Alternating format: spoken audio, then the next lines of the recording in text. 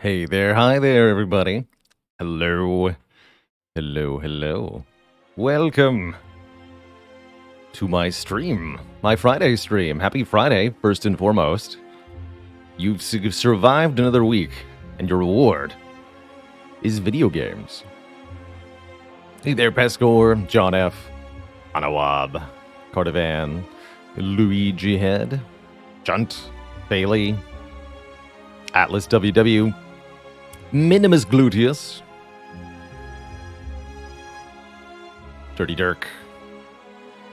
What is a sandal but a holy shoe?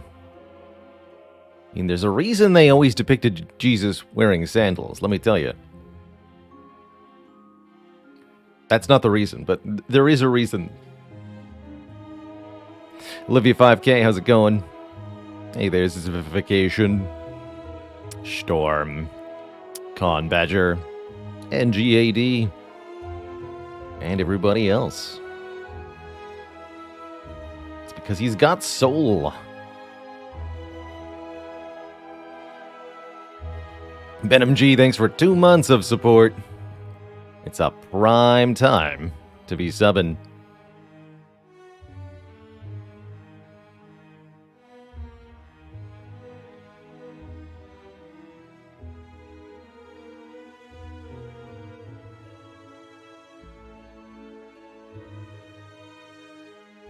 Where can people watch some of the non-Spire content? Why on the YouTube archives, of course. Full stream VODs. I believe now separated by the game. And there's a variety playlist. Hey, even better. The Archives channel is now the Archives and Variety channel, which will host all of our non-Spire content in playlist form, so you can easily find whatever it is that you want to watch me play. Brilliant. Absolutely brilliant. Thank you, as always, for furthering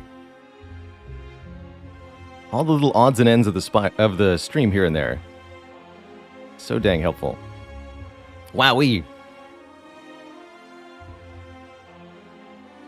So, today's a fun day. First on the docket, a couple more Spires. I want to at least have 250 kills by the end of this week, so today and tomorrow. We've got a lot of variety content. Speaking of the variety content.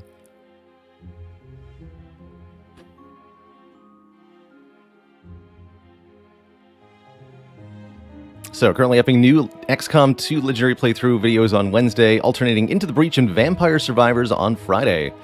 Maybe we'll get one of those two games played a little bit more tomorrow. There's so much variety to do. I do want to be going back to Into the Breach, getting some more runs of that on the unfair difficulty. I do want to play some more Vampire Survivors. Today I want to take a look at a new roguelite. Came out a month or two ago called Cursed to Golf, which I took a brief look at off stream. Heard 8-bit bagpipe music, and then decided I had to stream it.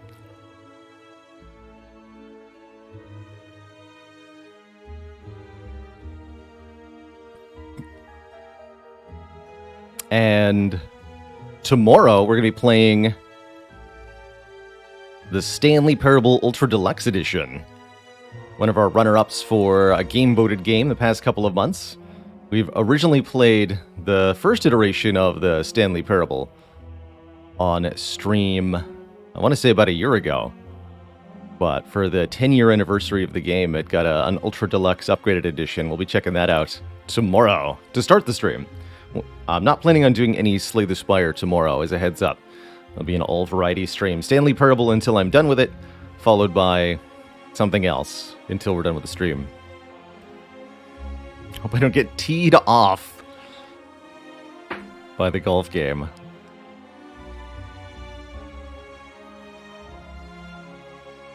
Why are golfers good at making jokes? They've got a fine-tuned sense of irony.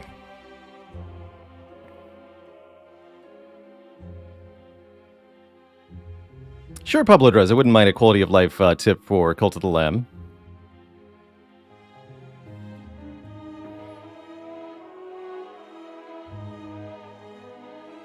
Joke was above par, i.e. a swing and a miss.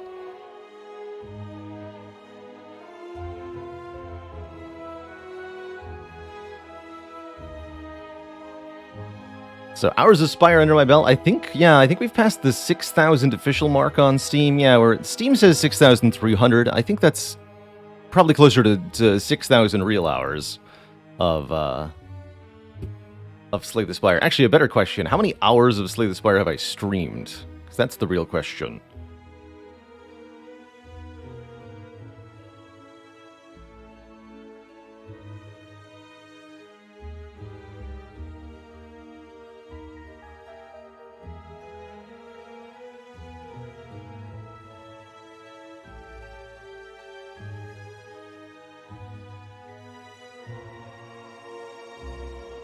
I think I can find the answer to that.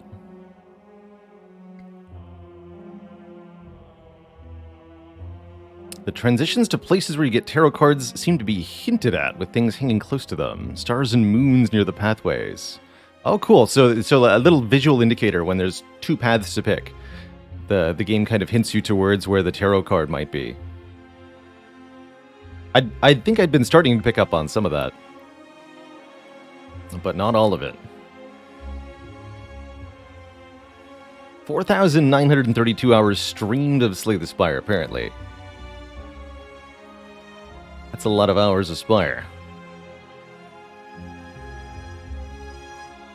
According to the Twitch stats, Slay the Spire makes up about 70% of the broadcast, with about 30% of our content being non-Spire variety content. We do play a whole host of non-Spire games here on the stream. Looks like our number 2 of all time is Monster Train, followed by FTL Faster Than Light, followed by the very first XCOM, XCOM Enemy Within. That was before the before times. That was a long time ago. How's it going, Bloomsbury House?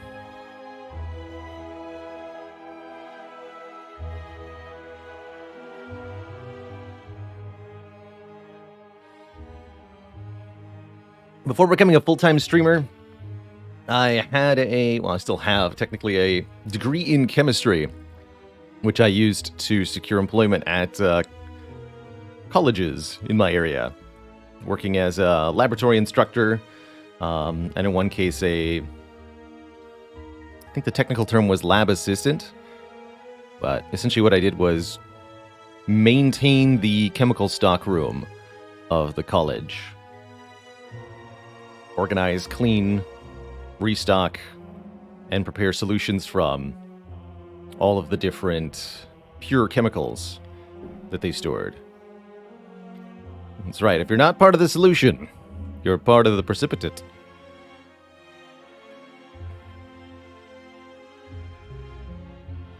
Kron would have put big money on me having a computer science background. That could have been my life, definitely.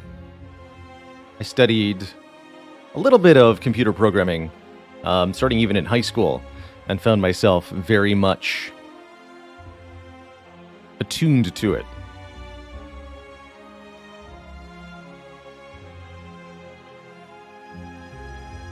Very much attuned to it. At Baylor's Lab.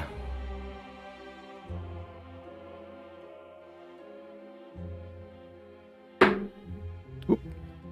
Sorry about that. But ultimately decided early on to avoid computer science, computer engineering stuff, as I didn't see it being a fulfilling career for me. Ultimately, that ended up being true of chemistry, too, so I guess it would have been the same ultimate result either way. But I have no disappointment whatsoever in where I've ended up. I really appreciate the knowledge I gained from a study of chemistry. I think a basic understanding of the physical world around us is something that more people could really benefit from. And I think most of us underestimate the absurd complexity of our physical world.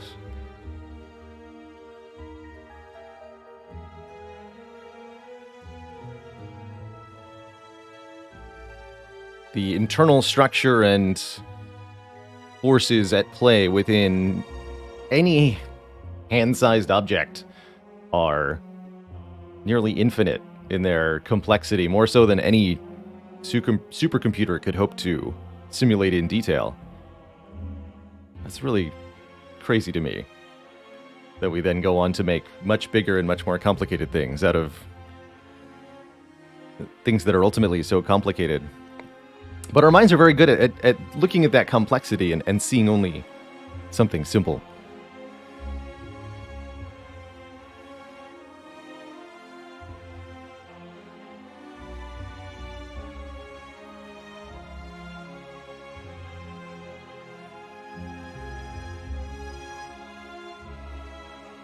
Fidel Zombie says they just figured out where 99% of the mass in the universe comes from. That's pretty incredible indeed.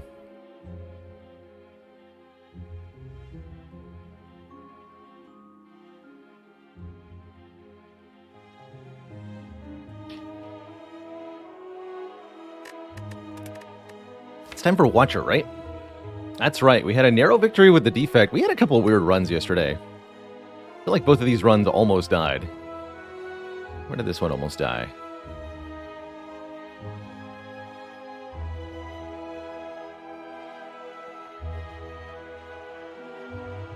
Oh yeah, that's right. The Awaken one fight. Now I remember now. That almost went really badly. That was horrifying. This deck had 3 copies of Heatsinks, and I really strongly considered adding a 4th one. Just as its own sort of card draw engine. Worked out beautifully. Really like this run. I really appreciate early Toxic Egg on a run, generally speaking. I think more interesting was our Silent run, which had an incident. I was talking with some of the other Spire streamers after my stream yesterday, and was given an important heuristic, which I'm going to remember and follow, which is this. When fighting Jawworm, if you draw 3 strikes on turn 1, 3 or more, you have to play 2 of them. We failed to follow this rule in the Jawworm fight, and that, combined with a very unfortunate series of draws thereafter, resulted in this outcome. 47 damage to the Jawworm over 10 turns. And that was pretty bad. We limped out of the first floor with very little health to our name, but undissuaded, did not allow this to stop us and ended up gloriously defeating the Heart 56 floors later. But we looked over it. No enemy on this run did more damage to me than the Jawworm did. That's pretty funny. That's certainly a personal record for me. It's really funny. Somebody earlier in the week had asked me, have I ever died on floor 1 in a run? And I think this is about as close as you can get.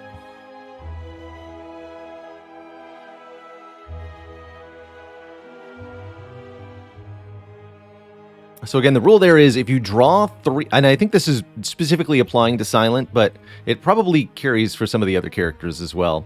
If you draw 3 strikes on turn 1, you must play 2 of them. Otherwise, you will be short on damage.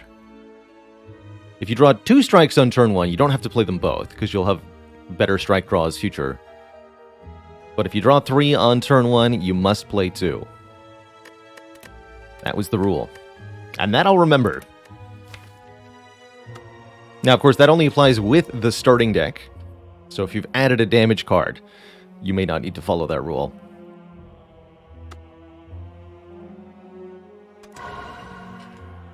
Is that at least 2 or just 2? I think it's just at least 2. Jawworm is always attacking on turn 1, so you probably want to spend some energy defending.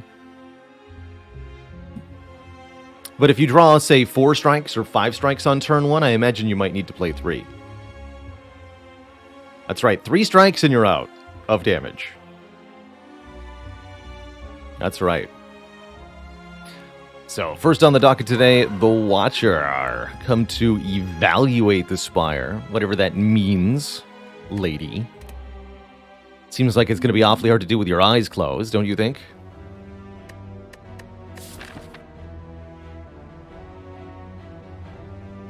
Ooh. That 5 rest sites? 1, 2, 3, 4, 5. And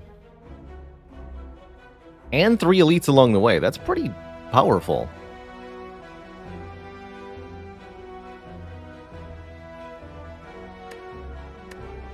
How's it going, Gruel Pack? Later, we're going to be playing a golf sim turned roguelike called Cursed to Golf, which I think a few people will find pretty interesting.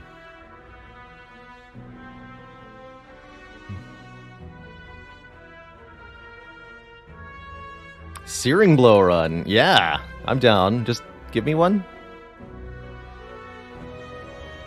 So in this situation, I think any of the options are good, actually. All 4 of these choices are great for different reasons. With no planned interaction with the shop here in Act 1, we're quite happy to take a rare colorless card in exchange for our money. That could be something like a Hand of Greed, which could pay off hugely.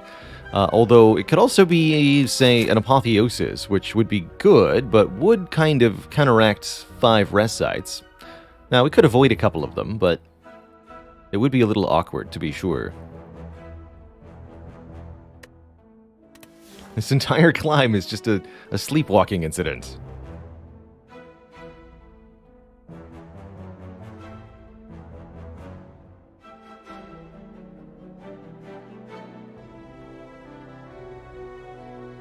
How's it going, Shake Speed? Have a seat, relax, and enjoy.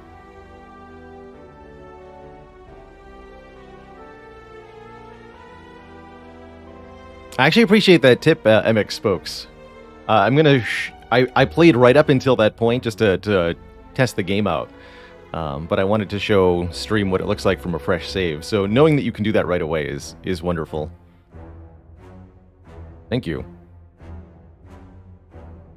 Clash Flex Fire Breathing. Amazing. What an astrolabe. So what regular colorless cards would I like? Dark Shackles, Panic Button, Trip, Swift Strike. I'm in a mood for something a little bit off the beaten path, so I'm going to take a colorless card. And we do in fact get Panic Button. I'll take Panic Button. Panic Button is a big misunderstood card.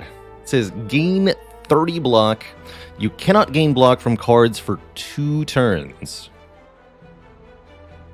Now, you might think that means your 2 next turns, but what it actually means is the turn that you...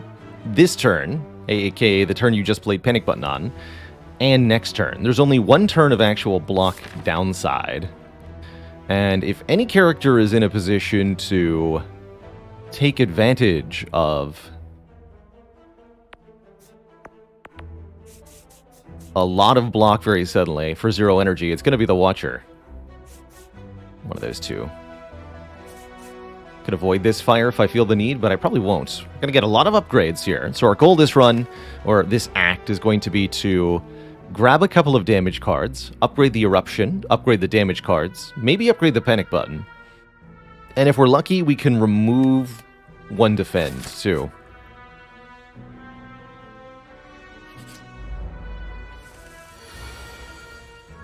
Well, that's not the correct time to draw a Panic Button.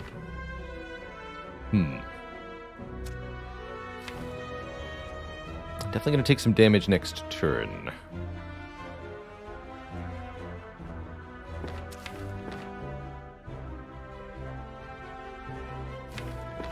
Get a miracle to get into calm here. I bring you down to 21. Strikes. This will be 699. So I need to bring you below 25 if I want to be able to kill them back 1 next turn. See if that ends up working out. Yep, that'll do.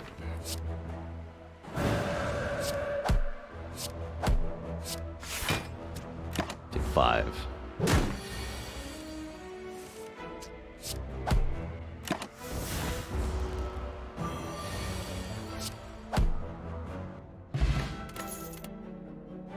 Early Tantrum. Puts us in Wrath, deals damage a bunch of times, and then shuffles itself into the draw pile. Early Tantrum can absolutely be a fantastic way to get your damage started on Watcher. Isn't the panic button upgrade overkill for now? Kind of. I think for Watcher it won't be, because one of the big things that panic button is going to allow us to do is block when we're in Wrath stance. And so any enemy that does up to 20 damage on their turn, we want to be able to block that in its entirety with a 40 block. So normally I would say yes, there's no normal enemy attack that really hits for more than 30 for quite a while. But because of Wrath stance, the extra block could totally be relevant for us. There's also a pressure points here, which I'm not going to take, but it's here.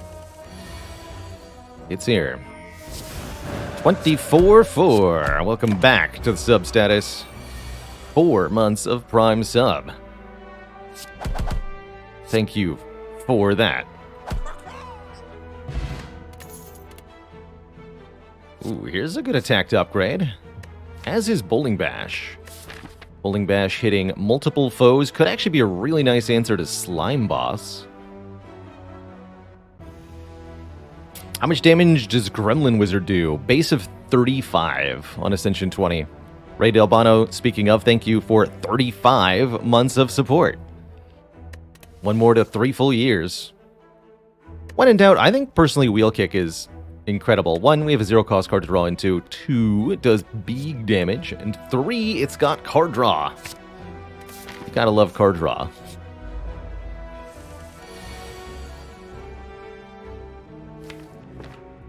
Alright, we'll bank some energy. I'm gonna Miracle Strike here. And then when we draw the Tantrum, we should be able to kill. Or the turn after, rather. We'll Tantrum, Strike. Next turn, Wheel Kick does 30 damage.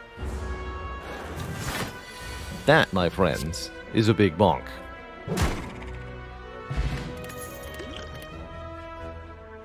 Flying Sleeves is takeable. Actually, Evaluate is oddly takeable, too. If I had a Defend removal, I'd probably take an Evaluate. As it is, I think I'll skip all these. I'm really happy to see all these fires here in Act 1. I think the Watcher does value upgrades, especially attack card upgrades, more than the other characters, since you're able to multiply the upgrade on your attack cards with your stances, specifically Wrath and Divinity stance.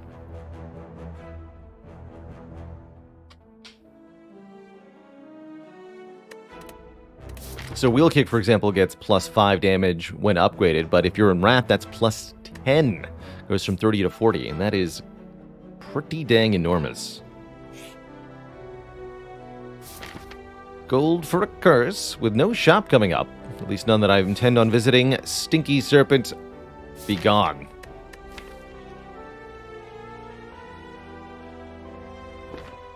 I think I'll take one more event here. We've seen our 3 easy pool fights. This will be a hard pool. I've got a decent potion. I just want another event. Match and keep. We're offered an establishment. Interesting. There's always 6 pairs of matching cards here. On Ascension 20, that's 2 pairs of curses, 1 starter card, 1 common card, 1 uncommon card, and 1 rare card. Note that the 2 pairs of curses, so 4 total curses, there can be 4 identical curses if they randomly roll the same as one another. So there might be 4 copies of Writhe, and that means that even though I have seen 1 Writhe already, I might get cursed with a Writhe if I click on a new card here, because there could be 4 of them. Which means I should click on the establishment again, which was the first card, right? Yeah, I believe it was. Good. Protect? I'd be okay with a Protect, especially if there's also an establishment in it for me. I can take establishment, Protect together.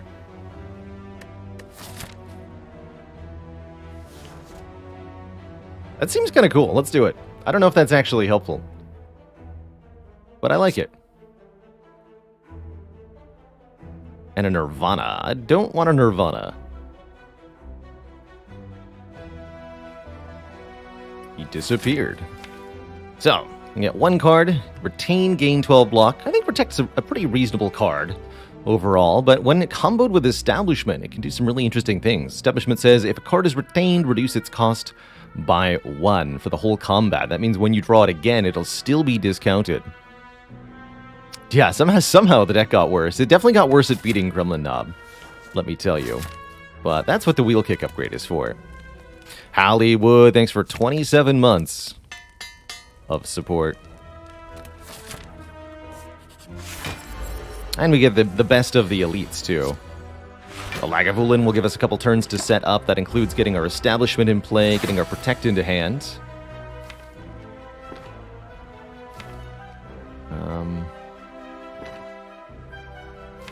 Don't want to play Wheel Kick now, do I? I don't think I do.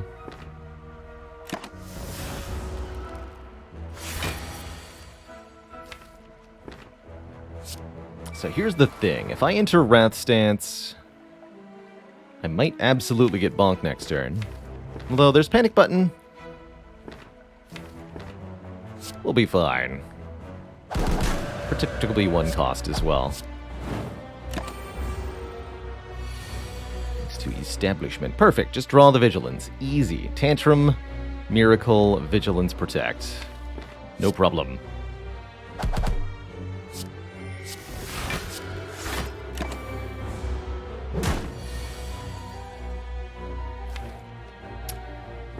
Ouch. That's a really unfortunate draw order there, to not get either the Wheel Kick or the Panic Button. Really wanted both of those. Not neither of them. Entering Wrath there seems pretty unconscionable to me. So I shan't be doing it. Oof.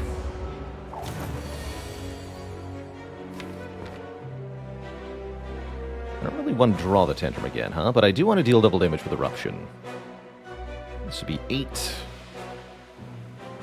plus 14 plus 3. 25? Not the right number, that's for sure.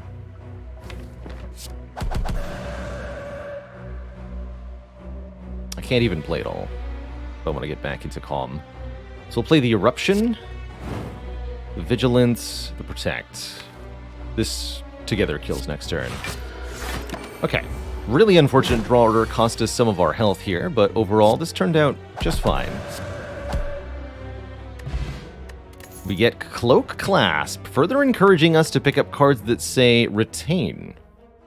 Cloak Clasp says, at the end of each of our turns, gain 1 block for every card in hand. That's a mighty good thing.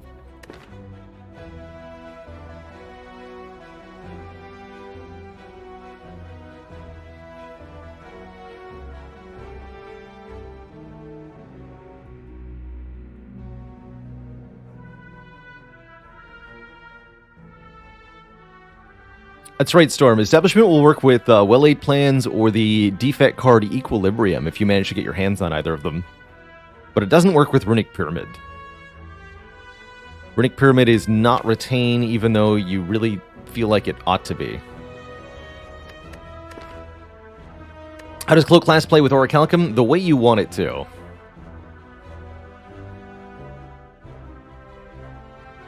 As a general rule, Orichalcum will work perfectly alongside any other end-of-turn effect, such as Plated Armor, Frost Orbs, the Cloak Clasp, Feel No Pain from exhausting cards in your hand, all of that stuff. Orichalcum is highly cooperative with.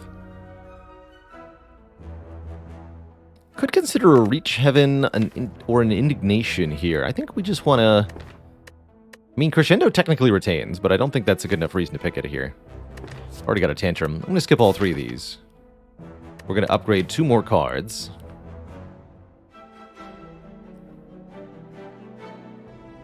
I really do want to upgrade Eruption. Let's get that upgraded first. Am I looking for Smites? Yes, I would love Smites.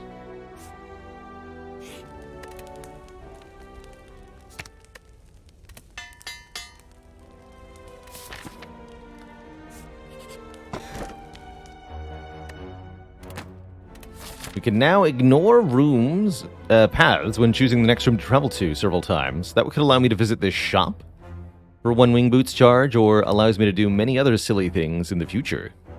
2 very good rare relics so far on this run. Pretty promising. Upgraded Establishment has the innate keyword, meaning it'll always be drawn on turn 1. I do think Upgraded Establishment can be quite good if you've got a lot of retaining stuff, but it's not always an upgrade that you want. I usually have pretty mixed feelings about innate upgrades on cards. Acheron, thanks for 11 months. 1 till that full year.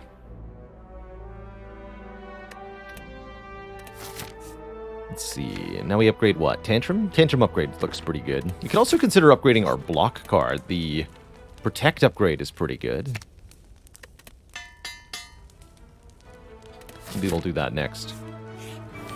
Alright, no Gremlin Knob for us. It's instead the 3 sentries who shall be attacked today. Could use our Miracle here, although know that we're somewhat disincentivized to do so, because the Miracle... So we're fighting Slime Boss. Yeah, this will be a long enough fight. The Miracle is 1 extra card in hand, which is 1 extra block. So we get 5 block from the Defend, plus 6 block from Cloak Clasp, equals fully defended against. Cloak Clasp in general is going to be a ton of defense. Just a buttload. Pretty tempting to kill one with Tantrum here. Could go Protect, Defend, simply full block, but that doesn't get me anywhere, right? We need to kill stuff. So I'm thinking something like Eruption, Tantrum, Miracle, Protect. Take relatively little damage this turn. We take 5 or so. And then we're set up very well for next turn. I get to Tantrum and Vigilance. Yeah, so let's go Eruption here. Tantrum here. Thank you, upgraded Tantrum. Miracle, Protect, block 3 more, take 5. Shame to lose that Miracle, but I think we needed to. Now here we Tantrum first, dealing 24 damage. Bringing it down to 11, which is a guaranteed kill next turn with Tantrum. Play Vigilance, take nothing this turn.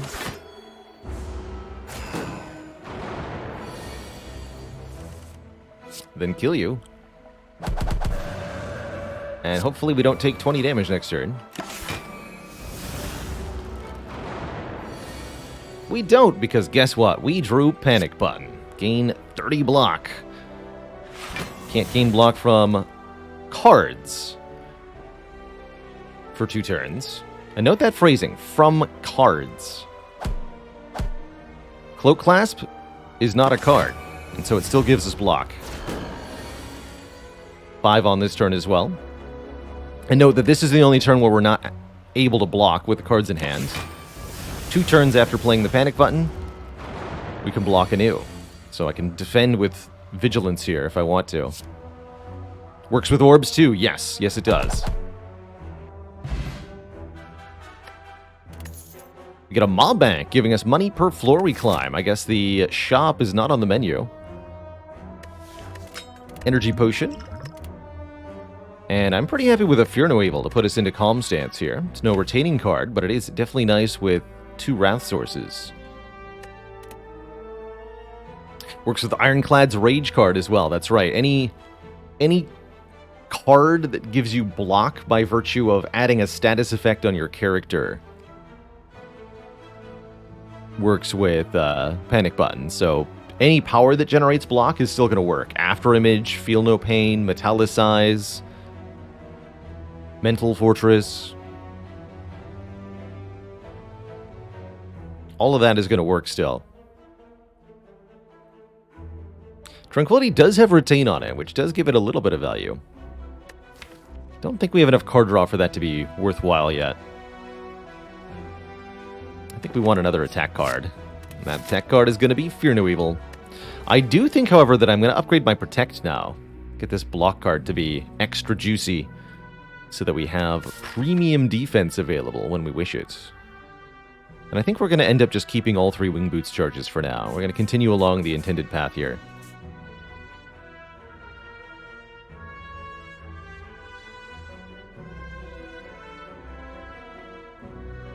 Agree, Carissa. So the rule of thumb I like to keep in mind, and another way to phrase this, you can treat Panic Button as minus infinity dexterity. Otherwise phrased, if a card benefits from dexterity, it won't work with Panic Button. If dexterity does not affect the block source, and there are many, many, many blocks that don't get affected by dexterity, then Panic Button 2 will not stop it. Doc 2 says, can any character find Cloak Clasp? No, this is a Watcher-only relic. Can only find this on the Watcher.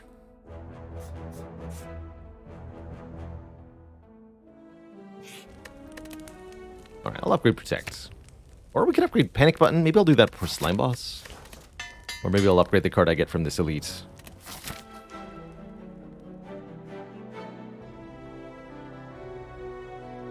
Yeah, it's not worth using two Wing Boots charges to get one more Elite, especially not if that Elite costs me my rest site.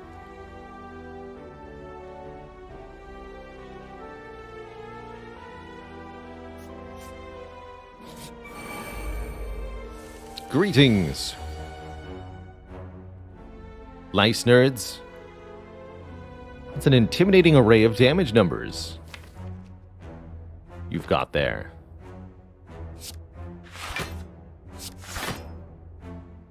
Eight, 8, 6, 16, 22.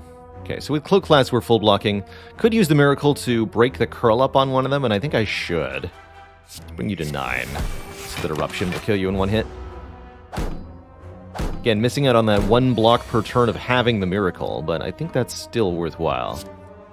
One of my favorite things about the Cloak Clasp, you can essentially treat it as any sort of card draw as a block card now. Probably should take one, that way we can guarantee we kill this front louse. Although this one's guaranteed to buff, right? So I have Vigilance Defend? Or not buff, this one's gonna make me weak.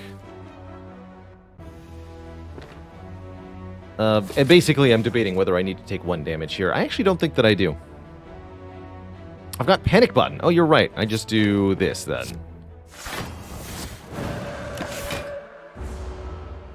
Since this one's guaranteed to debuff.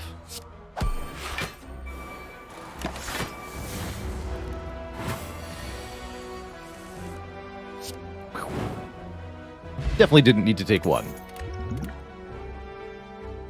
Double wheel kick. Interesting. I actually rather like more wheel kicks with one with the Cloak Clasp. And 2, if we're encouraged to pick up retain cards, then a second wheel kick's actually pretty good. And if we find a Meditate, double wheel kick will be absurd. And that's right, we can upgrade that one too. I actually think the second wheel kick is very good here. How's it going, Theodore? Yeah, that Silent Run was pretty good. I can't believe we won that. That's right, the potential double wheel kick infinite. It's been done before. It's also really, really good against Gremlin Knob to have 2 of these.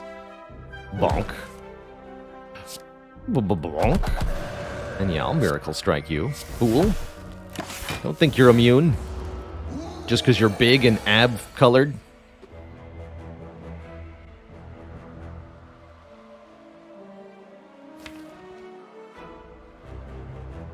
What is this? Fear Navel and Protect, and I just take nothing? And I can Gambler's Brew next turn if something goes really, really badly? I don't think it will, though. I don't see any reason to take damage here. Exactly. 57.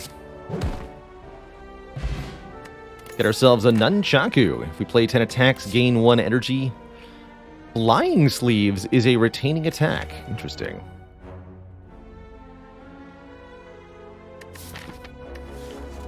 I actually don't hate this Flying Sleeves.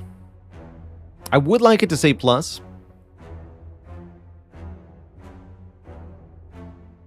Hey, enjoy the holidays, Handwalk. Good to have you back.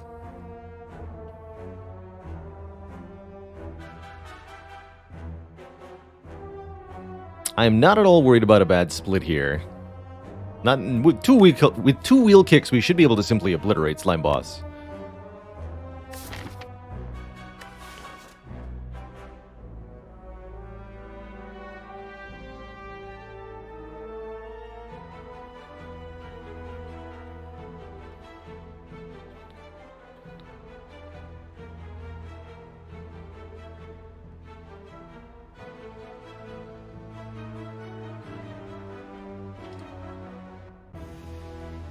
Burkmod, did you hear about the dog that tried to become a golfer? Kept landing his balls in the rough.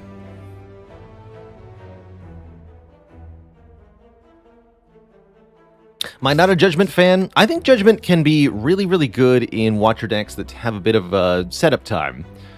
To some extent, this deck does qualify. I think with 2 wheel kicks, though, we don't need a card that kills a low health enemy, because wheel kick kills a low health enemy.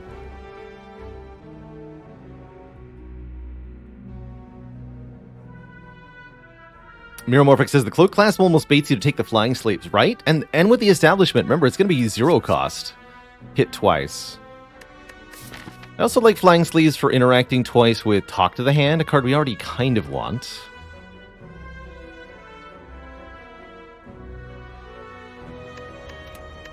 I'm going to pick it up here. I'll give it a try. And I'll swap this energy potion for a fire potion going into Slime Boss. Yeah, with strength, or with having an actual Talk to the Hand, it'd be a lot better. I'm going to upgrade it over the wheel kick, and we'll see how it ends up playing. Flying Sleeves really is a card that does want an upgrade very, very badly. Just does so little damage without it. Retain, my child. Be retained.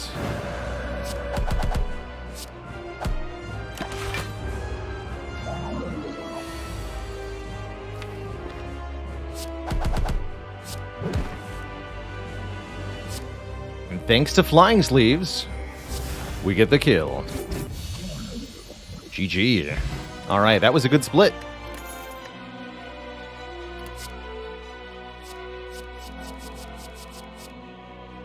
You know what makes not a devotion. You know what makes an establishment deck way, way better? Being able to take an extra turn whenever you want. Vault here. Vault lets us take a new turn. That new turn causes establishment to make anything in hand that retains cheaper. Plus, we get to hold on to those cards.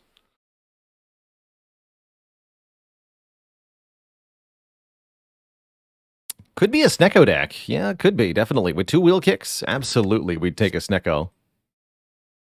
I'm also just quite happy paying for Vault. I think Flex Potion has got to be better than Fire Potion, considering we have a Tantrum. Flex Potion adds 20 damage to Tantrum, and then more besides. Gambler's Brew is too good to ignore, though. And there it is, the Black Star with the Wing Boots. That's pretty tempting. There's also Pandora's Box, which is very fantastic, transforming all 8 of our starter cards. We haven't removed a single one. Atlas WW says, wouldn't Snecko kind of nullify establishment? Kind of. Cool thing is it still works. You know, if you retain a card, they get cheaper, regardless of their original costs. So 3 cost Protect, which gets otherwise stuck in your hand, eventually becomes free, which is nice. But you don't get to keep that discount every time you draw the card, which is less nice.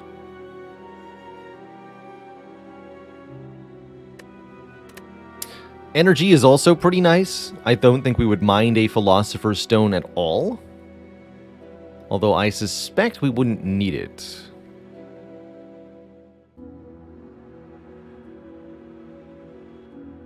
Yeah, this is a tough one. I think the Pandora's Box is very, very good on average. Anything that we get with the retain keyword is going to be extra juicy. There's lots and lots of ways to improve on strikes and defends as Watcher. And with no removals taken yet, we'd really like to be able to get rid of this starting set of cards. But with the Wing Boots, we could assuredly turn this Black Star into an absolute boatload of relics. And that too would be very absurd.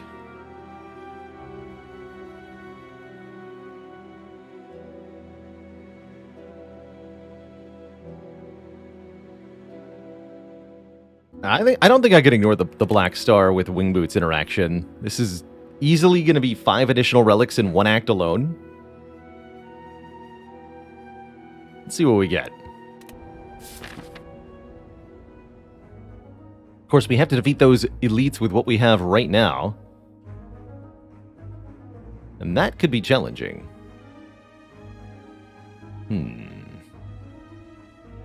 Okay, so I can reasonably do, let's say, 4.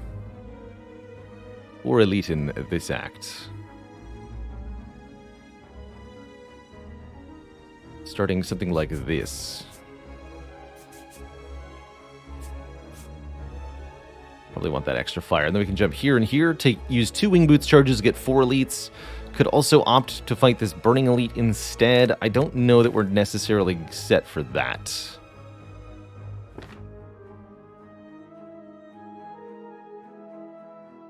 Yeah, I think Pandora's Box probably is, in the very short term especially, the Pandora's Box is definitely huge. With any egg relic, I would have had to. Or even with Ceramic Fish, giving us an additional 72 gold, I would have also basically had to. Does the Path Highlighter work with Wing Boots? I don't think so. I don't think it's had any updates. Alternately, if it's had any updates, I haven't downloaded them, since it's not done automatically. Kevners, thanks for 5 months, almost that half year. Heck yeah. Should be okay in the early combats. Some area damage would be good. I think we're okay without. I might be inclined to take, say, a Consecrate Plus if I saw one, but I don't think we're going to need to. We'll start here.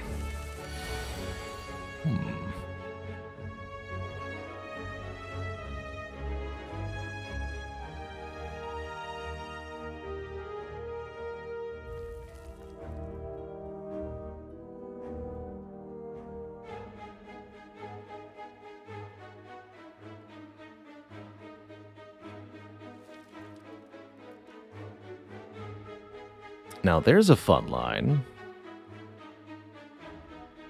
What if I just block for 42 and end this turn in Wrath? That's the power of Panic Button. We can go Vigilance, Eruption, Wheel Kick. We'll even have energy left afterwards, thanks to the Nunchaku here. We'll deal 39. Yeah, if we can kill next turn, we won't take anything. We also have a Vault to draw into. There's a Tantrum Plus and a Wheel Kick Plus.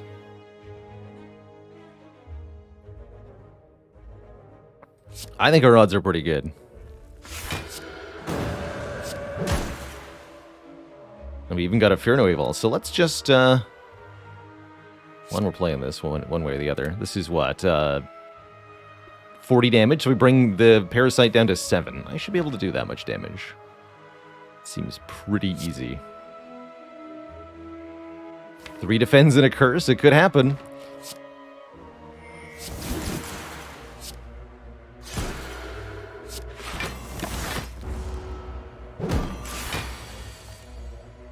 How about Vault instead? Easy. Beautiful fire. This Empty Fist says plus on it.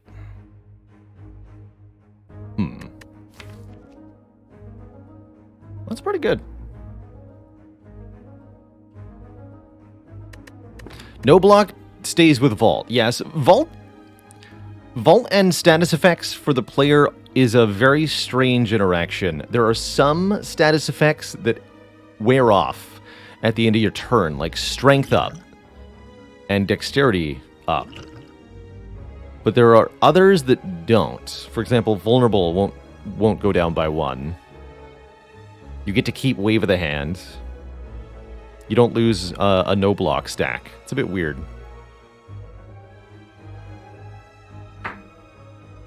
Intangible will also stay if you Vault, which is very, very powerful.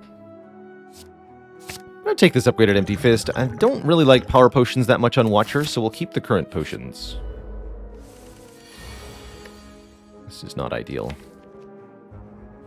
Let's just bank some energy for a future turn. At least having Protect Plus in hand is good.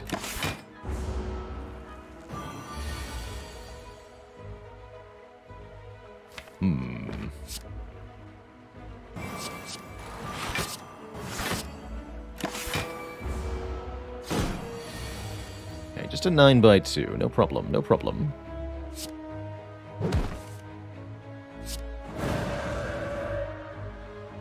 $28, $24, $12. 40 plus 24. Brutal.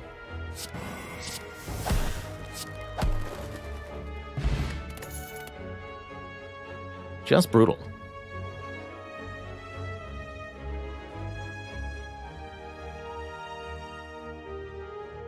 Don't want any of this. Nothing that says retain, nothing that says plus.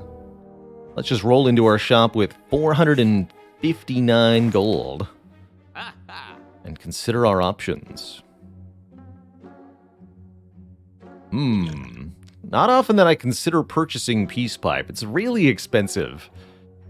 And it's giving you something that you can otherwise purchase with gold. So you have to either be purchasing the removals alongside the Peace Pipe or have an additional, have a plan of using it a lot. But that is one interesting option for us here. The Peace Pipe, alongside other card removals, could allow us to purge the starter cards from this deck very quickly. We could potentially combine that with Lesson Learned. Can I buy all three? That's the really big question.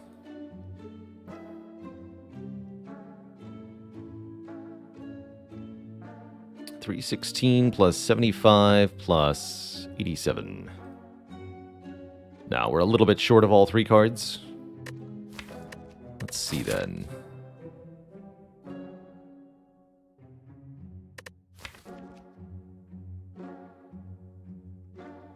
There's a few upgrades I'd like. Trip is pretty interesting. Zero cost apply vulnerable. That's really energy efficient for us here.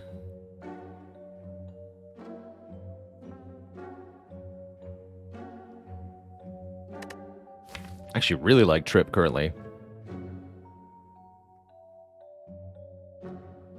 Definitely want to remove one of our defend cards. I guess the question is, do we purchase the Lesson Learned? For 87 gold, it's pretty hard to say no to.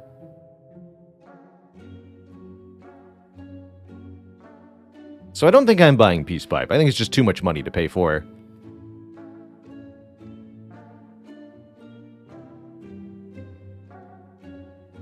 Could take the Eternal Feather for healing at rest sites. That's passable. We're going to be visiting another shop later. Possibly later this act, although I'm likely to warp to this elite instead. Could even go to this shop if I really wanted to.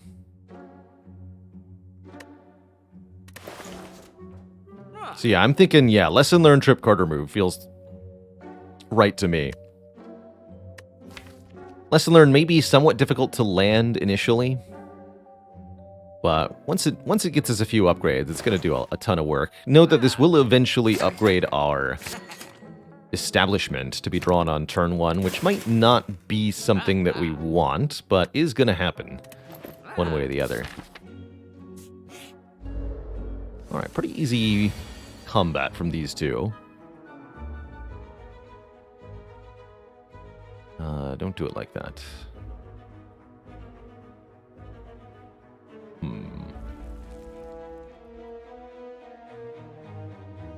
Probably just need to take a little bit of damage here.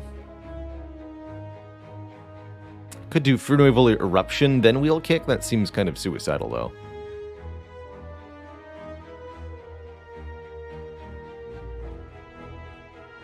I could kill the Centurion with the Flex Potion here, but I'd really rather not use the Flex Potion right now. So I think it's just going to be Eruption, then Wheel Kick. We can Miracle the Fury Evil. Or something else besides. Could also Wheel Kick first. Don't enter Wrath. Do way less damage.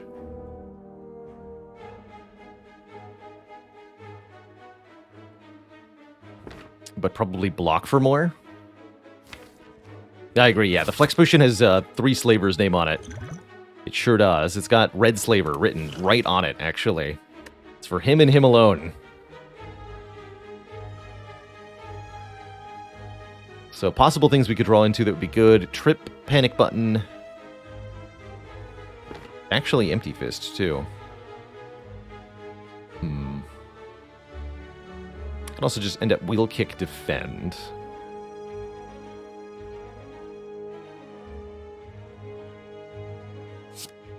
Alright, let's see what happens here. Oh, we do get Empty Fist. Okay.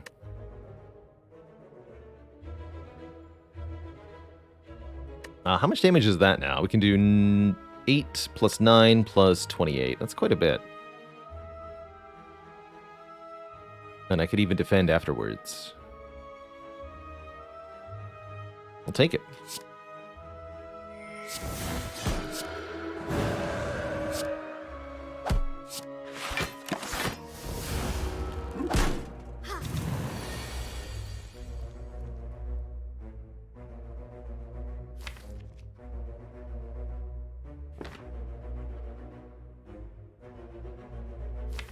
That's unfortunate.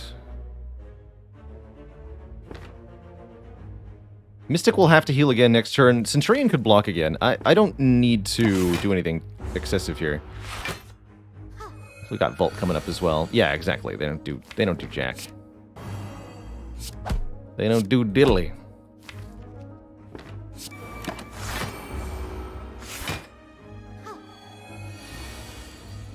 Terrifying.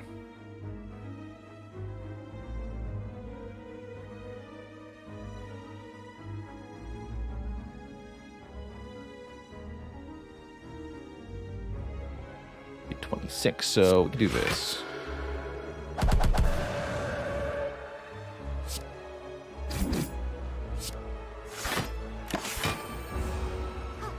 Mystic can never attack twice in a row. At least not on this Ascension level, she can't.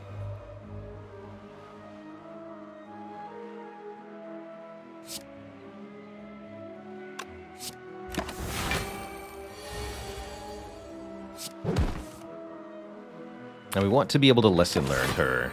We'd also like to set up the Nunchaku, but I failed to do that. I'll just take the upgrade. Get a duplication potion, letting us play a card twice, and if we wanted a zero-cost attack, here are the options: Consecrate and Weave.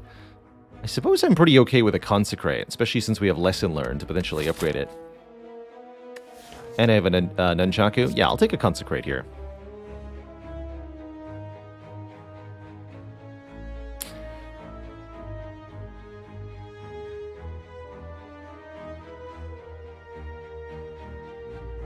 Akron says, do I consider the Slavers to be the hardest elite in the game? For the point at which you face them, I'd probably have to give the title to Gremlin Knob. Gremlin Knob is a very simple fight. It's a straight-up damage race, but that damage race is pretty difficult to win, especially on Silent and Defect. But in Act 2, Slavers are the one I fear most, just because they do so much damage on turn 1. There's really very little you can do to stop them. Oh man, upgrade all strikes and defends. That means that the lesson learned is immediately going to start upgrading only the premium cards. The non-strike and defends. It's 7 free upgrades. 7 less lessons I have to learn. Or we could remove 1, which makes 1 less lesson we have to learn. But I think the performance increase in these upcoming Elite fights, right? We have Black Star. We need to be able to beat Elites right now. 7 free upgrades. Even if they are the worst cards in the deck. It's definitely going to help. It's definitely going to help. Here they are, the 3 Slavers. The gentleman I did not want to see.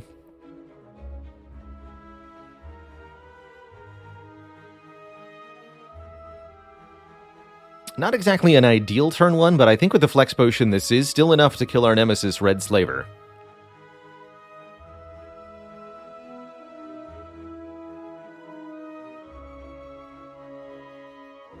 Let's see. So if I Flex Potion, this would do 11 twice plus 19, so 22 plus 19. It's 41. This would be 51. So yes, I have to play the Strike. We have to Empty Fist, Flying Sleeve, Strike, Consecrate to kill.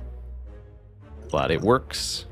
I'm left with no energy, so we keep Protect Miracle in hand, block for 2, take 18 damage. We keep the Protect Plus, so I think that means we take 18 damage and then we win the fight. We get to keep the Dupe Potion, too. And we'll assuredly lesson learned later in the fight as well. That sounds good enough to me. I don't really see a... I don't think this would be a particularly good Gambler's Brew turn, and I don't see a Dupe Pot line that helps me. I guess we could Dupe Pot the Protect. We're not being weakened this turn.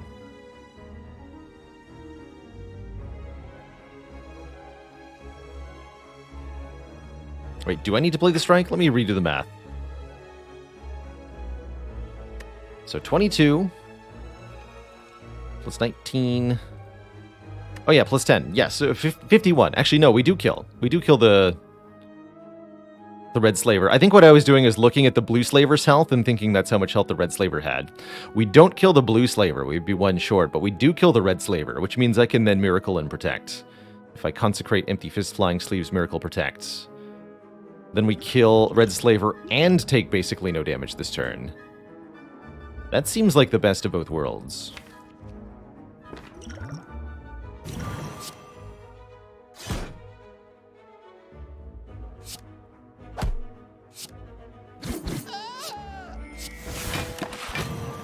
One block. But then, more than one block. It'll be pretty hard to lesson learned here, huh? Have to dupe pot. We'll be back for it. Looks like we might need to take 16-ish this turn, unless we draw a panic button. Put Tantrum into the raw pile. Probably.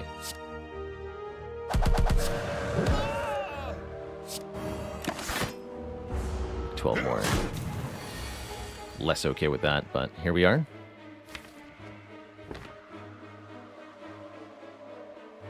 Simply Vault. Go Establishment, Fear Naval Defend. I guess Simply Vault.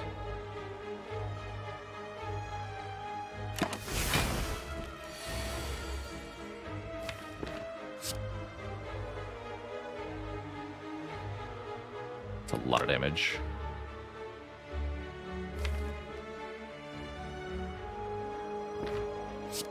Uh, 36 damage means we wouldn't be able to wheel kick next turn.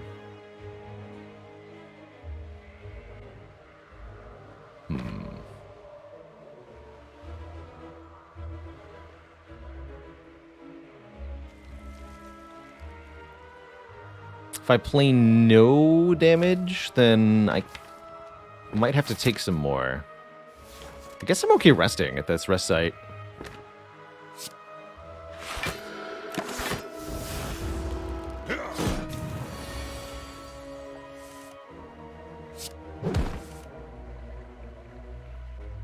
Take 4 here.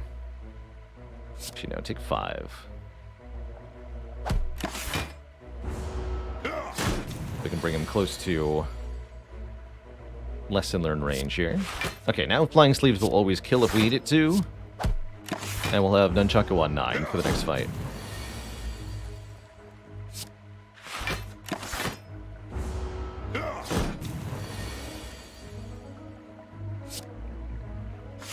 +5, no need for panic button here.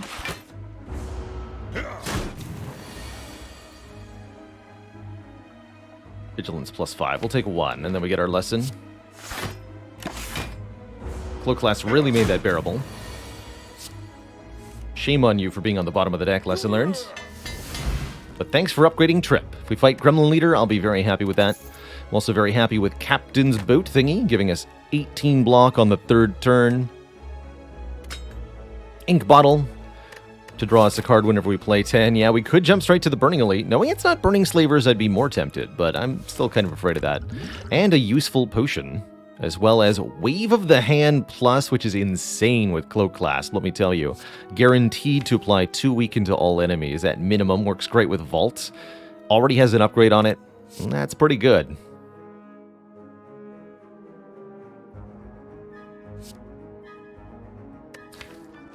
Would not say that plus strength Book of Stabbing is necessarily death, although it could be with the wrong draw order. We could do something like dupe pot a wheel kick when in Wrath with vulnerable for 120 damage, and that would just instantly kill the Book of Stabbing. But that would require some favorable draws. Much rather rest up here, have a little bit of extra health to work with, and try to continue lesson learning in these fights. Let's have a snooze.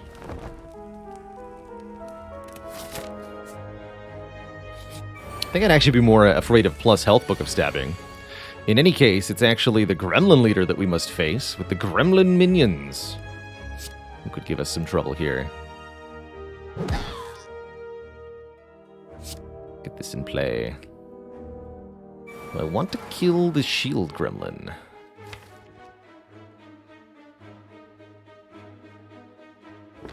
Cool thing about the Captain's Wheel is that we can use Vault on turn 2 to get the block, as it changes the turn timing. So yes, the Burning Elite would have been Gremlin Leader with some buff. I'm going to keep my miracle for now.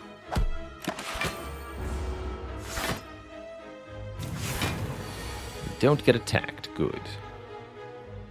Very good. Let us be Wrath, then.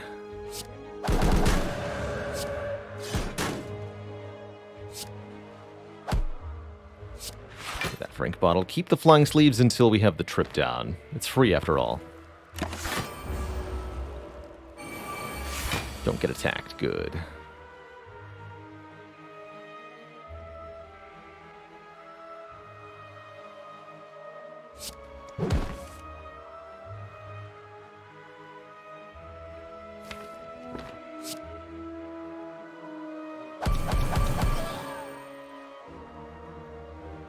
If I play the flying sleeves, I'll draw a new card.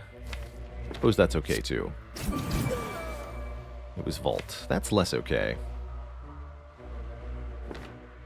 It's probably fine. It was fine. Still looking to learn a lesson. That might be difficult to do. Grim Leader could choose to attack us at any time, and if they do so, we could suffer greatly. So let's be a little careful here.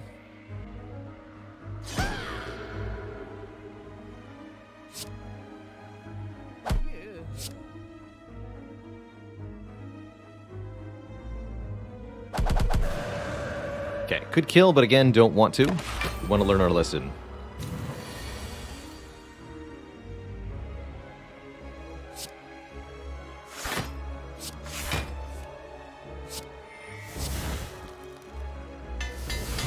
And the lesson was that Consecrate is upgraded. Get two very ridiculous relics side by side here. First one, Mummy Hand, makes a card in hand become free when we play a power. Currently only one power in the deck, but that's sure to change soon. As well as a Pocket Watch, drawing us extra cards if we play 3 or fewer cards during our turn. There's also one of the cards we've been looking for, Talk to the Hand. It's going to be great with Flying Sleeves as well as, of course, Tantrum, giving us block whenever a foe is struck. Also combos exceedingly good with Wave of the Hand. That's right, we get our card counter. Gotta love the card counter. Almost don't want rest sites anymore. Almost. Juzu Bracelet, more like Ew-Zoo Bracelet. Get out of here. So if I'm jumping over here, I could avoid this rest site now. I'm fine.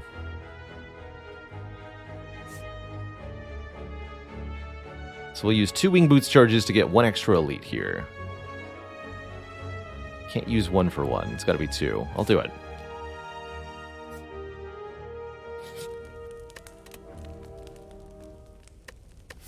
No shop? Unfortunately, the shop comes at the cost of an elite. So no shop.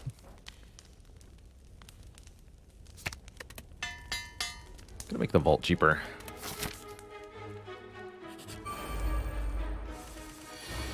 Oof. Eruption, Talk to the Hand, Strike. Draw 8 cards next turn. The extra draw is gonna make the Cloak class even better, by the way, which is pretty absurd. So my enemy's not getting an extra turn, which means their block won't go away. So I don't want to play the Tantrum here, because it would give the Snake Plant too much block, basically. 45 damage, good lord.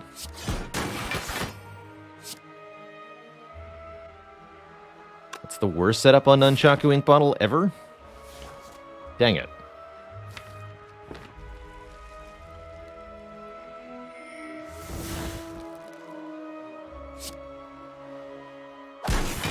Oops. That's fine. For some reason I thought the enemy had 22 health.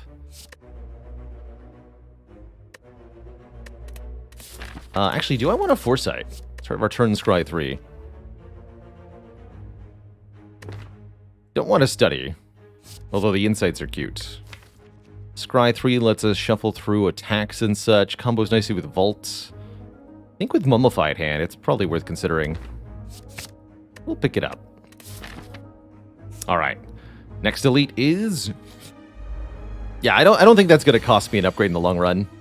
Bit of a brain fart, though. Absolutely. Absolutely. The right output from Attack Potion, I could get a kill here. This is 21 plus 12. Let's see what this contains. Yeah, that'll kill. Or I could carve, but I have to pay for the smite.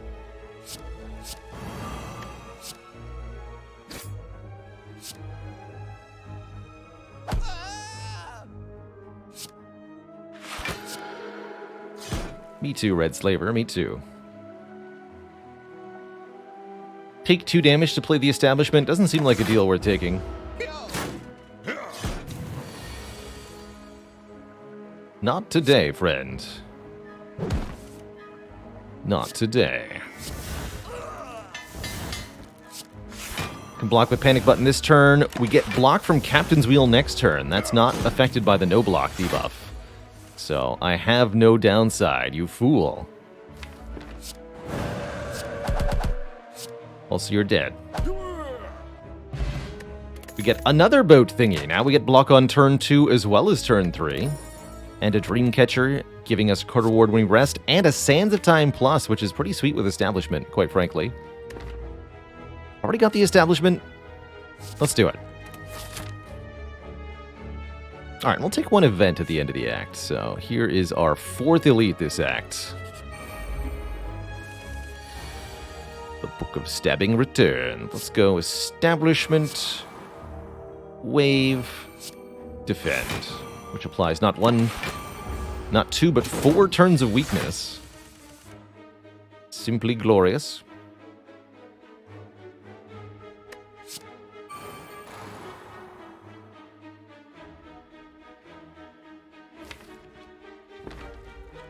So deliberately choosing to play 3 cards there for Pocket Watch. You'll see me do that a lot. Stop my turn at 3 cards. So that we can get more card draw on the following turn. Let's do Talk to the Hand. I don't know that I want to play this Strike, even though I could, because it'll give me energy back that I don't actually want to spend this turn. We'll do that next turn. Yeah, we're starting to get a truly absurd interaction between the Pocket Watch and the Cloak Clasp and all that. Sands of Time is now free, by the way. Unfortunately, we didn't draw the Tantrum, but that can change.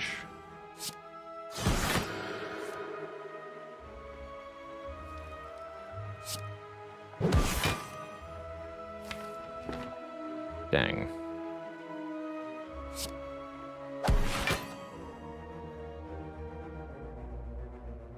Pretty hard to lesson learn like this, huh?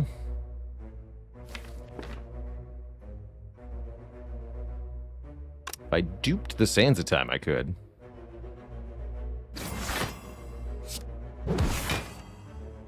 It's fine. We got Protect in hand. We'll just draw back to it. Easy.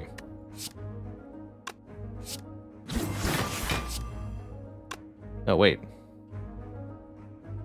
Not easy at all. The Wheel Kick would have... No, it was Wheel Kick Miracle lesson learned. That's correct. Shoot. Did that to myself.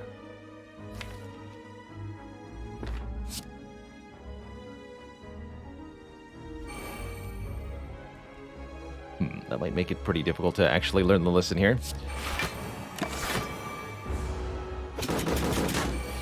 Only Consecrate had been here.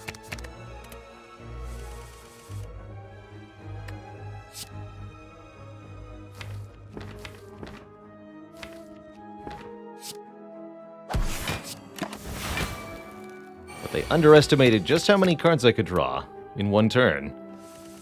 And so the lesson was learned the whole time. Easy. We get a potion belt, so we can hold even more duplication potions, and we get bronze scales to do damage back to heart, and maybe any other foe that decides to hit me. These are passable, but not required. Bites? Maybe if I hadn't upgraded all of the strikes at this point, I might take bites. As it stands, no thank you, vampires. Don't need your help today. Actually gonna recall.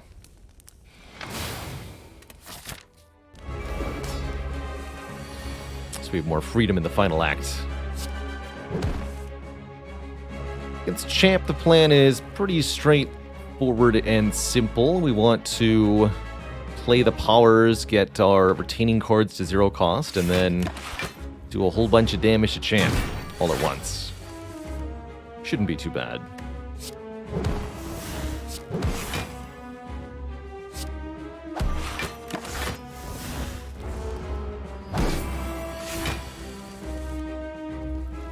Nice try, chump.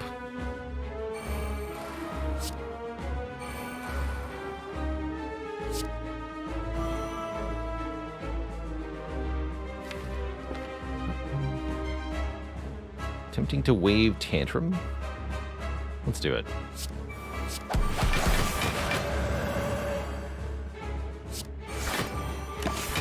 Enjoy your 12.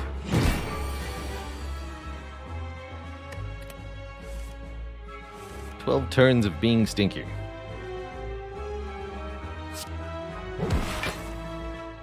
So, first stage of this fight is just get Champ close to half health. When Champ drops below half health, he'll become very angry.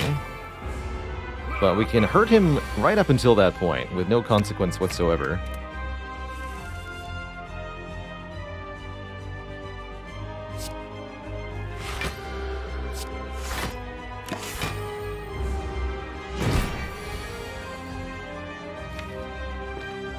Okay, this looks like an exceedingly promising turn.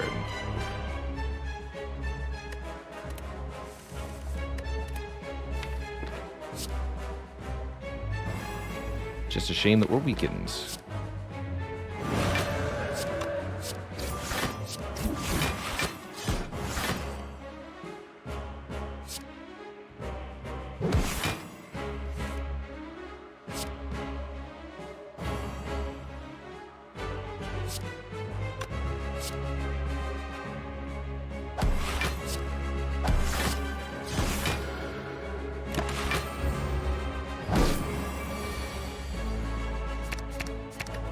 Now we want to get back to the lesson learned, of course.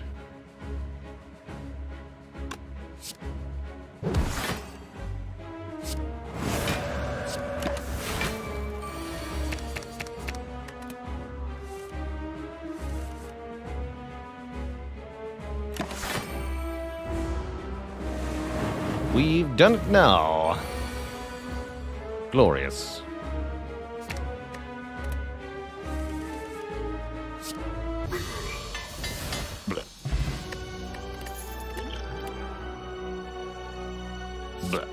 Spirit Shield is an absurd amount of block for this deck.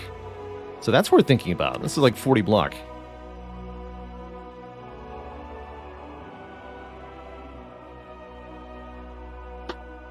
We're actually kind of at the maximum of number of cards we want to retain. And we're more thinking about just cycling through over and over. Yeah, let's take a Spirit Shield. 3 block per card in hand. If we can find a Meditate, we're going to be in really, really good shape. But even if we can't, I think taking some additional energy seems pretty good to me. Since we've got a lesson learned, there's no shame in a Fusion Hammer here, allowing us to rest at all the remaining rest sites. Could instead go for Coffee Dripper, no resting. Instead, we have to upgrade, but we'll run out of upgrades pretty soon, so I don't think we want to do that. Spirit Shield is affected by Dexterity P players, so this one's a little counterintuitive. Spirit Shield says gain 3 block per each card in your hand. And while Dexterity doesn't affect the block per card, it is added to your total. So say you've got 5 cards in hand, Spirit Shield will block for 15. If you have 1 point of Dexterity, it's not 4 per card for 20. It's 3 per card, 15, plus 1 Dexterity for a total of 16. And Spirit Shield is, in fact, shut off by the Panic Button debuff. If you stance more than once per turn on average, the flower is better. Currently, we don't do that. We only have 2 cards out of 28 that put us into calm stance. So the flower is not going to be more than once per turn. It might be twice in one turn, but it's not going to be on average more than once per turn. I think I'd rather have the hammer. But yes, a meditate could change that, for sure. You learned something, a lesson, one might say.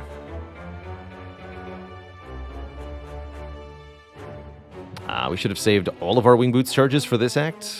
Well, we should have saved 2. I don't think it matters much. Okay, so we get to use 1 for an extra elite. That's the important part. We get to do 3 elites this act. Where are the shops at?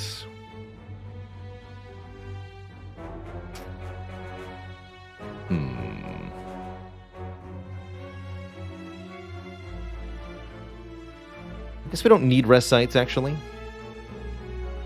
Probably want to go to this store. Means take these 2 elites. Could go to a rest site if I wanted to. I don't think I actually want to.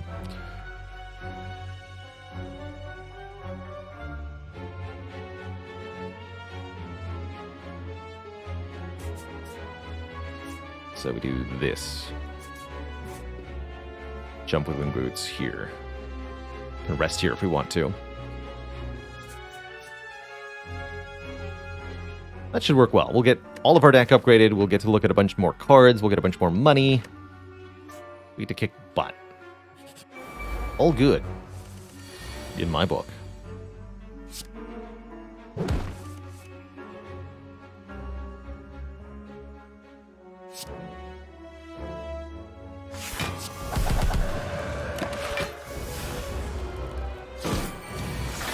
The free block. Applies anyway, nerd. Easy.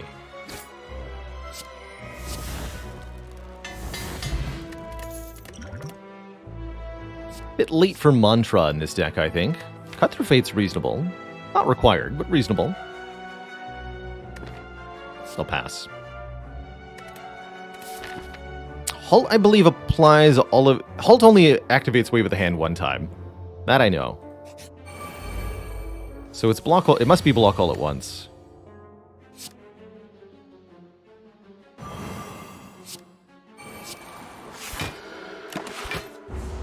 Again, often seeing me play only 3 cards for Pocket Watch. That's why I didn't play Strike there.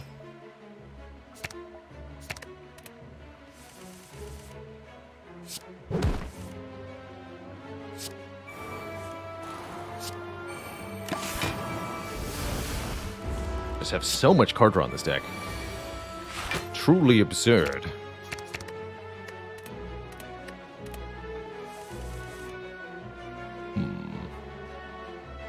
Got lots of block. Okay, so we can KO this fool.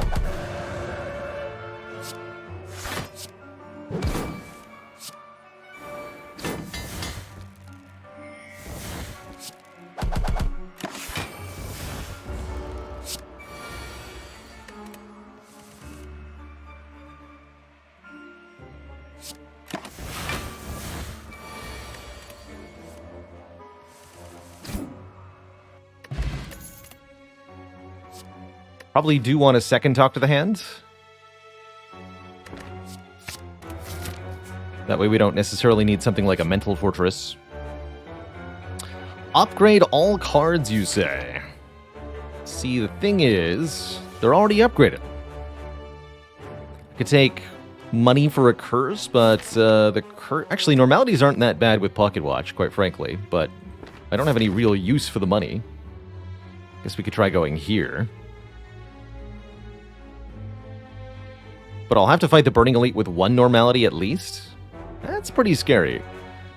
When instead I could get a rare relic, another card reward, more money, and another upgrade right away. That sounds a lot more reasonable. Usually the safe pick here to go for the boss fight. Definitely not required, but definitely the safe pick. Yeah, I'm gonna vault here. Be a better setup turn. That's more like it's power, power, And yeah, put this in the draw pile. I'll be in wrath. We'll be fine. Get 18 free block plus then some. It's a mere 12 by 6 after all. What's the worst that could happen? See, nothing wrong.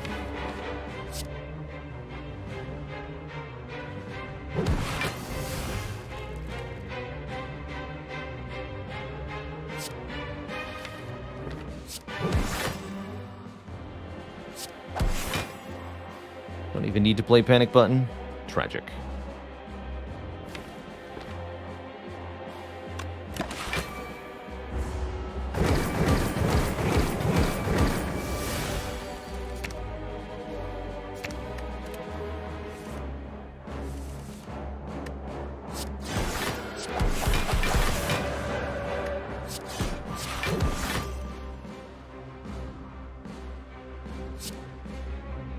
Thorns? Okay.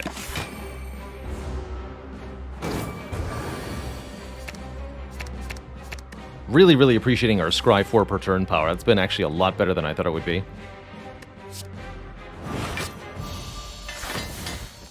This has been such a trusty lesson learned, never upgrading itself. By the way, we just got our hands on Ice Cream, allowing us to conserve energy between turns. If we want another stance change, inner pieces here. Fasting is also kind of interesting, giving us strength and dex, but less energy each turn. With Ice Cream, I could see fasting being pretty good, actually.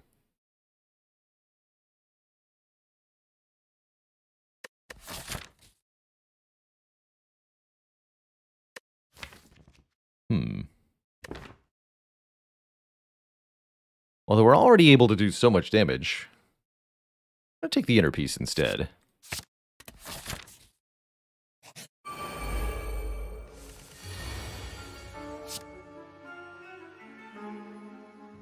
Little kick will change your intent.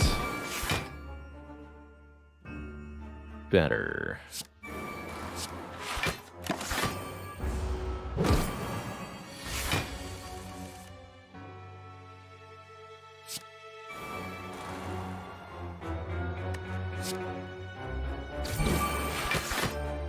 Better. One more card.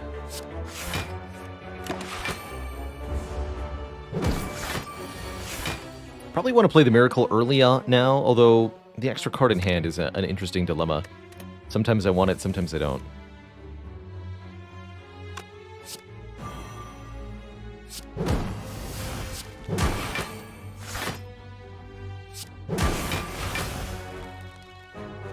It's fine. Should have done that earlier.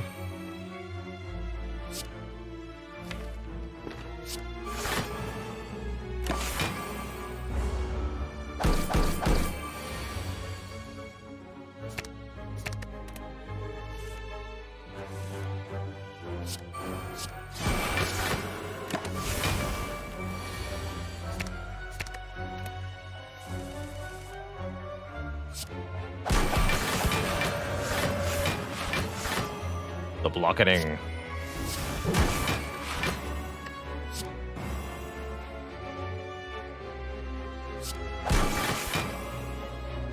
Good.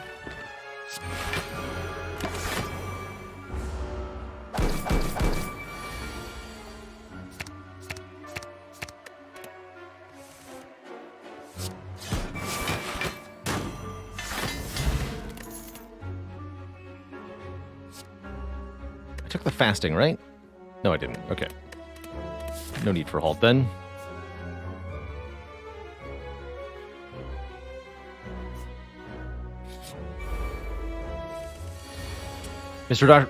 MC Dr. Pepsi says, is there a strategy to the Writhing Mass fight? The way I like to think of it is it's a fight you have control over. So anytime the Writhing Mass changes their attack intent, they do so to a new random one.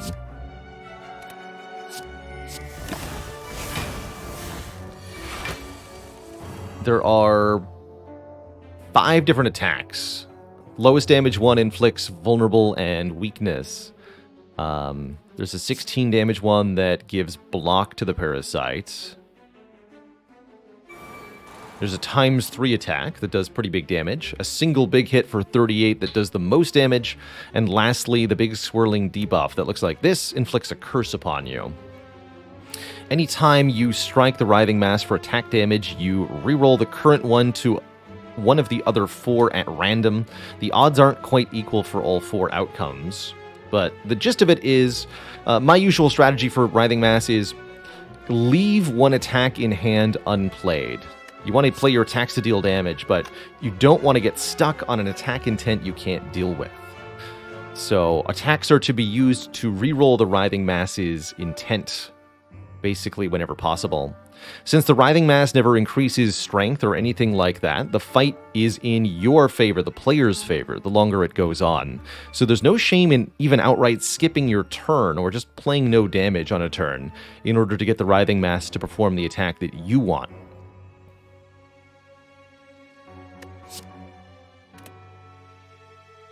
Definitely want this to be a 3-card turn. Let's do Trip Tantrum. Nice and simple. Look at all that energy we get to bank. Oh, jeez.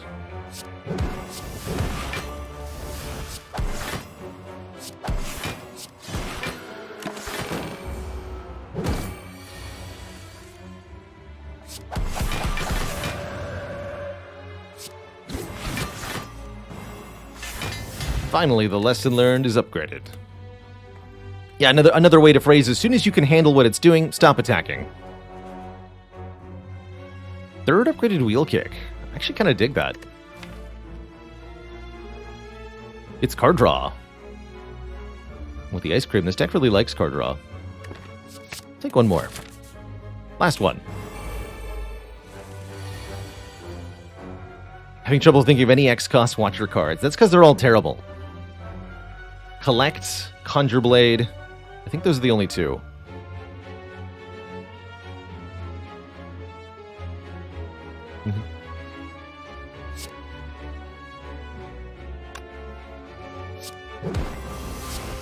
Double block.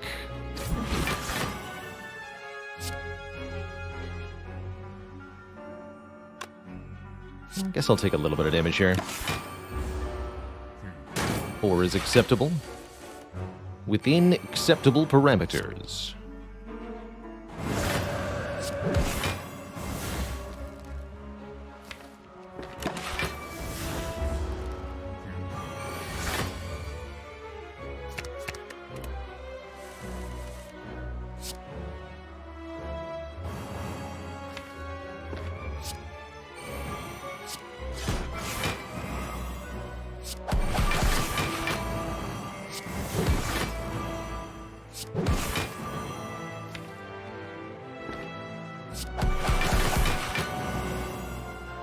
Keep 1 energy here. Casual 24 turns of weakness inflicted upon the giant head. Why not, right? Why not?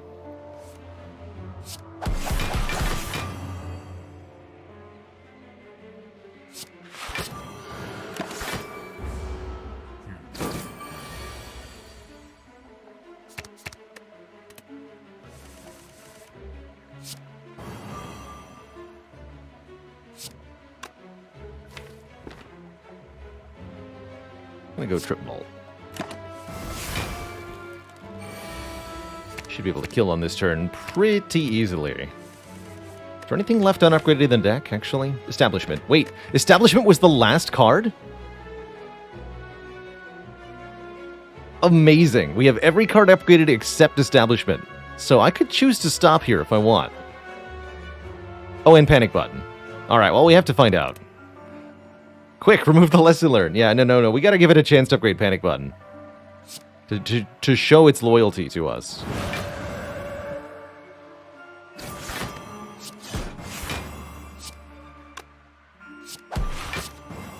Here goes, lesson learned. Do your work. Good job. Alright, now we remove it. Get an Incense Burner, giving us Intangible every 6 turns.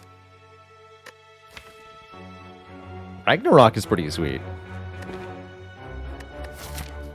I'll skip it, though. I'll take an Ambrosia over a Fear Potion, I suppose. Instant Divinity. Collect with Ice Cream. Not as good as you want it to be, trust me. It does majorly mess with our pocket watch.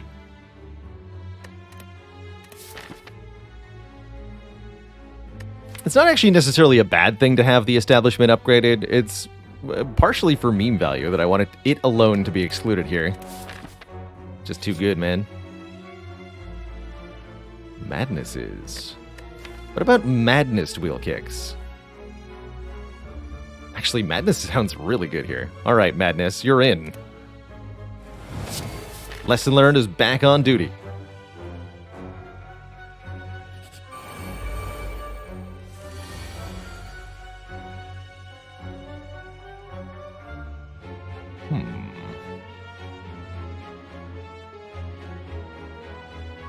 Might be a Kolos potion.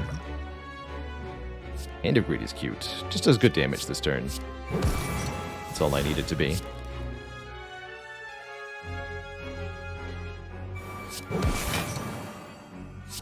gets played too, of course.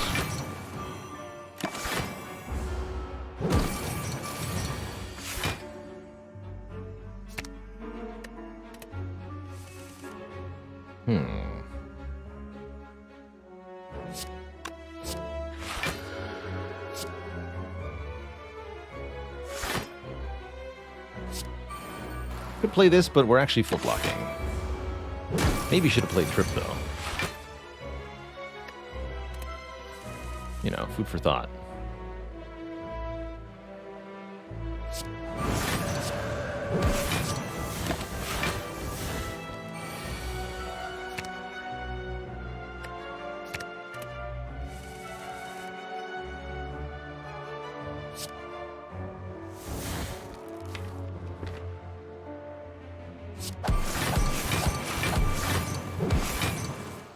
Don't have a lot of control over what the Madnesses work on at the moment, which is a bit of an issue. That's okay.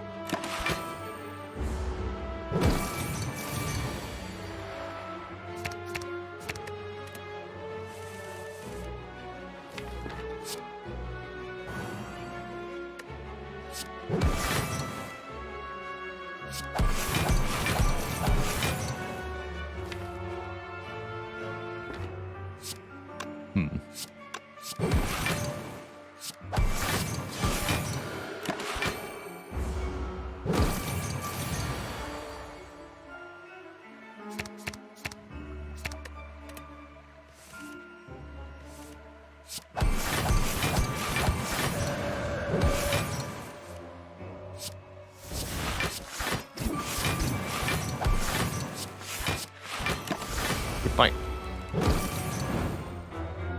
Good fight. Don't want these cards. No thanks. Not today. I will, however, take a Shuriken, giving us strength for 3 attacks played in 1 turn. And oh yeah, we're going to harvest another 4 relics from the next couple of floors, too. Just because we can.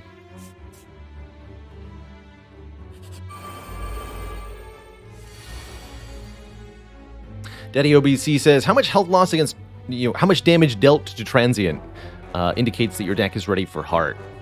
I like to think that if you can get the Transient at or below half health, deal about 500 damage. It's a good indicator that you're on track for the Heart fight. Wing Boots for 6? We don't have enough charges to do that. There's no way to get 6 here.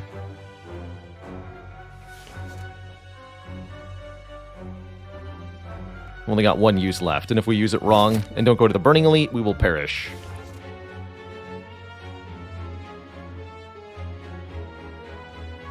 And we could have optimized Transient a little bit better there, too. I agree.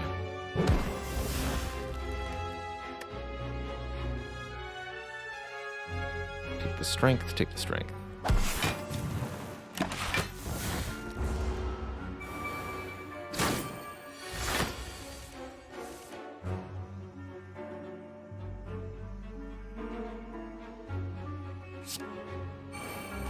made Madness free. Okay. Madness makes Inner Peace free. Consecrate will deal 18 to all.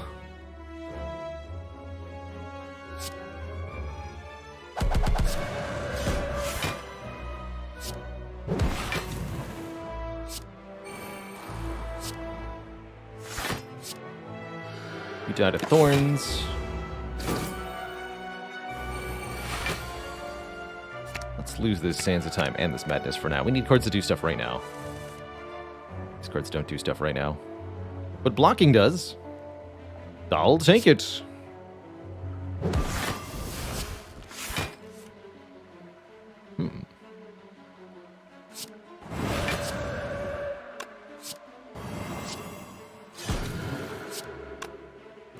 Good enough for me.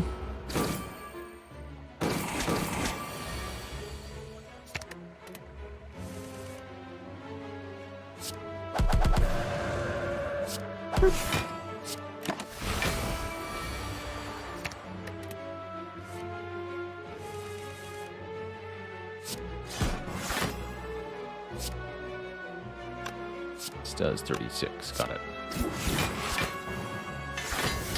One Madness upgraded. There's the Sundial. Double Madness, Sundial, Wheel Kick. Not really going to be a thing for us, but it could be. We're also offered a Mental Fortress, block per stance change. Honestly, I think this deck can do without it. Although it would help a little bit.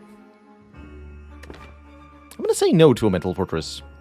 You might think we want to battle him because the smites retain and therefore become free the following turn, but they're going to result in big hand clog for us, taking up too much of our hand space. We won't be able to draw enough cards. I don't like it much.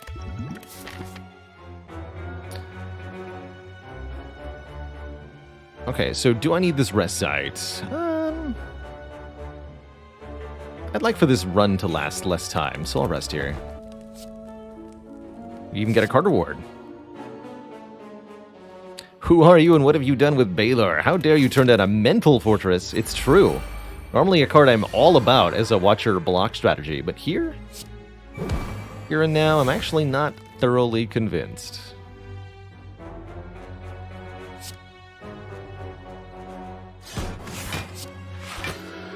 Take 2.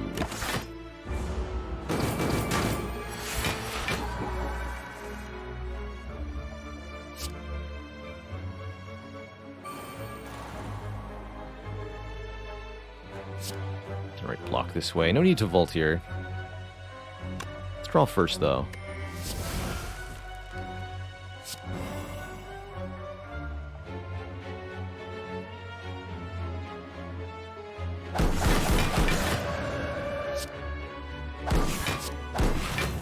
Madness.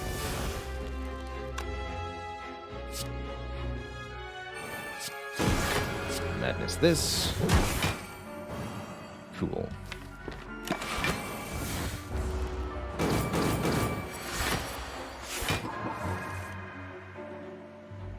Thanks, panic button.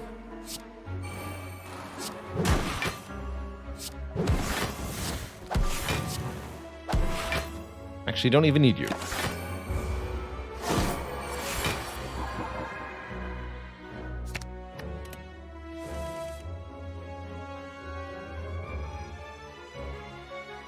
Just gonna end the turn. Keep these all cheapened. Get lots of energy and draw anew.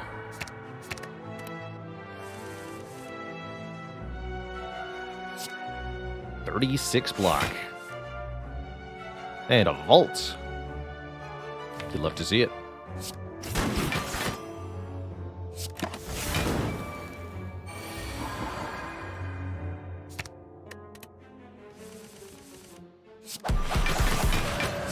No patience for lesson learned in this fight. I don't care. Get a Vajra for +1 strength. Bag of marbles for vulnerable on turn 1. The Emerald Key arriveth. And here's Deceive if we do want one more retaining card or a bit more help blocking. I don't think we do. Hello and welcome, Scattaboosh. Watcher is definitely one of the trickiest characters to play. A couple pieces of advice I can give for this character. Number 1, offense is her greatest asset. Watcher can do tons and tons of damage. if you flood her deck with attack cards and rely on your Wrath stance to deal double damage. So early on in a Watcher run, I recommend adding attack cards, upgrading those attack cards, particularly upgrading Eruption, as well as removing your defense before you remove any strikes. Another piece of advice I can give for Watcher, learn thy enemy. Take some time to familiarize yourself with what the foes of the Spire can do as you come across them, the attack patterns that they have. If you can know when your foe is going to attack you on a future turn, or not attack you on a future turn, you can give yourself more opportunities to safely enter Wrath stance to deal that double damage. So knowing what your opponent's going to do is a critical skill for Watcher.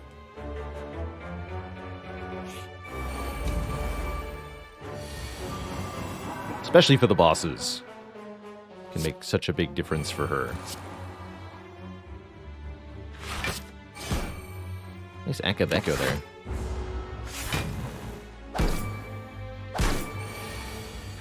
I guess maybe one last piece of advice, don't build the deck too large. Watcher more than any other character is suited to having small, refined decks of cards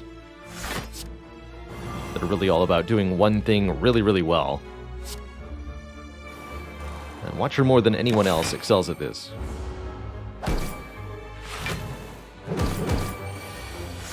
Yeah, he says having 33 cards. Look, this run's a little different, okay?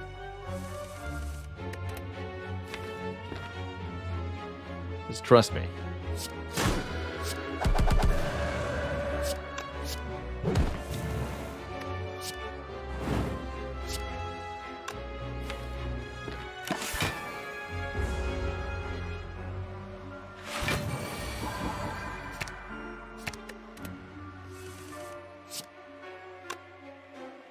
Let's do so much damage now. Oh, because Shuriken, that's right, okay. Amazing, we got both Madnesses upgraded. Establishment still doesn't say Plus on it. This lesson learned knows. It knows we don't want it. Hey, No Arms the Beef. Defect also really, really challenging. Defect is very much a setup-based character. Defect excels with a ton of powers, orbs, and shenanigans in play, but getting to that state can be really difficult. There's just so many enemies in the Spire that just have this danged propensity to kill you while you're trying to play your defragments and capacitors. Defect needs to pair defensive and orb scaling options alongside what we call in the Spire community front-loaded output. Cards that have a high immediate impact. Don't sleep on cards like Auto Shields, Leap, Equilibrium, Reinforced Body, or attack cards like Melter, Doom and Gloom, Rip and Tear. Any card with a big number on it that you can play for instant value is well worth incorporating into a Defect deck, because you need to be able to deal with shorter, fast encounters just as much as you need to be able to deal with long-term bosses. Wallop is here, a little bit late, but not too late. Strange Spoon would allow us to keep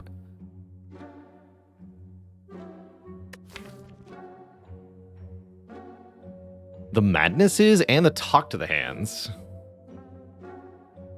Interesting. And the Vault. And the Panic Button. That's a pretty cool Strange Spoon.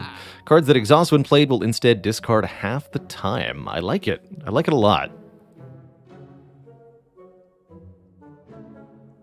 Legions asks, what's better between Talk to the Hand and Rage on Ironclad? I tend to say Talk to the Hand. Talk to the Hand is a debuff that lasts for the whole fight, whereas Rage only lasts for one turn, and that's a critical difference between those two. The fact that Talk to the Hand sticks around for the whole fight is way too good.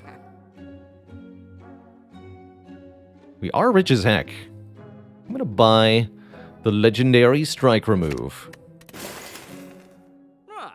Didn't I have 2 spoon runs yesterday? I did, and now I'm adding a 3rd to my collection, almost ready to have people over for dinner.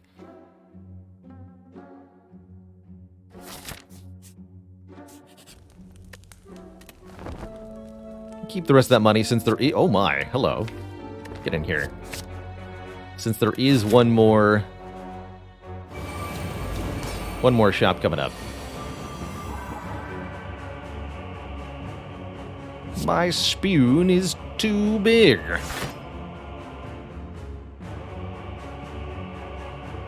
My tantrum does too much damage. Jeez. Just gonna end the turn here. We're intangible next turn. Let's just take one this turn, be fine next turn.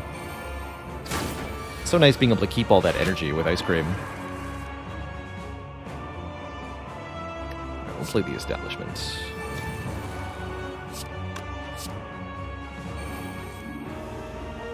There's Omniscience. Double Foresight sounds fun.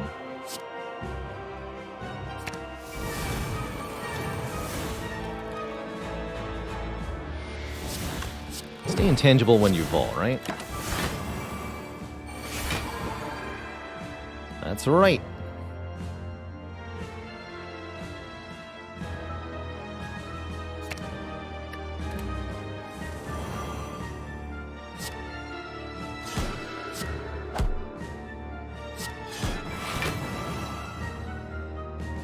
Dang it.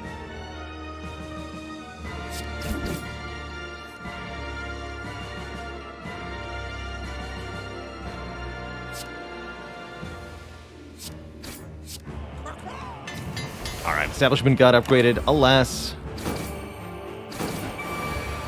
Tragic accident did occur.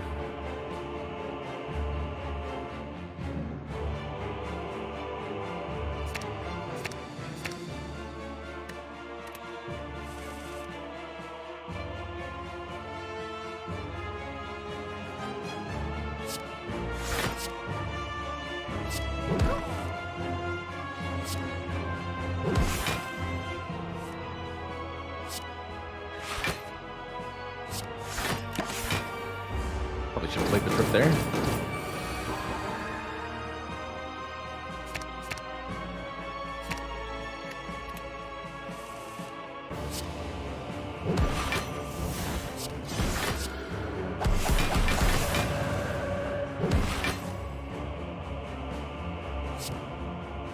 Keeping the madness around, keep making all my cards free. Sounds good to me.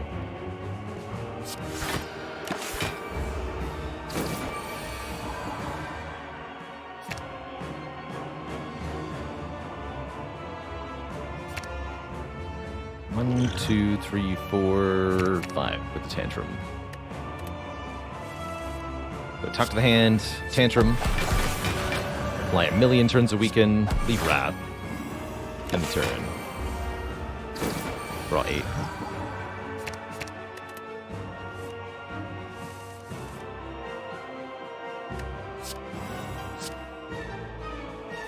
The free strike. 3 strikes and you're out.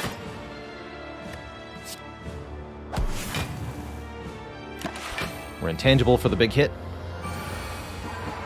Easy.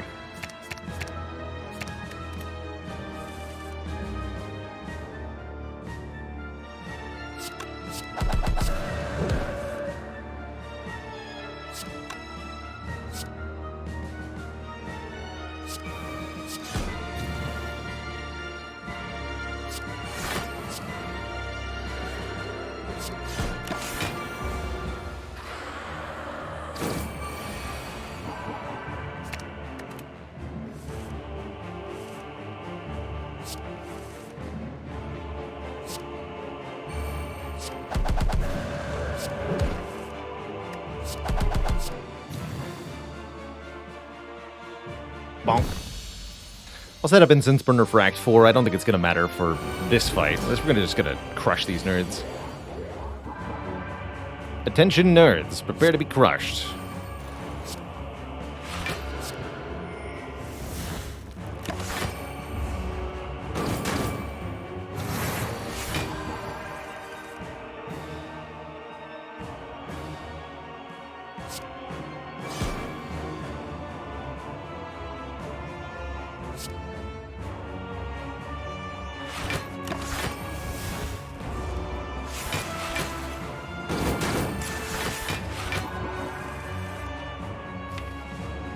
Double Foresight again seems like it's a very, very good thing for us, so let's go ahead and do that. 8 scry per turn, please. And thank you. Let's remove some artifact layers, shall we? More like fartifact. Got him. Fortunately, these madnesses don't have any great targets here. Oh well.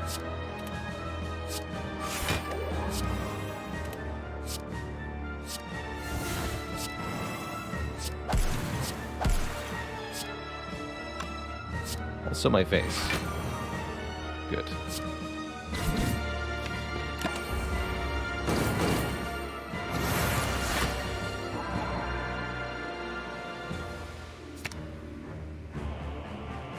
I think we can do 132 damage.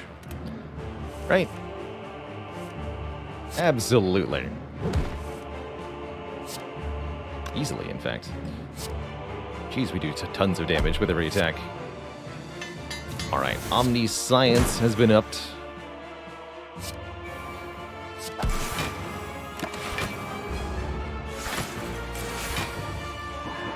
So we want to end this fight with the Incense Burner on 4. That way will be intangible for turn 2 of the dreaded Shield and Spear encounter in Act 4. Second turn of that fight is one of the nastiest in the Spire, so having preparation for it with the Incense Burner is one of the easiest ways to deal with that fight. There's a number of other things we can do, but I think a well-maneuvered Incense Burner will just trivialize it for us.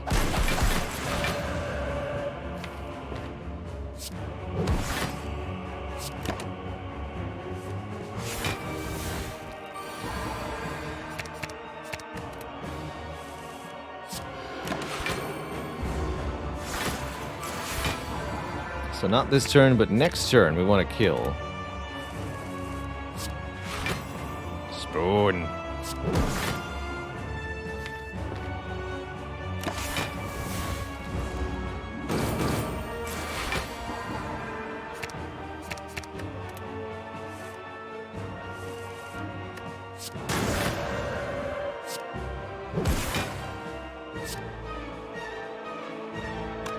We also want the ink bottle and nunchaku to be as high as they can be. So 499. That's both our area code and the correct setup of relics for this Watcher run as we go into Act 4. Onward. We sleep, getting one last card reward. Prostrate Plus actually kind of decent now that I have Damaru. Let's do it.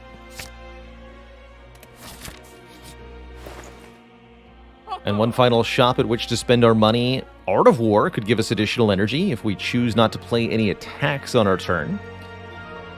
Pen Nib doubles the damage of every 10th attack we play, whatever that might be. Or Sling of Courage to start us out with strength during elite fights. Can remove a card here. Might want to remove the Lesson Learned, as we have upgraded at this point every card in the deck, even Establishment. If only the Sling worked in the Heart fight. Alas, it only works during elite fights, so not the Heart, just the fight prior to the Heart. And I don't think we're going to need help against them. Remove the Prostrate that we just added. Brilliant. I'm going to remove the Lesson Learned. Be gone, fiend. Add an Art of War. And we could swap a potion, maybe Power Potion or Stance Potion or Block Potion. I think we're fine, though. So I'm going to leave with the remainder of our cash intact. All lessons have been successfully learned.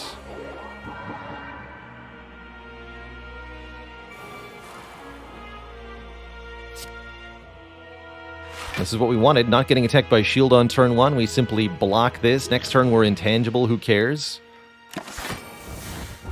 And then the world.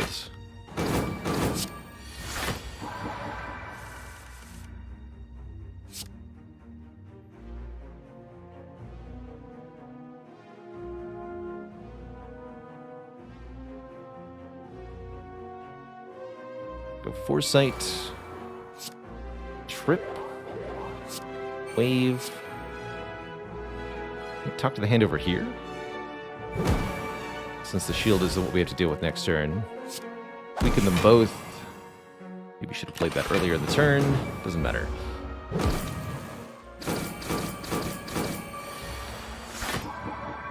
And we have Vault this turn, even better.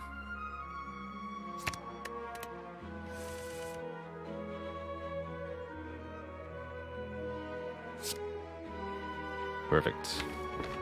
I see you're already familiar with Vaulty Spoonier.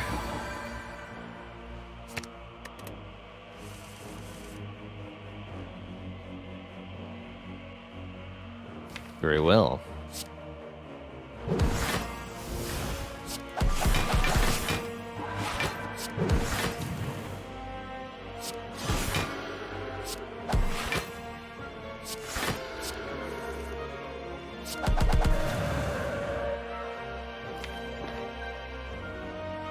Double Tantrum? We want to end with Incense Burner on 2 or 4, so I don't want to kill the Spear this turn, even though I think I could. I don't want to do that.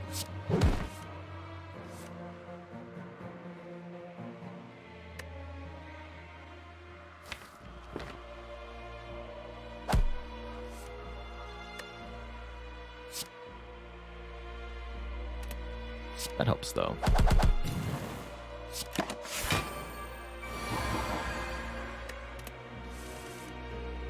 Actually, Incense Burner on 3 might be better. That one allows me to play Vault without disrupting the cycle of the Incense Burner. 2 or 3 is optimal going into Heart. 3 or 4 is optimal going into Heart. That'll prevent either the second or first attack in the first cycle. And essentially, we increment the Incense Burner by 1 when we play the card Vault. So we want to set it up on 3. That way it'll work whether or not we Vault early on.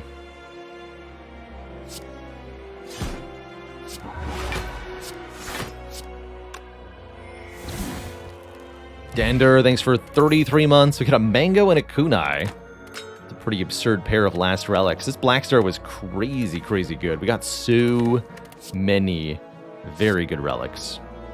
Unupgraded cards, not today, nerds. Not today.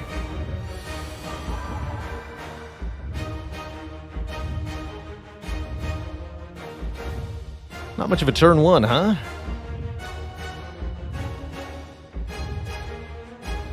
Suppose I'm okay with that.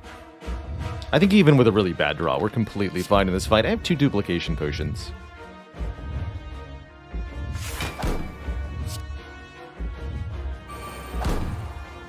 Play the Miracle now. Oh. So I'm going to dupe that, actually. That sounds pretty good. Duplication Potion, Omniscience. Actually, I can even do something particularly hilarious.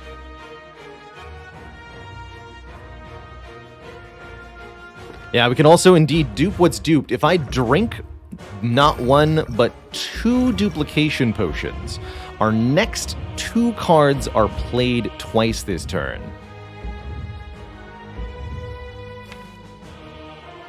So the first card that gets duped is the Omniscience. The second card that gets duped is the first card being duped by Omniscience. 2 duplications equals a tripling. The first card gets played 3 times. So we could indeed stack 15 Talk to the Hand. Or I can get 12 Scry per turn and a bunch of Talk to the Hand, which sounds even funnier. Let's do that. Omni... Foresight, and Talk to the Hand.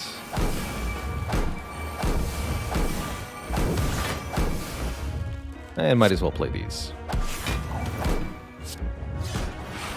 So, at the start of your turn, scry 12. Means we're basically never going to draw a status card this entire fight. I get to look at 12 cards in order and choose essentially which one of these that I want to draw. I want to draw Vault. That's what I want to draw. Let's get Vigilance and Inner Peace and Prostrate. Thank you very much. There's Vault. If I Vault now, we become intangible.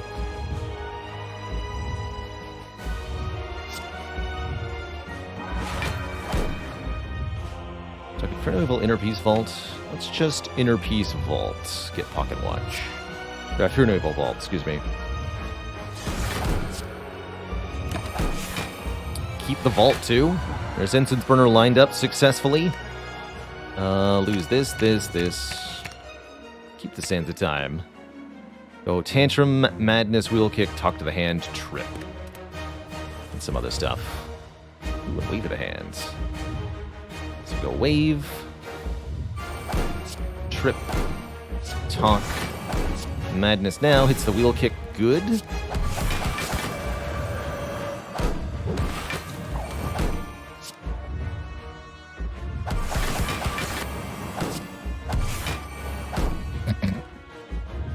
Right, it's the only card in the draw pile. So do I want to draw that again? Gives me a ton of block next turn, and gives me a strength right now.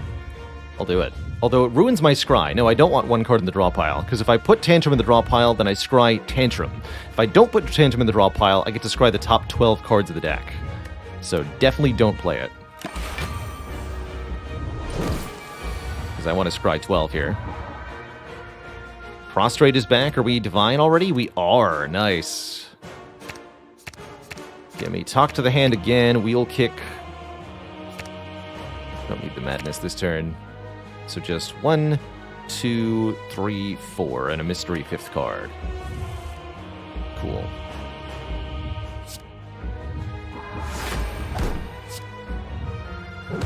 Who even needs an Ambrosia when you have the power of Prostrate? Already got 23 turns a weekend. That seems like it's probably enough, huh, Mr. Hart?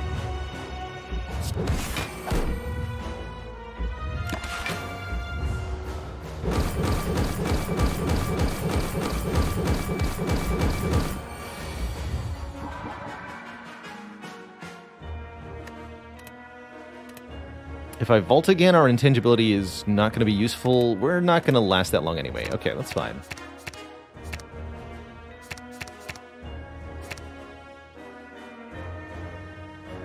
Keep Vault, Vigilance, Inner Peace.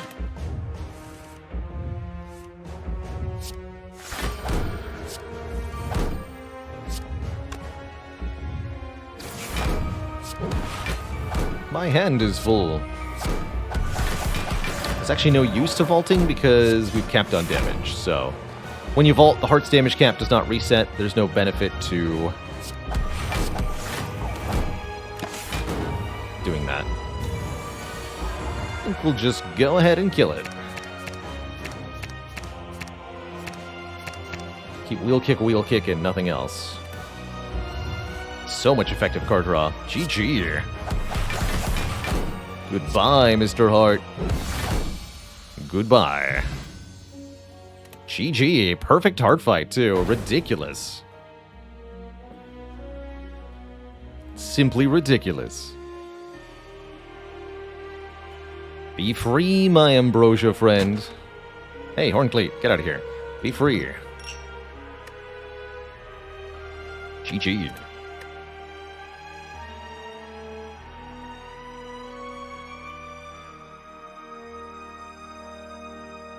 Are we actually? And we are at 250, right? Yeah, that's right. 249 was the defect. Got it. GG. Barely managed to win. And that dupe-potted Omniscience was particularly absurd. The triple foresight, 12 sight. Absolutely obliterating that heart. No penalty from statuses whatsoever. Sure is nice when you can just choose the cards you want to draw each turn, huh?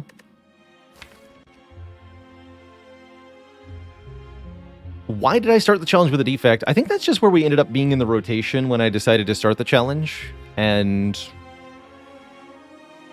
I wanted to keep it going. Who are you calling 12 Eyes?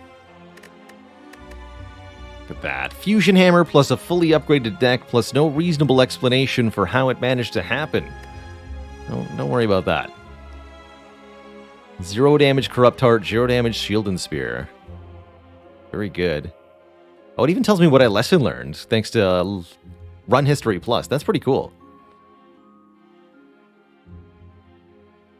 That's pretty cool. Discount Mark of the Bloom. That's funny. Happy SH says, which character do I find easiest to win streak on? I've had the most success, and we've gotten the highest win streak with the Watcher. And I think other top players would probably agree with that the Watcher is the most win streakable character. And the reason for this is her slightly higher baseline power, thanks to the double damage of Eruption. Watcher starts out at a bit of an offensive advantage compared to the other characters, and that lets Watcher snowball more easily. She has a comparatively smaller starting deck, only 4 strikes and 4 defends, which makes it easier for her to build small and refined. A really overall excellent pool of cards, some great exclusive relics. Not a whole lot of weaknesses. That I think makes Watcher particularly win streakable. Because of her ability to get damage online very easily, her relative lack of need for additional cards. Watcher can solve Act 1 and Act 2 very easily. You have to do a lot more deck building for the late game with this character, but because you have the whole game to do it, it's consistently achievable.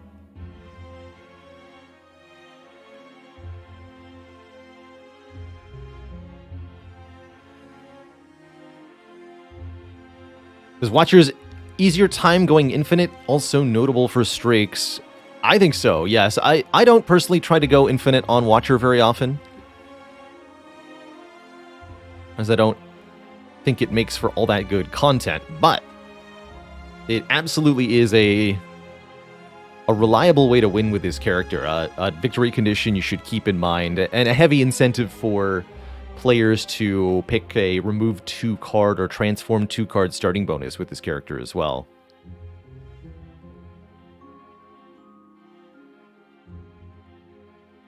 How many of Merle's 38 win streak were infinites? Definitely a few. Definitely quite a few. Not all of them, certainly, but maybe a third?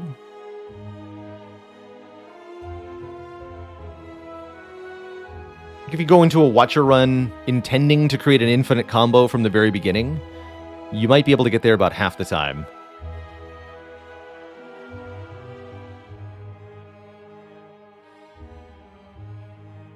Atlas WW says, are the card choices you make specifically that would let you go infinite, but you avoid for the content instead? Big cards for going infinite on Watcher are Empty Mind, Rushdown, and Fear No Evil and Inner Peace. Any 1-cost column entry plus Rushdown is kind of the get started on infinite with Watcher.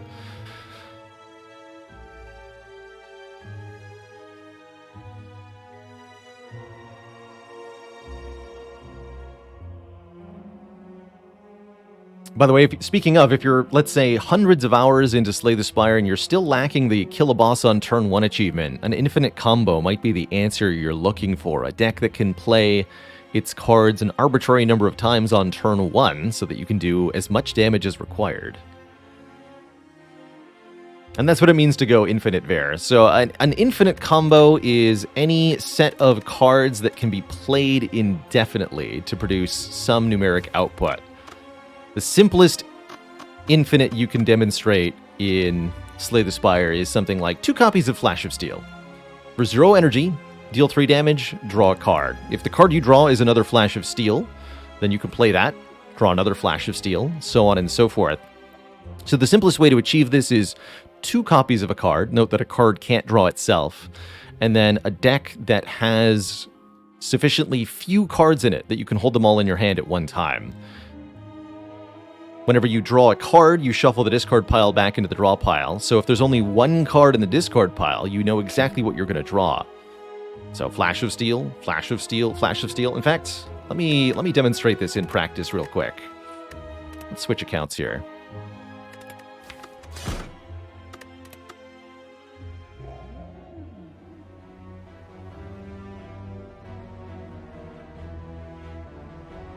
So, here's our deck. 2 copies of Flash of Steel. Now, actually getting your deck down to this, pretty difficult to do. However, you know, you'd need a lot of card removals and some specific additions, but when you have a deck state like this, you play 1 Flash of Steel, currently 0 cards in the discard pile, 0 cards in the draw pile. The first Flash of Steel has nothing to draw, so you can't draw anything, but the other Flash of Steel will draw the first one draws the second, and you can do this as much as you want. This is the basis of an infinite combo in Slay the Spire. Now, there's many ways to achieve something like this. It doesn't have to necessarily be 2 zero-cost cards. You can pair energy-generating cards with energy-spending cards to create an infinite combo as well. But just the idea that you are repeatedly drawing and playing cards. Hey, look at this Rage. There's a way to get block now. You can also get energy from relics. So now this infinite combo is also generating block.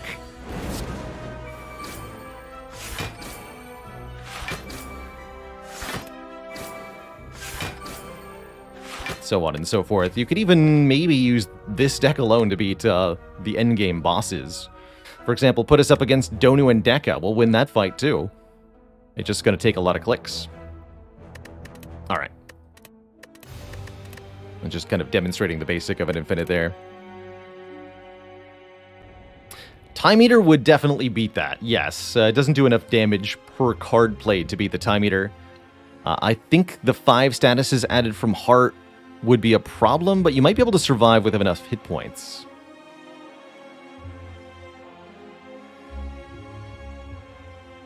But yeah, the one enemy that really doesn't work against is the Time Eater.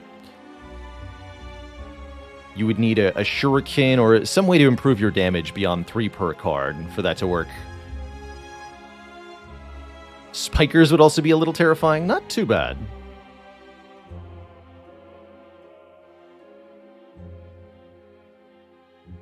Alright, next up we're going to try to keep the streak going with the Ironclad. Currently got an 11-game win streak with Ironclad. It's been quite a while. I haven't lost... Wait, what? We're not on the right save file. Correct. This one. Here we go. 2, 3, 4, 5, 6. A lot of boss swaps. We got Pyramid, Ecto Pyramid, Philo Stone. Yeah, we've been boss swapping a lot and winning a lot. And we even had a bit of a streak before that. 1 loss too. So 1, 2, 3, 4, 5, 6, 7, 8, 9, 10, 11 in a row. With the Angry Red Man. Can we make it 12? That's the question I'm going to answer momentarily. But first, I need a break. I need a snack. So I have enough calories to think. When I return, we'll play some more Spire. Be right back, everybody. Don't go nowhere.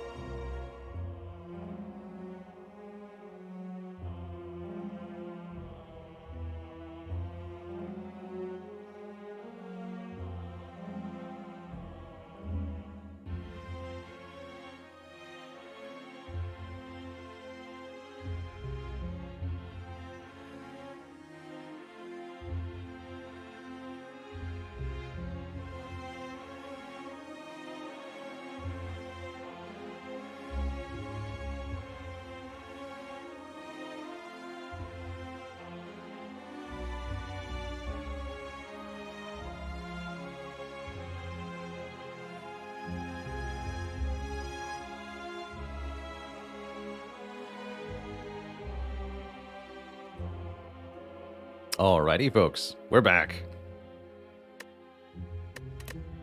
So, Ironclad going for 12 in a row here. Wish us luck. Obadiah says, this morning I couldn't see the sun. Was confused for a moment as to why this was, but then it dawned on you. It was really cloudy out. Therefore, you couldn't see it. An excellent conclusion to arrive at. Yak 2. How you doing? So, as far as act layouts go, I can definitely think of worse ones. We've got multiple paths that allow us to fight multiple elites after the second half. Is there even... Oh my, there's even a Searing Blow line. Look at this. 1, 2, 3, 4, 5 rest sites. So hilariously, if I get offered an early Searing Blow, I'm going to take it probably. We'll go that way. Especially against Slime Boss.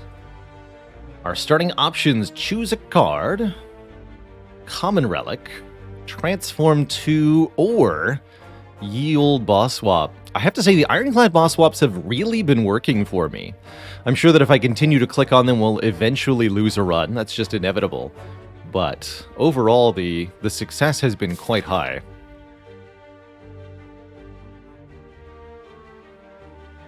Hey, Grants, I'm getting a new job, Oobla. Moving to another state, always a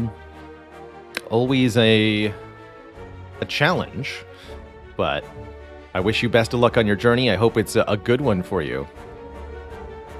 Why couldn't the pirates learn the alphabet? They kept getting lost at sea. Actually, I haven't heard that one, Zoom Waffle. Love it.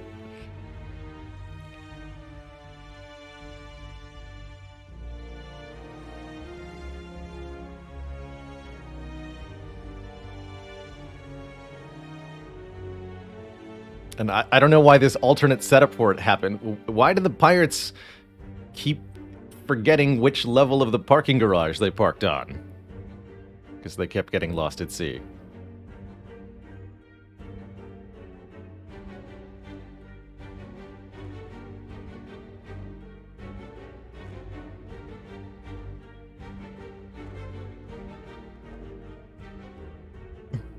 Boundel says, wouldn't pirates be the least likely to get lost at sea?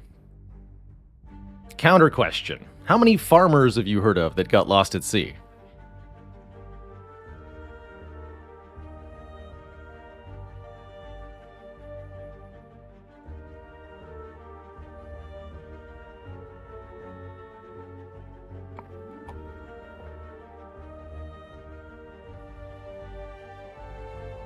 I think I'm inclined to take a relic here. Probably either...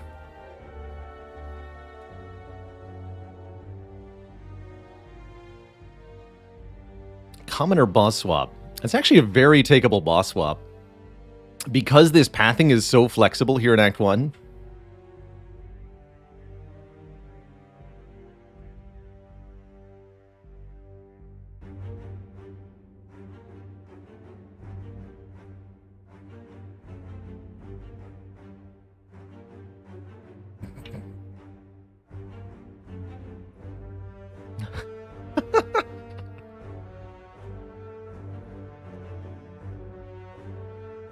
Bailerbot started to get sassy.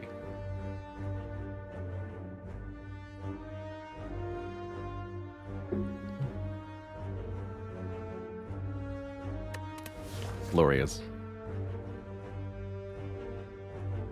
So, common relic or boss relic? That's the question I'm asking. And I think with the flexibility we have, I'm going to take a boss relic swap here. We'll trade away the Burning Blood. Now, missing out on 6 health per combat is pretty uncomfortable. But the potential for extra energy on Ironclad is huge, and the non-energy relics that you can get are also pretty fantastic in their own right.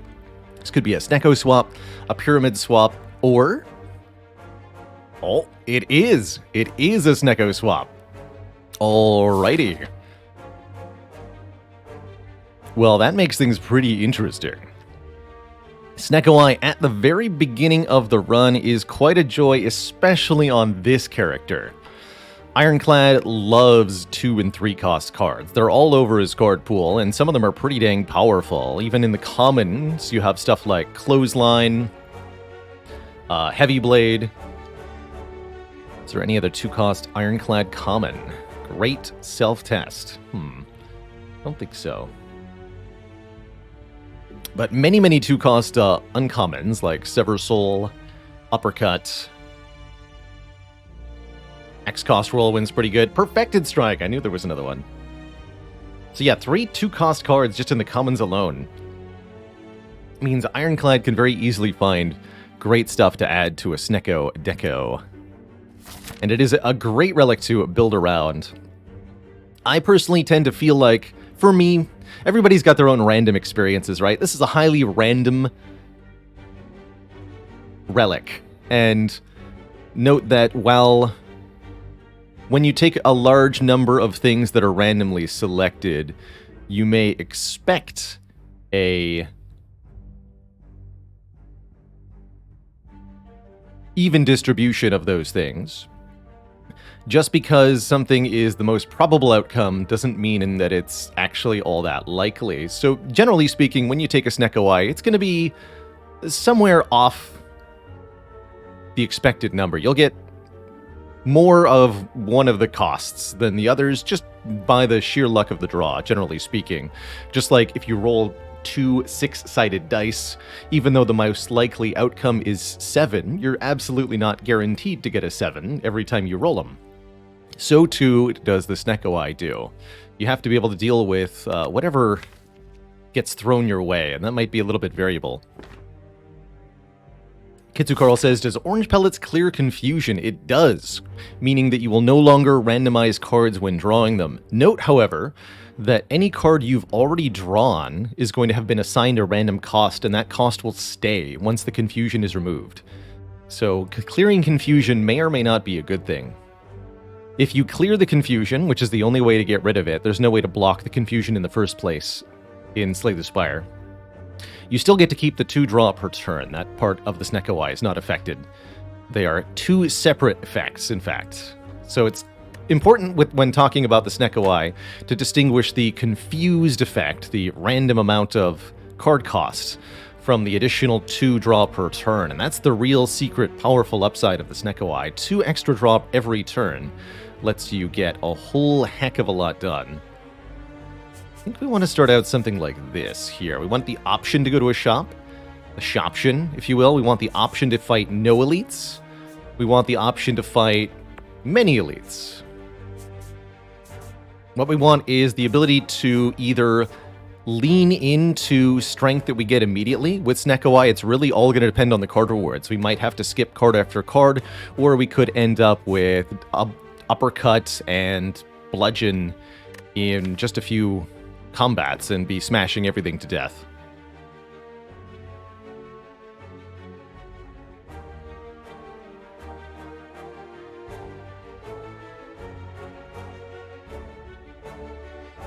Start each combat confused. I'm not sure if there's a specific phrasing that justifies it, but Snecko Eye is like specifically coded to dodge the Clockwork Souvenir. There's no order of having those 2 relics that'll cause the artifact to block the confusion. Even though artifact does block confusion from the Snecko enemy, if you have the Snecko Eye relic, you're going to be confused at the start of a fight with no way to stop it. No relic, no potion, there's nothing. Nothing you can do. It's hopeless. Give up while the going's good, you know? Alright, Jawworm. So depending on what the random values you get are, you may or may not have an easy time in your first few fights. I think I should probably take 2 to play Defend, Defend, Bash, Strike. Although we could actually triple defend and bash. That's also a valid option. As we saw on our Silent Run recently against the Jawworm.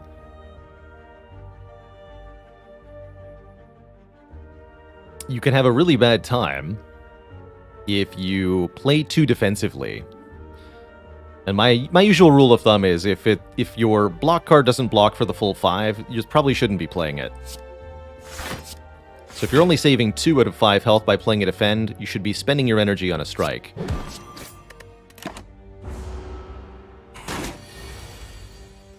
Now, that's not always the case. You should consider what's coming up in the draw pile if there's any guaranteed outcomes that you can achieve. For example, here I could think, do I play both defends? I shouldn't be asking myself that question at all, because I have a better answer. Play 2 strikes. And end the fight instantly. Get a pretty good potion here, and not exactly what I would call good cards for Snecko Eye. However, an interesting opportunity arises. Certainly I'm not going to pick Anger. Anger with Snecko Eye is quite abysmal. The 0 cost is overridden, so it's basically just a strike, except it's also going to create copies of itself, even worse. However, I do like this Metallicize. Metallicize is a flat amount of block each turn. I think this card is at its best right here at the very beginning of the game, when it's consistently almost an entire defend worth of block. And really just helps out supplementarily in a really nice way. I have not found this to be a card that you can scale well into the late game. Adding 4 or 5 copies of this card really doesn't do what you'd want it to. You don't become this impenetrable wall of defense, you just end up dying, sadly. But 1 copy of Metallicize, especially picked up early, is pretty dang good. And as much as a numerical increase of 1 might feel bad, it is pretty good to upgrade as well. So if we don't find a better upgrade, it also gives us a good first upgrade option. I expect we'll be able to find something that I'd prefer to upgrade, like a Clothesline or an Uppercut or a Whirlwind or a Sever Soul or something, but it's possible. But that's not the case. Excellent first draw here. Looking great. Kill you. Block. And get the Metallicize down. Like it into Guardian and Hexa. Well, bad news. Bad news indeed. Let's see, I can go bash in 3 strikes. That's a ton of damage. 8 plus 27, 35? Cool. Alright, our first fights are going well.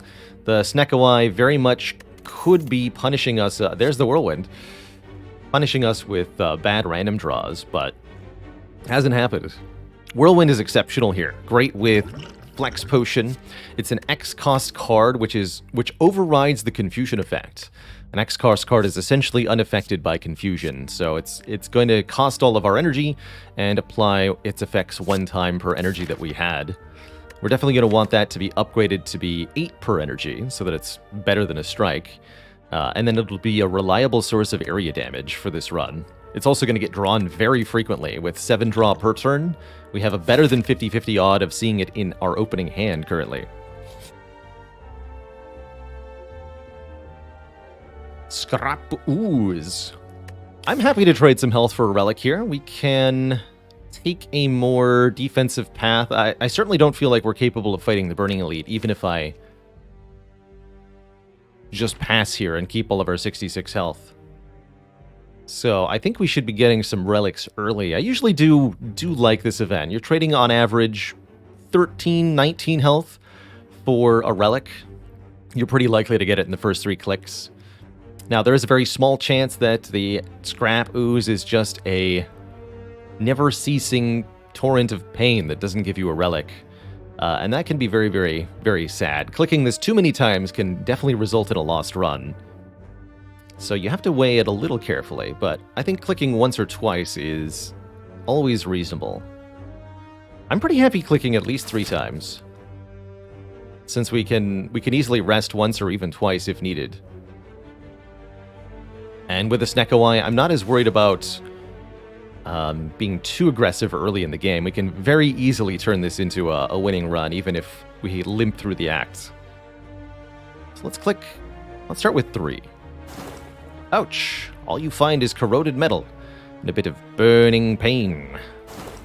Success! On the second click, we get a frozen egg. Now all powers that we add will be upgraded. That could be a good reason to go to the shop, because it'll now guaranteed be offering 1 upgraded card that we could buy. Although, hilariously, some of the upgrades to powers are cost reductions, which won't matter at all here.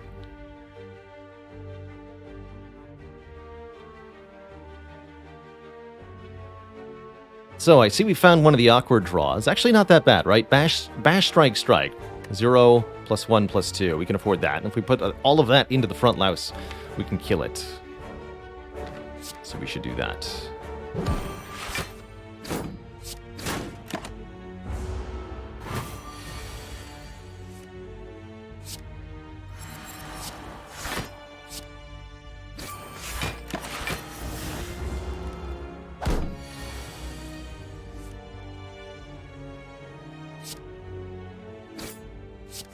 Am I secretly an anime character? I can confirm that I am a protagonist.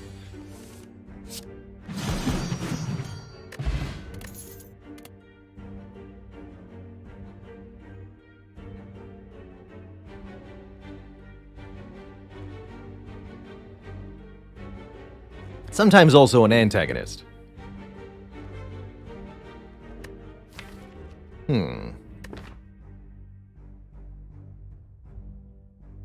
Hemokinesis does enough damage to be worth considering here. The fact that it costs health is a little unwelcome, but if we won't play it unless we need the additional damage it offers. And that early Hemokinesis could really help us with both the early elites of Act 1 here, as well as Slime Boss later. It's definitely not an ideal Snecko card, but here in the early game, we need to populate the deck with efficient cards first, and then worry about what's best later on.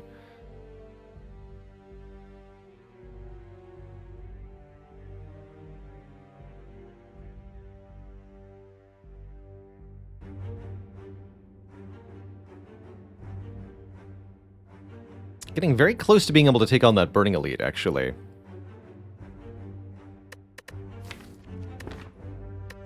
I'm going to pick this up, and I'm going to go to the shop, I think, in preparation to go Red Path. Shop offers me an upgraded power, which could be good. Can we afford it if it's a rare card and not on sale? I don't think I want it if it's a rare card and not on sale. We'll be able to remove a card potentially, or moreover, just buy another potion, which I'm quite happy with. Now, we could do the same thing by simply taking another combat, although notably it'll be a hard pool combat to give us another potion roll. But we can't guarantee anything from that.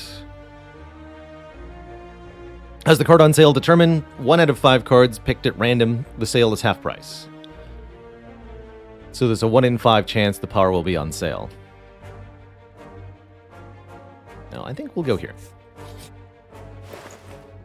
It is a Corruption not on sale. There's also an Immolate not on sale. Ouch. Sure would be nice to have a little bit more money here, but that's okay.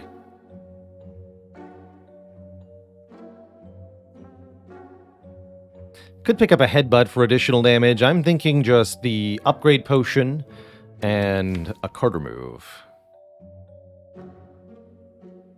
Probably a strike remove.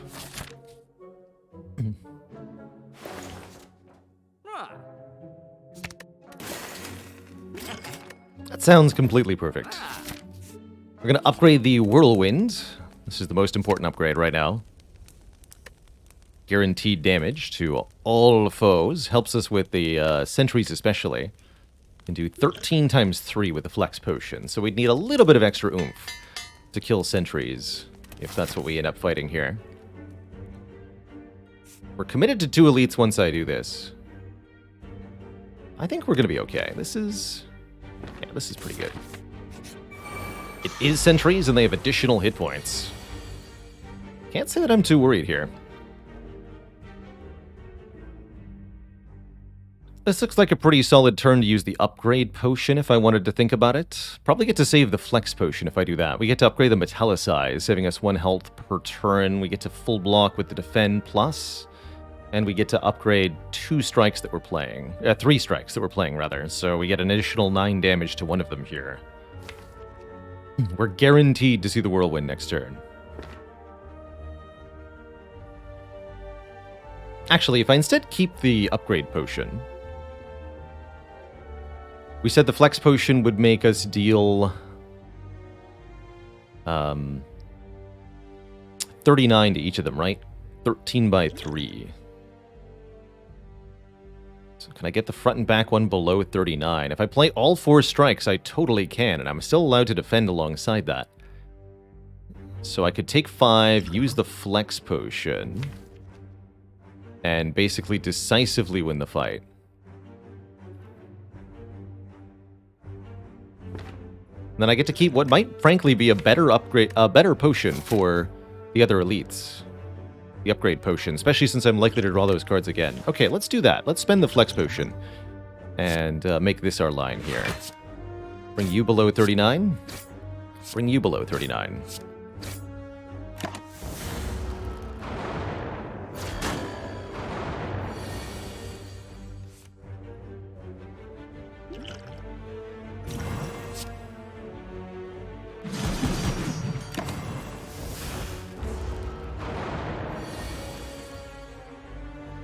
Okay, I'm fine with that. Could have been a little bit worse, so I'll take it.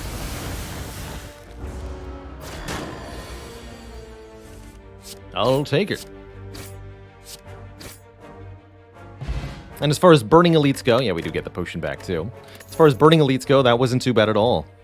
Get an ancient tea set, giving us extra energy on turn 1 after visiting a rest site. It's surprisingly good with this Neko Eye, quite frankly. But I think we're on track to handle another elite or two. Our Emerald Key, which we don't have to get later now, a colorless potion, and either a power through or an offering. Both are very good. Offering with Whirlwind seems particularly exceptional. Even with Neko Eye, which will randomize the cost of the offering, it's huge card draw and very likely to pay for itself. Although 6 health is a lot to pay when we don't have Burning Blood to heal us.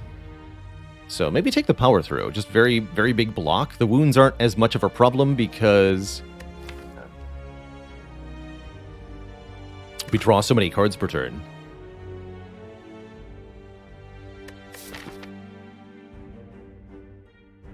Yeah, actually, 6 hit points per combat seems pretty gnarly. Let's take the power through. Power through is going to be exceptional block against Lagavulin in particular. Alright, what's this event? Card remove or gain money. Card remove costs us 7 health, a precious resource through these next few floors. It's actually a decent enough chance that I might need that 7 health that I'm strongly considering the gold here.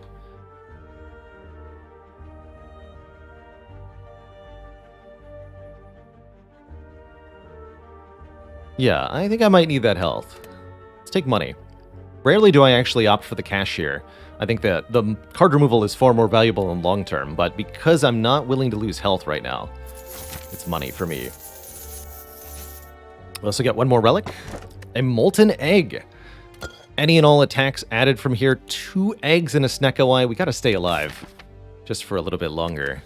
And this run is gonna have such legs to it. 2 out of 3 card types coming with an upgrade. Lagavulin, I'm definitely happier to see than Grumlinob here. Probably want to consider either colorless potion or upgrade potion this fight. Not sure which one. By upgrade potion, it's probably going to be on the bash. This run has eggs, not legs. You're right. You're right.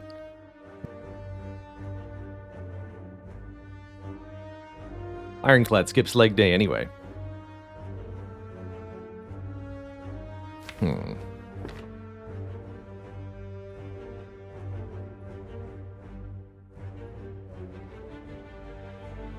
We won't be able to bash without waking up. That's okay, because we'd be playing Whirlwind alongside, probably too. If I were to colorless potion, we'd be looking for Apotheosis or Magnetism or Hand of Greed or Bomb or something. Which might be better next turn. So I think I'll use it next turn. Let's just play Metallicize. Decide upon looking at this hand.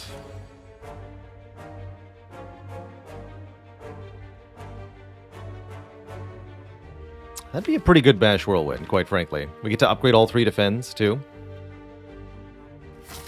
Okay, I'll keep the Colorless Potion. Let's use the Blessing. Bash Whirlwind. Could have Hemoed for more damage. Didn't feel like I needed to, but maybe I should have considered that option a bit more loudly. Here, I'm happy to take 2. We'll play the Power Through, Strike, Whirlwind for a whole bunch more.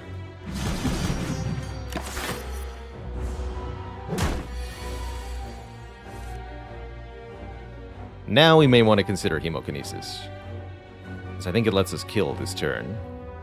Although, if I defend twice, I only take 1, so why would I bother to play Hemokinesis and take 2? I guess I wouldn't.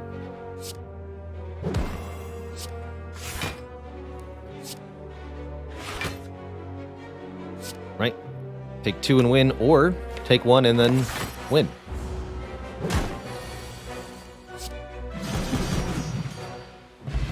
Okay, we get an Ornamental Fan, giving us block if we manage to play 3 attacks in 1 turn. We're offered another Hemokinesis. I don't think I need a second one. Burning Pact and Seeing Red.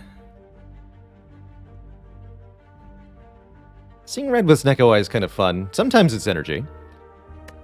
It's no cost, unlike the Offering, which makes me like it more alongside the Whirlwind, but it's still a card that's going to be useless half the time. Burning Pact to get rid of status cards could be really nice. And card draw is quite good with Snecko Eye in general. I think this is a card we're really going to like having later on. Maybe not so much for a Gremlin Knob fight, but beyond, yes. And I'm not taking double Hemo, so let's do it? Let's do it. I'll get one more fight before the Elite. We want to look at one more card reward, hopefully find an upgraded attack that we actually like. And maybe find a potion. And then we should have an easy time. Most likely, in the next Elite. Alright, a first somewhat suspicious draw. I'm willing to simply power through and pass. Otherwise, we're taking an unacceptable level of damage here. But we really want to kill the Red Slaver before we become vulnerable, and then get attacked again. Instead, he goes for an Entangle, which I guess is fine. Gives us another turn. Whirlwind won't kill, though, huh?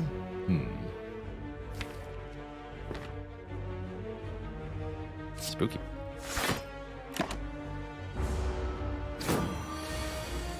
But we got a free strike, so it totally does. Okay. That went well. 14 bucks and a Clothesline Plus. There we go. 14 damage, 3 turns of weak. Random cost. That right there is a card worth adding to a Snecko deck. Welcome. It's going to be really good alongside the Ornamental Fan, too. Actually, this combo is going to really incentivize attack spam for us. I'll take it. Alright, Gremlin Knob should be no problem now. Greetings, sir. I heard you were talking about me, so I brought you this. Bonk.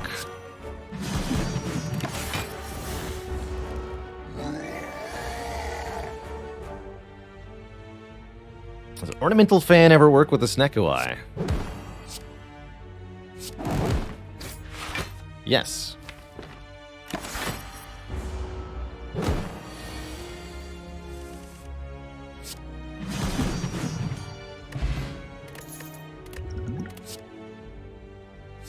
And so does Double Tap. Double Tap's actually very, very good here because it, with larger hand sizes, you are more likely to draw Double Tap alongside other cards that you want to duplicate. And that is also going to help us activate the Ornamental Fan. We'll want to upgrade this Double Tap post-haste so that we can duplicate 2 attacks. We also get 10 more health. That's fantastic. I'm really hoping we see a Bludgeon Plus after Slime Blast now. One time, please.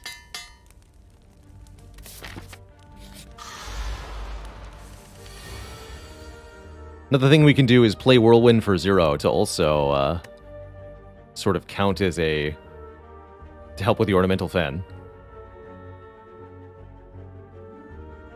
Does Whirlwind duplicate at X cost? Yes. Yes, it does. Guess we'll go Basher.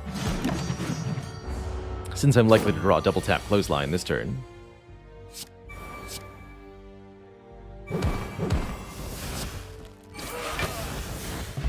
Got him. Sword Boomerang plus. Funnily enough, I'd actually prefer the Heavy Blade in this situation. We don't have any strength yet, although I would be heavily incentivized to add some, partially because most of the strength sources will be upgraded via the Frozen Egg, particularly Demon form. Also pretty okay with the True Grit, actually, even unupgraded. Because we have 2 eggs, I'm okay taking skills and spending our upgrades on those skills. Any other cards we add will be upgraded, so take and then upgrade the True Grit actually sounds pretty decent.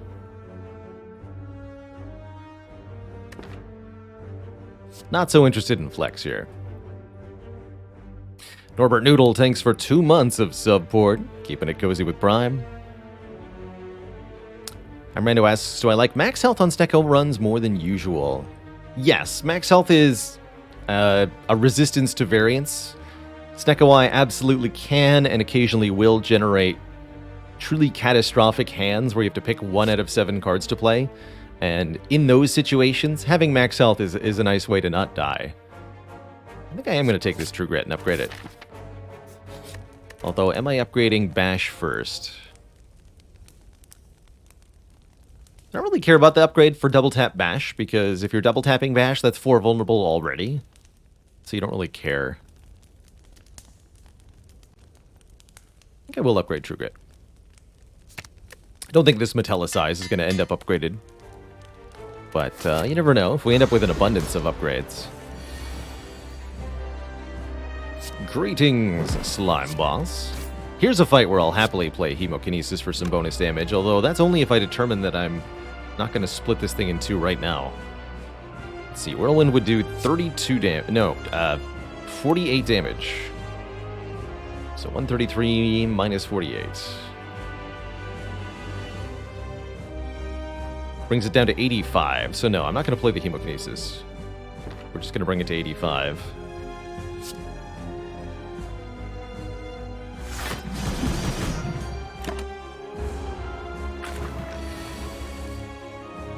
Ooh, can't double tap the Clothesline.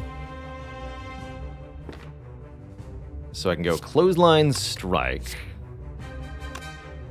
Or I can let the turn go, draw again, but they won't be vulnerable anymore.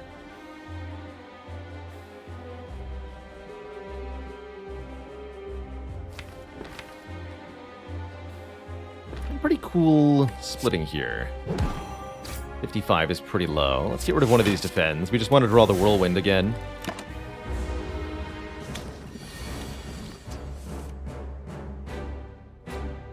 Yeah, we also just could have played the Strike there, bring them to 76. I like this, though.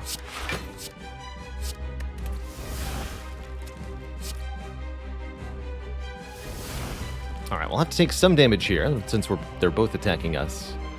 Rather get the Metallicize in play than play defend. Could full block with the block potion, but with so much health, I think I'd rather keep the potion, at least for the moment. Absolutely cannot tolerate getting weakened in this fight, so I'm going to target the Acid Slime first. Strike, Metallicize.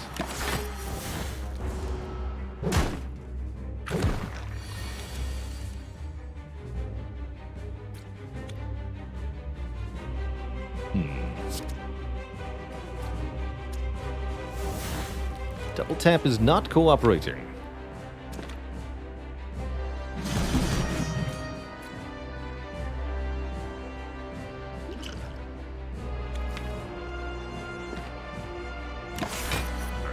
Still keep that potion until we actually need to use it, I suppose. Okay, here we go. This is looking a little better.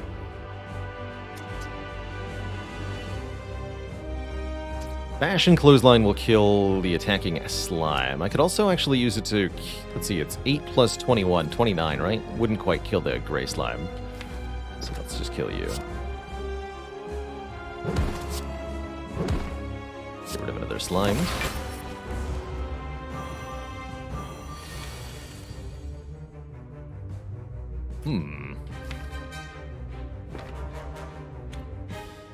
Alright, I think it might be block potion time.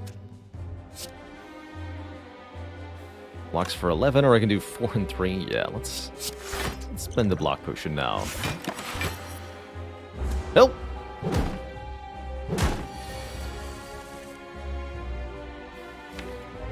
Hello?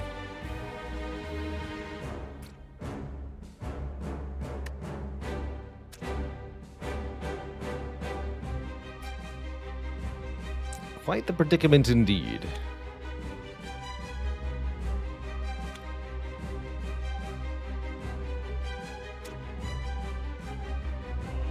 I think we double tap Hemokinesis on the Gray Slime. We can kill them all with Whirlwind next turn. And then I can defend. We take 4. Plus 4 from the double Hemo. That'll have to do. That will have to do. I'm not going to use this colorless potion. I think we can conserve it.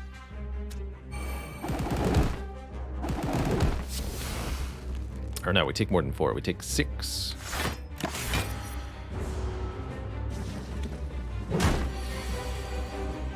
And then we win.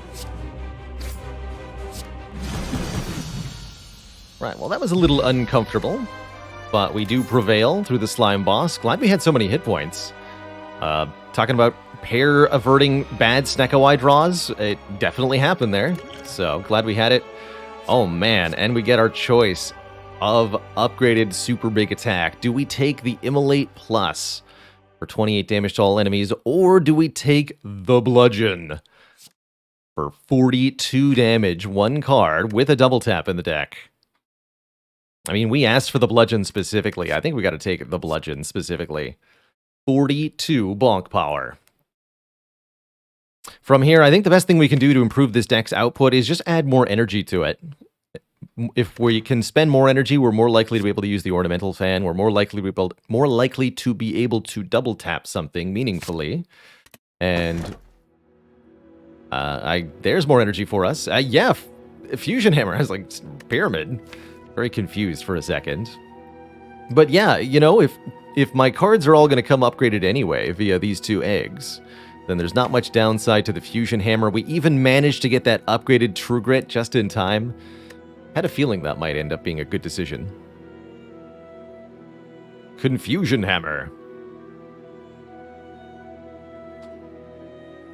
If you've not tried it before, Runic Pyramid and Snecko-Eye is an absolute non-bow. Do not recommend. You will die with a handful of 3-cost cards, crying in the corner. Unless you have 2 bullet times. Sacred Bark to double potions, that's nice, but it's definitely not as nice as more energy is going to be.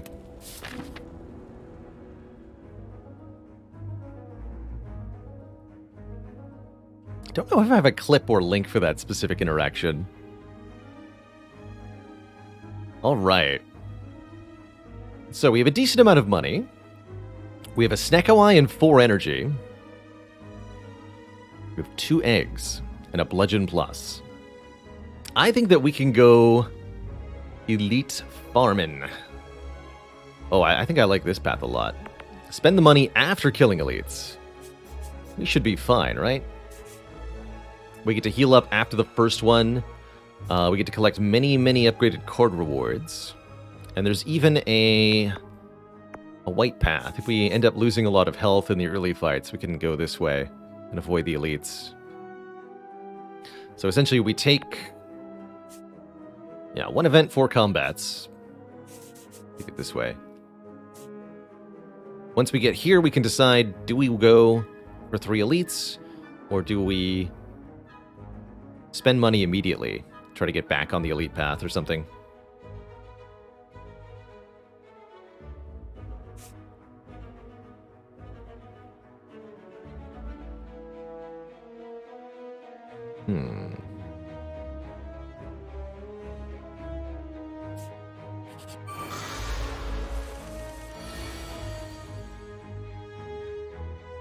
Greetings, thieves! Let me show you the power of my Burning Pact to get me better cards. Hey, there's one. Double tap, Clothesline. Should do a number on him. Let's see, double tap clothesline, strike would be 12 plus 28, 40 damage clean. So I can actually kill the front one with double tap, strike, clothesline, strike. And then if I metallicize at the end for free, or now for free, we take 4. There's no way I'm taking 4 with any other line, so yeah, let's do it.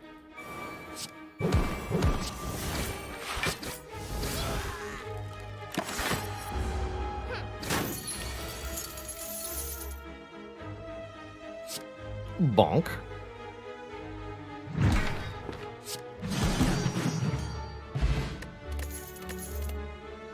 Ooh, we don't even have the appropriate egg yet. A Shrug It Off Plus appeareth before us. Not a particularly good perfected strike, right? We only have 4 strikes currently. Sure, it's a 2-cost upgraded attack, but it's no Bludgeon Plus.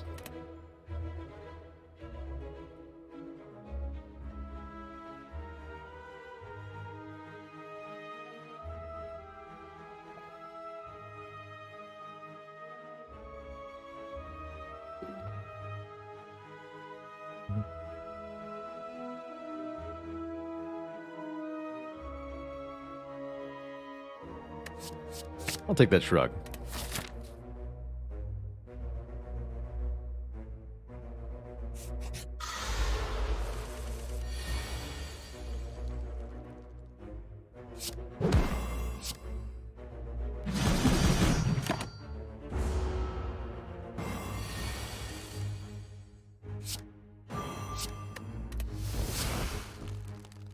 Bonk.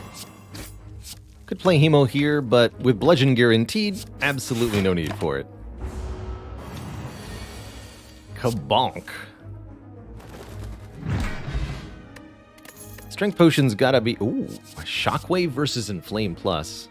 Just about to say, Strength Potion's gotta be better than one of these 2 potions. I think I have to take that for a Shockwave. AoE vulnerable to pair with Whirlwind is way too good. As much as I do like the strength gain of Inflame, we don't currently need it. Fighting Collector, yeah, I don't think we currently need it. Not as much as we want the access to Weaken Vuln, or better access to Weaken Vuln. I know we have the Clothesline already. But it's not going to affect everybody. And I'm sure there'll be another Inflame later, or Demon Form. Power Potion, Strength Potion. Or Colorless Potion, Strength Potion. I'm going to discard this Colorless Potion. The one we fought so hard to preserve against Slime Boss. I'm going to throw it on the ground and laugh at it. Ha! Should have been more useful. Nerd.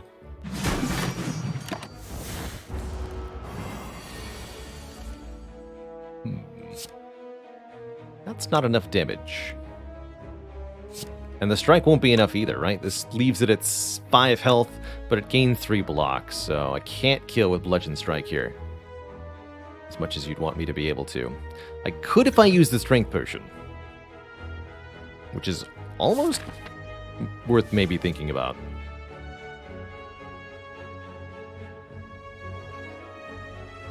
Alternately, if I play Power Through, Defend, I take 1 damage, but our next turn is not going to be very good.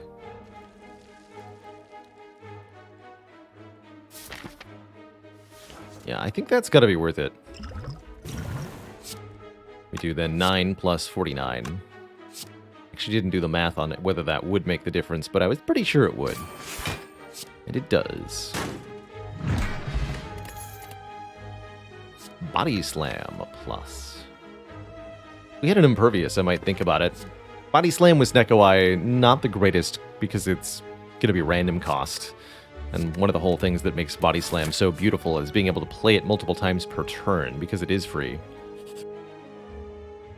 Oh boy. In an abandoned temple, you find a giant book open, riddled with cryptic writings. Now, reading sure does hurt, but the books that you get from reading can be mighty powerful. There are 3 different ones, each of which with their own immense upside. Which one do we get here? It is the Nilri's Codex, letting us look at 3 random cards each turn. And then choosing one to put into the raw pile can be a source of future big attacks. And such. Make you vuln for a long time. We gotta kill the cultist first here, though. Like Blood for Blood. That's a good addition. Can also generate specific answers in fights. And is very abusable besides. Some really fun stuff you can do with it. Can't double tap the bludgeon. Alas. I could double tap Blood for Blood. If I at all cared. What I'll instead do...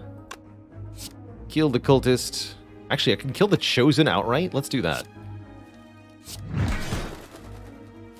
So I said you should go cultist first, but if you can make the Chosen actually die before you become vulnerable, that seems like a reasonable addition.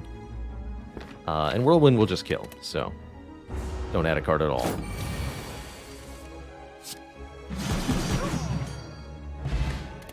And now we have 2 potions again.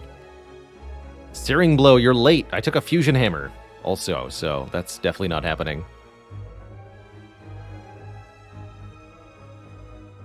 Hey, 0-1. I have not yet played Backpack Hero, although it sounds like I need to go take a look at that. One getting asked a lot. Y'all been watching too much Dolphin Chemist? Or maybe not enough.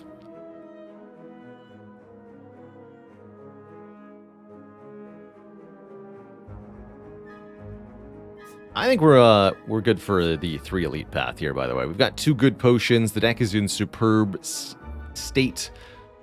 We'll get to benefit from that first rest anyway. Let's do it. I regret everything immediately. Dang it, Snecko. Why do you do me dirty like this? Alright, I'm going to delete this Hemokinesis and see what we draw. Okay, still no solution here. Corruption?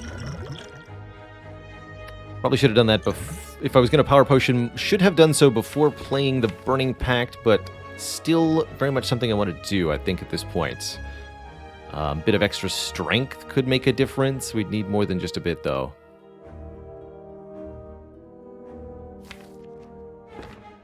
Mostly looking for Corruption here. Juggernaut could also help by providing damage whenever we create block. Could include with the block potion. But I guess I'll just take a demon form pretty happily here. Well, if I'm demon forming, I probably want to Shockwave rather than playing the bludgeon. Weaken them all. So that I take reduced damage. And we set up a good whirlwind here. That, I suppose, I shall do. I'll also take this Carnage here.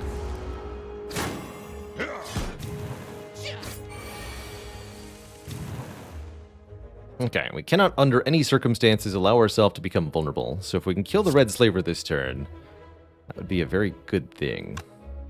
Alternately, if we can guarantee a kill next turn, it's okay to be vuln. How much damage do we have? We'll play all the attacks, including the clothesline, if we need to. Which would generate a mere 4 block. Or if I short the clothesline, we can block 14.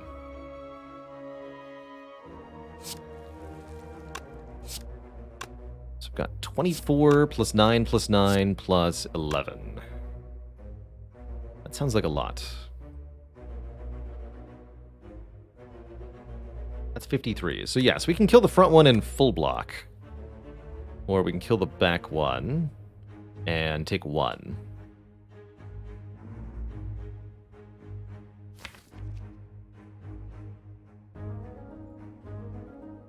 Taking 1 to be safe in the just-in-case scenario sounds pretty good to me. Do not want to not kill the backslaver here. That can just be a really poor choice. In too many ways.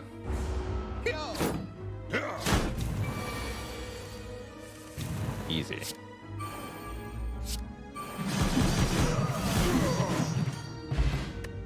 Alrighty then.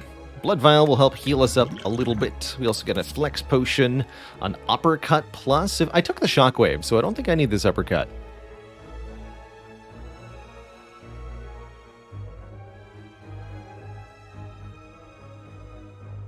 Want to buy bites? Yeah, they'd be upgraded bites at the cost of no max health. Could happen. We are going to go to one event, but only one.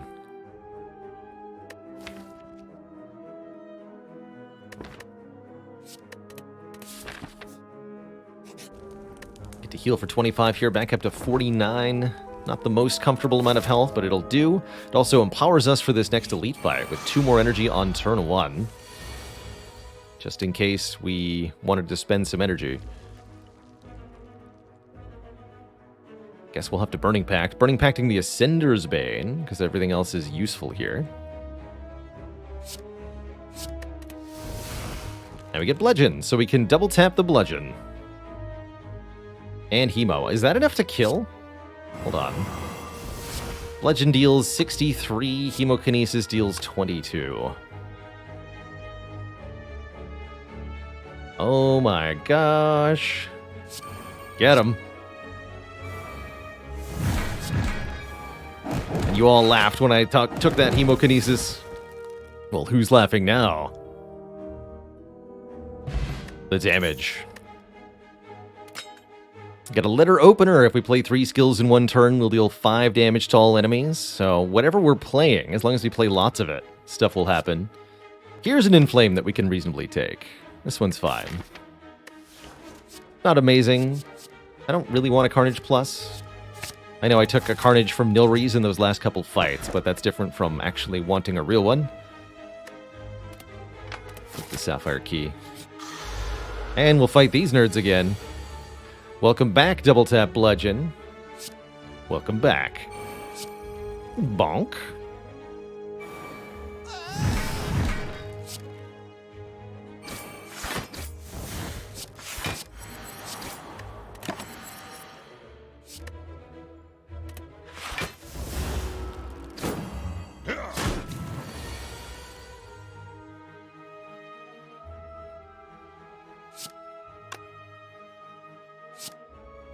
They're referencing them. And then they're going to reference me.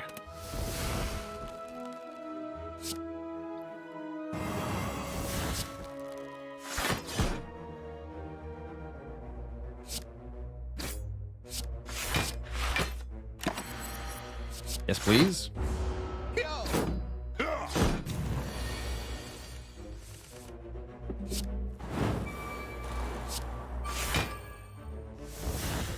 Spin to win.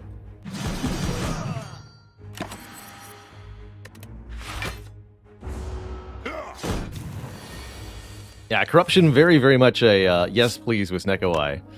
Under almost any circumstance. Get Paper Frog to deal additional damage to vulnerable enemies. And there's the card we've been waiting for. Demon Form Plus. Yoink. That is certainly a yes, please. Now we want to see a Heavy Blade. We've got Inflame and a Demon Form. That should be plenty of strength to make the Whirlwind go burr. And I'm seeing already Collector having a really, really sad time momentarily. I want double Flex Potion. I think I'll keep 1 Flex, 1 Block.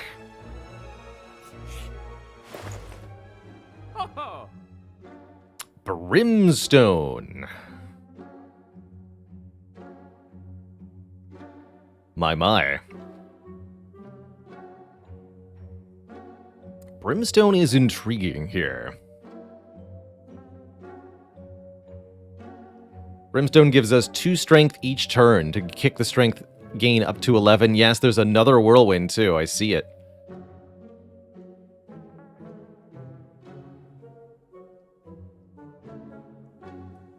Strength gain on enemies could be pretty nasty though. Taking Brimstone really means you want to scale up your defense for the late game. Quite frankly, I don't think that Brimstone's going to be all that much offense for us, not comparatively. Normally, I am all about Brimstone, but I think this is not one that I want to take.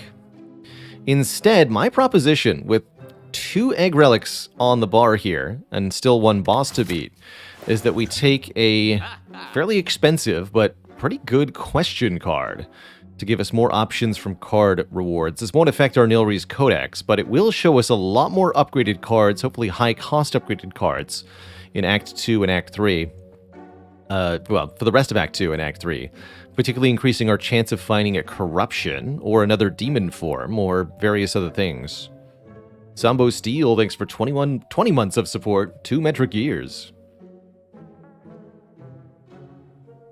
Be a lot more confident in a Brimstone if we already had a Disarm or something similar. So what I like doing here is Question Card, Whirlwind, card remove. Still take the second Whirlwind, because it's still amazing with the Paper Frog and the Demon Form and all that. Could also take Preserved Insect instead of the Question card. It's a lot less money, makes elites easier to kill, but we've already chunked through all the elites.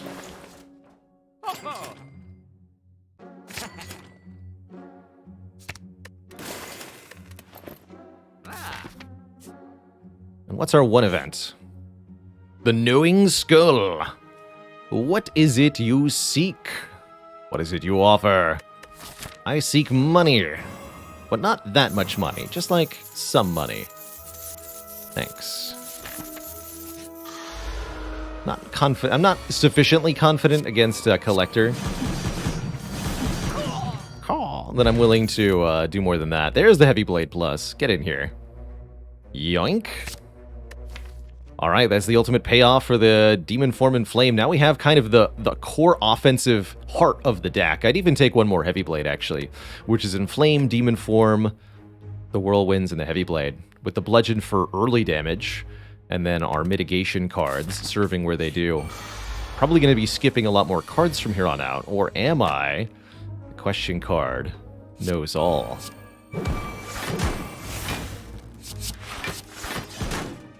Ooh, order there, I guess, technically. Could have done 5 more if I'd done the skills first. Not that it's going to matter in the slightest, mind you.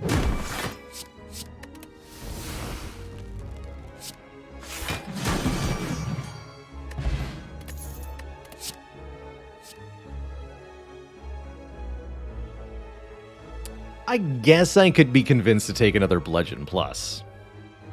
I mean, how could I not, right? Yoink. This gives us the opportunity to double tap Bludgeon, Bludgeon. Here, I'll sort by type just so we can see those beauties next to each other. Kabonk.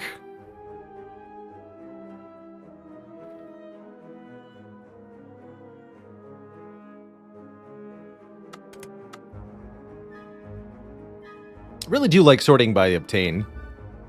Sort of tells the story of the deck, kind of instructs in which order these cards were picked. Such an insightful thing to be able to look at.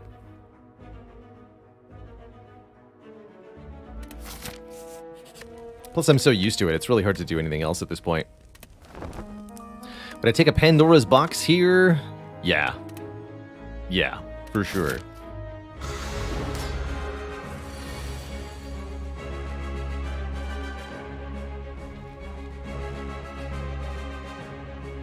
Double tap, double bludgeon, paper frog. It's going to be more than 200. Each bludgeon will be 73, I believe.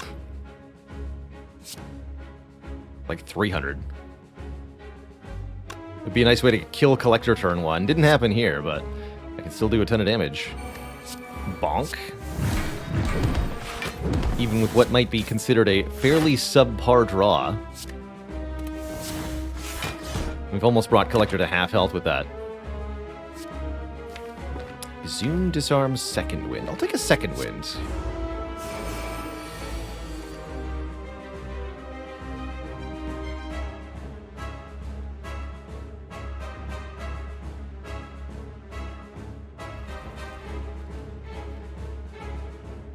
Could kill one of them with the Hemokinesis here.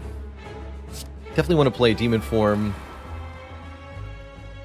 I could mostly block with Second Wind and Whirlwind, or I could play Shockwave. Getting the vulnerable down is pretty important, considering I think I'd rather just play the Shockwave, take a little bit of damage here. Not going to play this Hemo. Actually, 26, yes I am. We need to win this fight quickly as possible. And I want to draw either the Whirlwind or the Bludgeon, so I'm not going to add any of these.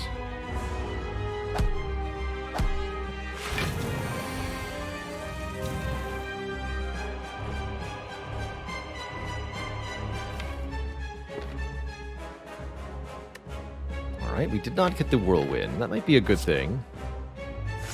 We'll play the Shrug at least. I'm not going to play this Burning Pact, I don't think.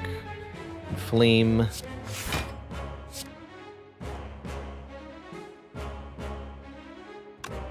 I guess I will, actually. So I'll have one energy I can't spend, so I will. It draws us the Whirlwind, but more importantly, actually gets me this. And then we just bludgeon, don't inflame.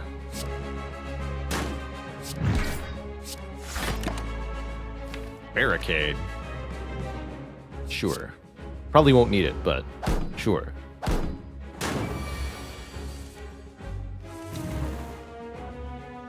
Yeah, you never know, right? Wait, actually. Stop attacking me, you nerds. How dare you?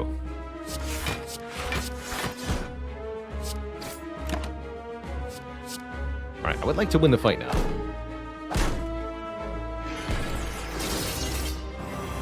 Simply a Whirlwind will suffice. There it is.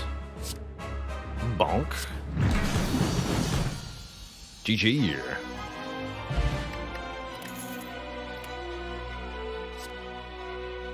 Third Bludgeon or second Demon Form. These are the choices before us and the power of the question card.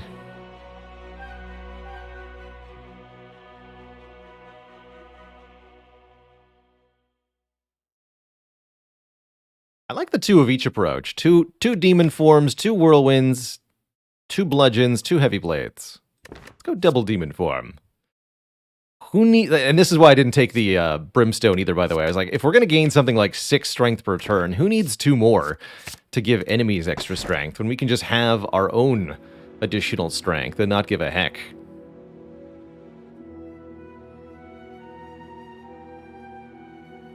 No Pandora's Box here, just more energy before us.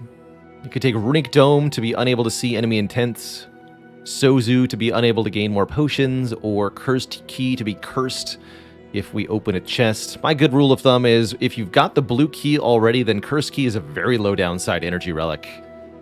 We just basically skip 1 relic to get 1 more energy per turn, and I think that's pretty valuable.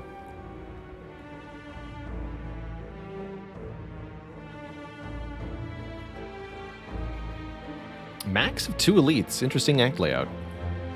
Well, if I can only do 2 elites, then let's get 2 removals, too. We'll go to 2 shops on purpose. Could even maybe benefit from 999 gold here. Won't open this chest. Won't go to too many rest sites. Avoid that, because we won't want it. Have to do 1 more rest site. Guess that's fine. Something like that. There's really nothing better here. But we've gotten so strong through other means the rest of this run that I'm really not too worried either. Lock Potion getting used right away, huh? Seems it is so. I'm cool with that.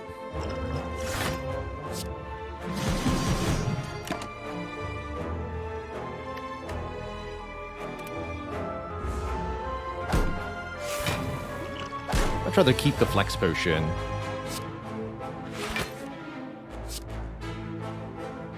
Though I suppose it might have been actually pretty good, huh? Get him. Get him. A beautiful hand. Prepare the bludgeoning. And a bonk for you. 1 for you. And 1 for me.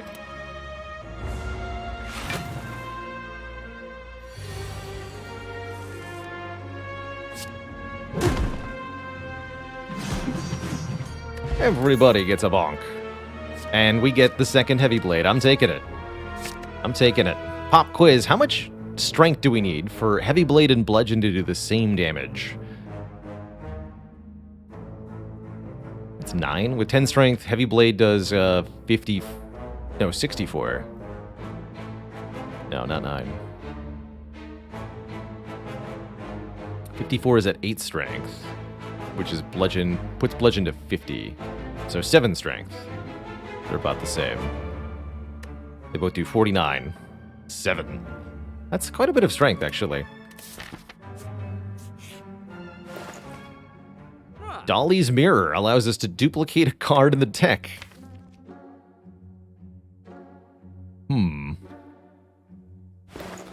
It's pretty absurd. How about Pendib, actually? Doubling the damage of every 10th bludgeon? Could double the double tap, the 2 of everything deck.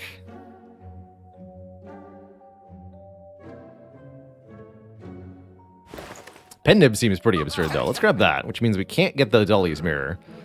We'll just remove Strike instead. Yeah, we'll just remove Strike instead. And then I'm probably not going to this. We can go this way instead. Seems better anyway. Oh, we do get it. All right. Yoink. Can it really be this easy?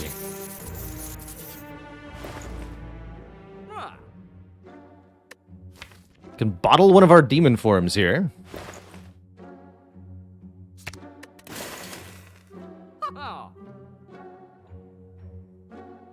As far as block cards go, I rather like Flame Barrier. I might even be convinced to take a Dark Shackles for its ability to block the heart. Even though it's normally a 0-cost card, it's still excellent, excellent damage mitigation against any multi-hit move.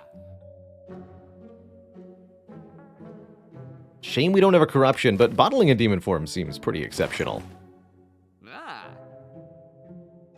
Much rather bottle a demon form than an Inflame. I will take that Dark Shackles. Do I want Abacus? We draw through the deck every 4 turns, so this is like 1.5 block on average. It's not worth it. We're going to go to another shop later this game. That is going to take a while, huh? Well, good luck to us. When that eventually occurs. Could consider the Heart of Iron potion, too, but I think we'll get more potions soon. Uh-oh, don't give me another normality. Flame and Doubt. 3rd demon form? Let's do it. How many demon forms is too many?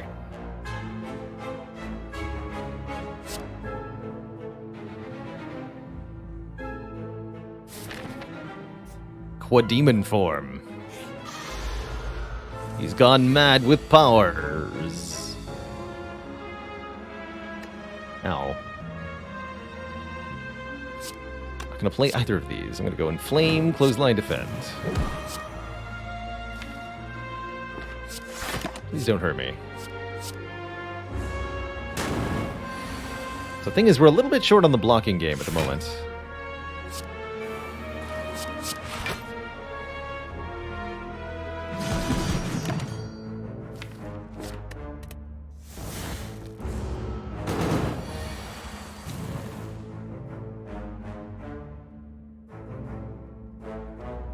Oof.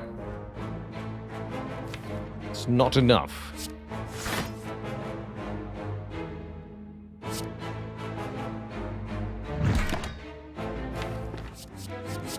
Ouch. You're resting next, yeah? Okay. All's well, then.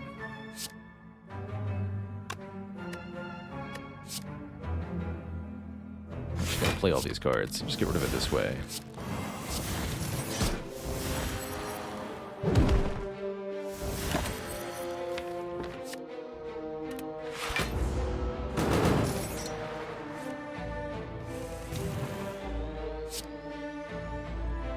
Bonk. Toy Ornithopter restores health upon potion use. That's not too bad.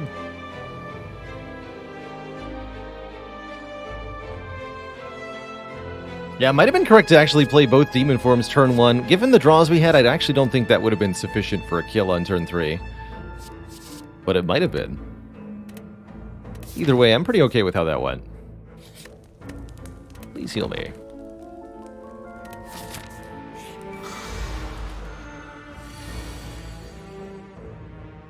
Yes, excellent turn with so much energy. Barely need to play Demon Form when Bludgeon does 73 damage.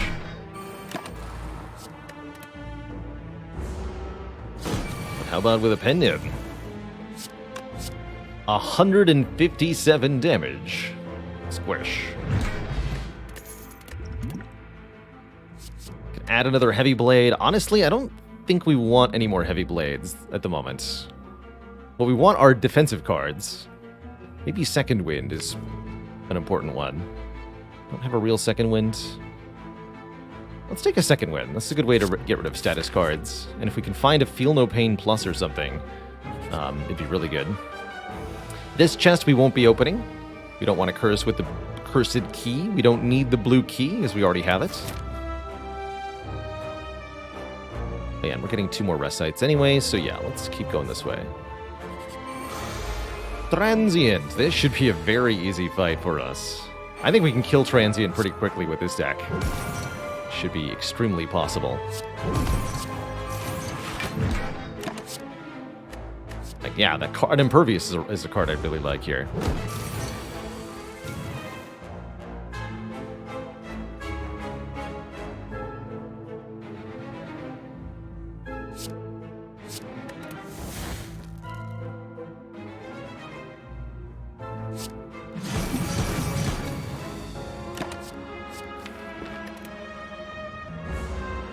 Bonk. Oh. Hilarious. Do I have to use a Swift Potion or take a ton of damage? Swift Potion is fine, thanks. Okay, that's much better. Go Shockwave. Inflame Heavy Blade. That's a bit spooky, actually. Maybe we won't even kill. Missing all these demon forms.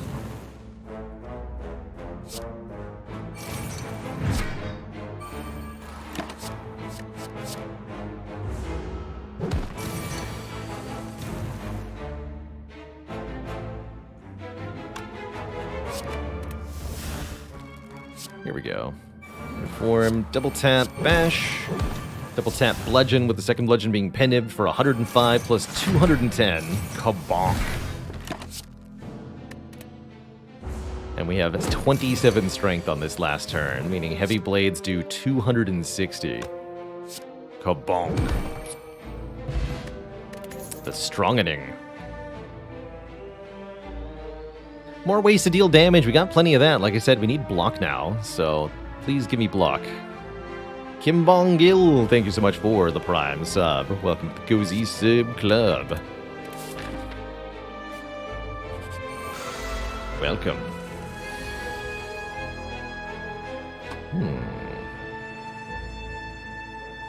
This looks a little spookier. Chemo actually blocks for 2 here. It's funny.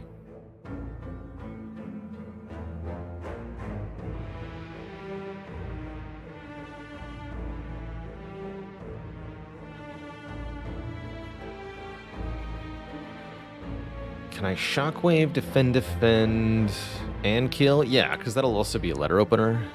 Although that's what, all 5 energy? No, hold on. But this will deal, how much damage? 14 times 1.75. 24. So no, I can't kill with just that.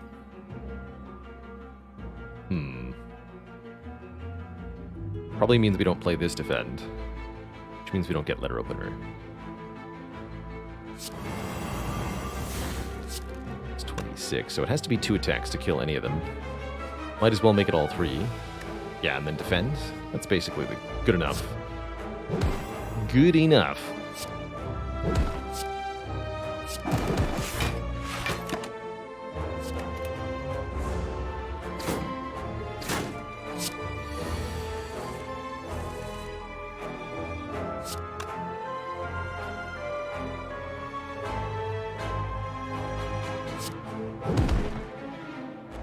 Wait a minute. I can't math. I was definitely meant to play the bludgeon, not the heavy blade. I've had a brain fart. I apologize. Well, can't fix it now. I'll just take the damage and,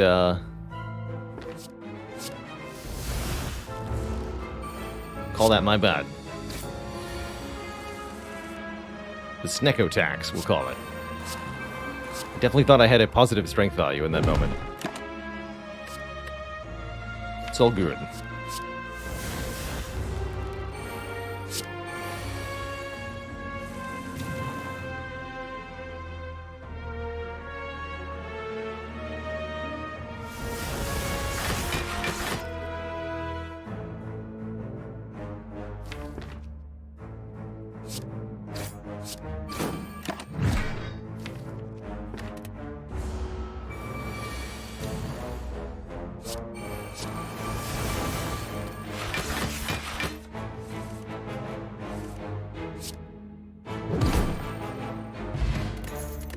Alright, potions restored.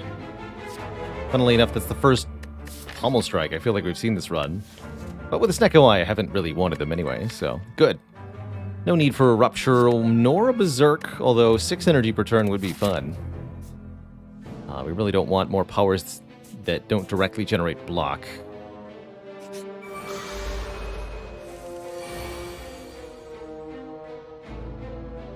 Talk about a bonk.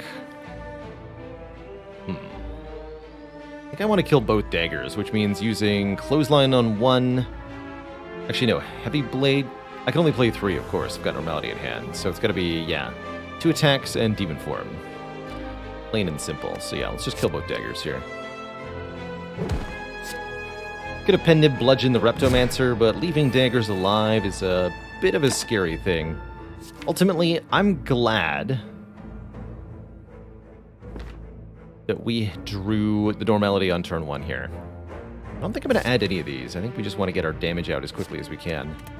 Although Feel No Pain's very tempting in this context. Against Reptomancer, I don't think we have the luxury of setting up.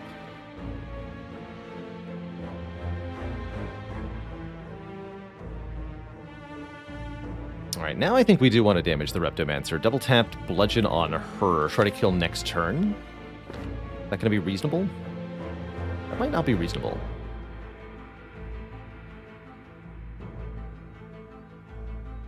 Team Bongiel says, first time catching the stream, but your YouTube videos have been a huge help for you. You're working your way through the Ascension levels. So glad to hear it.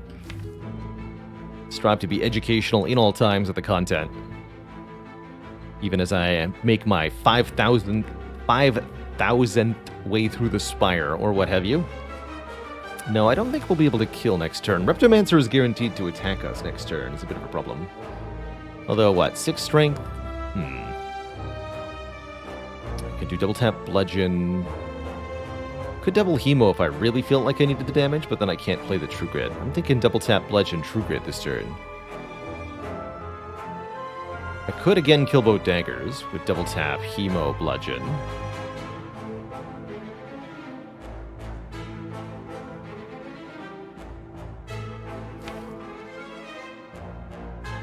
I think I like just double tap bludgeoning the Repto here, taking 9.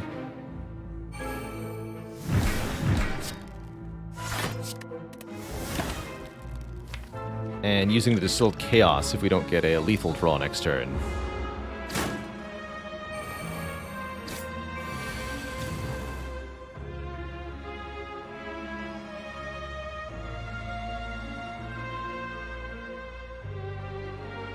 This multiplies damage by 1.75, so Bash is super going to be worth it.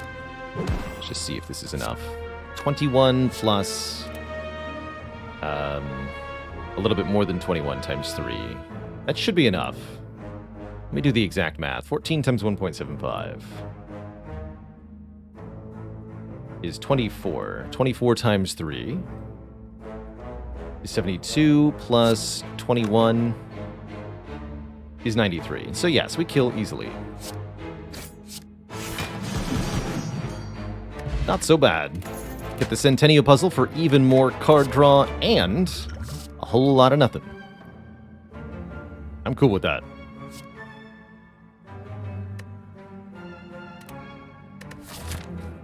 And we get to rest and recall next few floors. I'll take that last event, I think. Yeah, I'll take that last event. Could be a card remove, could be a shop, could be a lot of things. Never too late for Searing Blow. Might be a little too late for Searing Blow. Just gonna put that out there. I think it might actually be too late. Could be the curse removal shrine, or it could just be these nerds saying hello.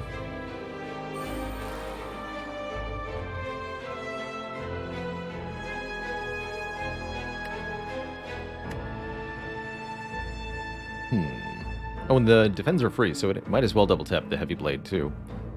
Could use the flex potion here. I really don't want to use any potions going into the boss gauntlet. We'd like to keep both of these potions to Act 4 if we can. That's our goal here. But we can't lose too much health, or we won't succeed in our goal of keeping the potions.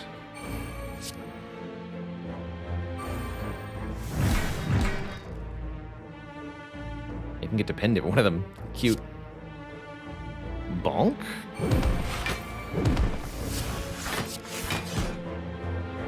It's actually really close to a kill. Taking him away.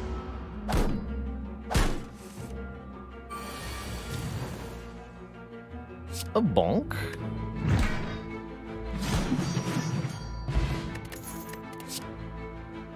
Last chance for a heavy blade? I'll pass. We are fine. And I don't want the Blessing of the Forge because most of the deck is already upgraded. We're simply going to sleep to as close to full health as we can get. And prepare.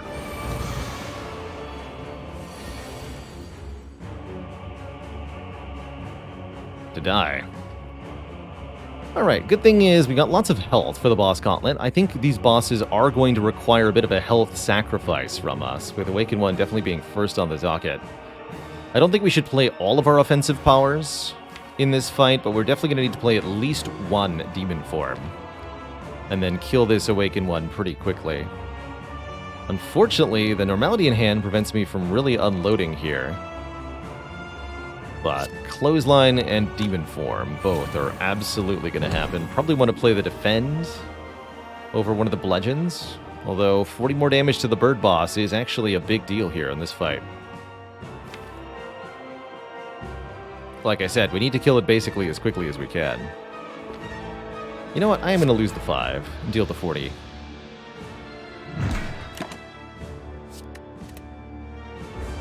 I think this is going to be a bit of a race.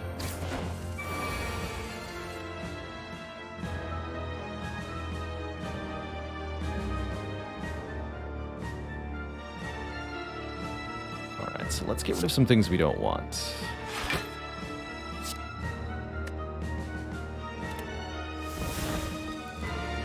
I lose Bash as well? Probably need Bash. Let's lose Inflame then. I don't want to play Inflame. Gain strength only one time. So do 55 damage to all enemies. That's actually perfect. And then I can block.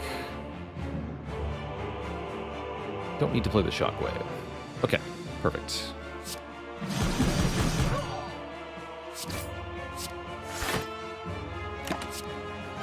Disarm is excellent here. We're probably going to take quite a bit of damage next turn.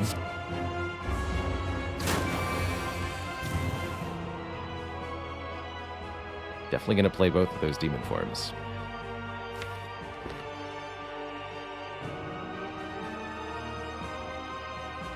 It's going to happen.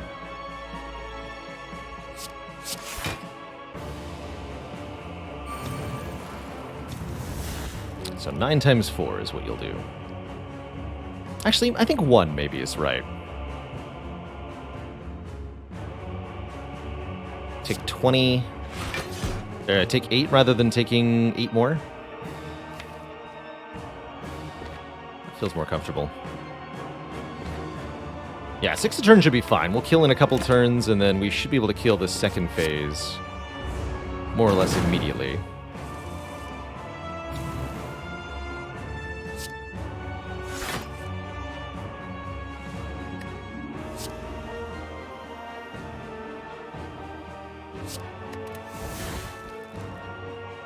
Get rid of the Metallicize.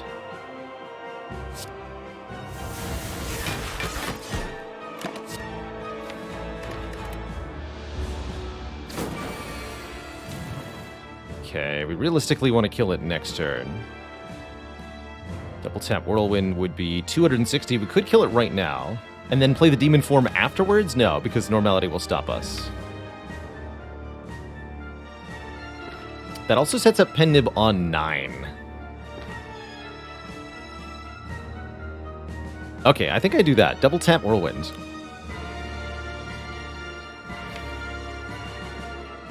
And we'll be opening into the big attack in phase 2 with 27 strength and Pen Nib. Yeah, it's too bad I can't also Shackles, right? That would permanently remove 4 of the strength from the bird nerd. But it wasn't to be.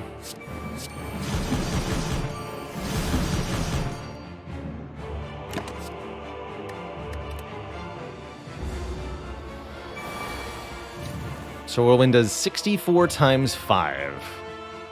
Which is how much? Exactly 320. Oh, yeah. GG.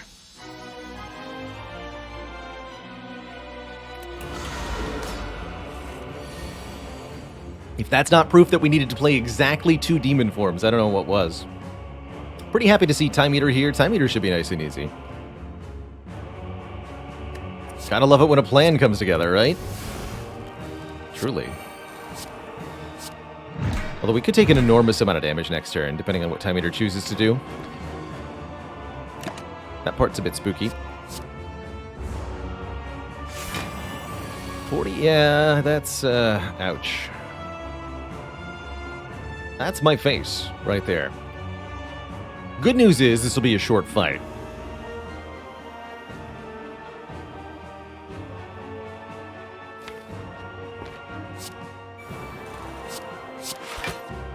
Please don't hurt me.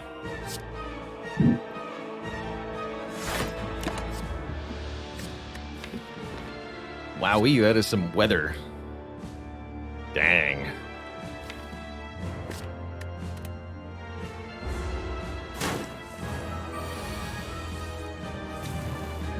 Third demon form. Does Distilled Chaos not play anything with normality? No, it does not, unfortunately. The normality will stop any attempted forced card plays. So each one of them does count. Indeed.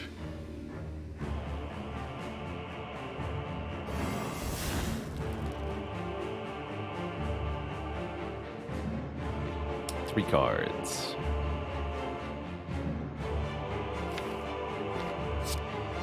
Under damage. I need to make sure I don't take any myself. Realistically.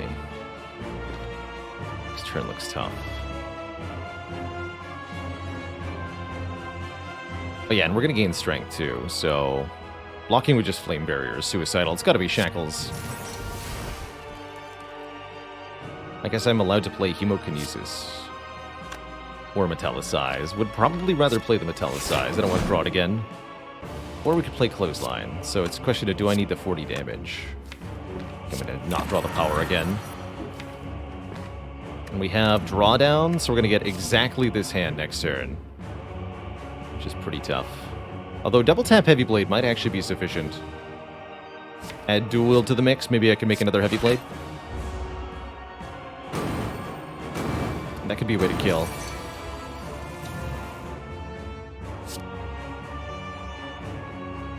Is that just sufficient? 182 times 2. Can always kill with the Flex Potion. 364. No, not quite enough. So we shrug and we see if Bash is 0, 1, or 2 cost. In which case I can do Double Tap Bash Heavy Blade. Or if we don't get a... If we get a 3-cost Bash, I'll have to use a potion. But there's no need to use a potion here until we draw the Bash and observe that it's not 3-cost. Or is 3-cost. Right, we don't have Normality in hand. We can play enough cards this turn. GG. Okay, we kept both potions. That's quite important. And we go to Act 4, where we get to rest at the rest site with the Fusion Hammer, healing back up to full HP. Two thump. We also have lots of money to spend at that shop. We'll get rid of that stinky normality that's been plaguing us and maybe buy something useful.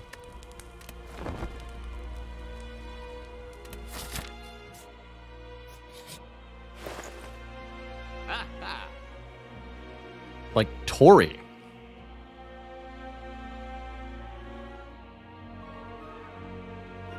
I don't really know how to block against the heart, but this seems like it might help. Panic button also an option. Although I think we need to remove the normality, so I can't get them both, right? 451. Oh, I can. I'll probably do that. Those would be 2 block cards. One says block for 30, the other one says don't take multi-hit damage. I don't really care about the panic button's downside because we don't have that many other block cards anyway. It's also blood potion if we want to have some healing. That can be a block card. Yeah, almost all zero cost cards here. That's pretty funny. There's no zero cost. Actually, this would have had to be Berserk to get the full set.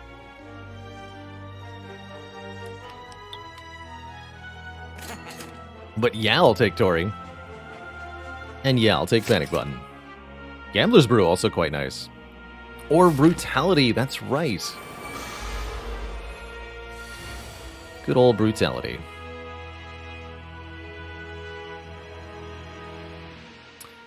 Another time that I advocate for Panic Button is if the amount of block you get currently from Panic Button is more than the amount of damage you could take on the following turn, then there's no need to worry about the no block next turn, because it's all about how much are you blocking right now. Double Demon Form, hey? I'll play that. Demon Form. This is what, 33? I'm going to play Panic Button and not defend, so that I deliberately take exactly 1 damage to draw 10 cards next turn. And we may end up employing a potion next turn.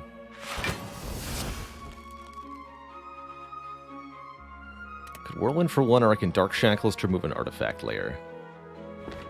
Which is 8 damage, likely to matter.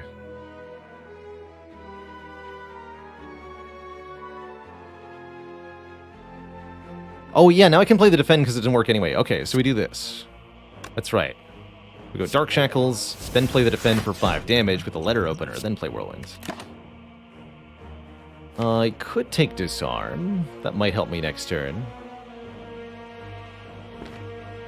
If I could Disarm and weaken them.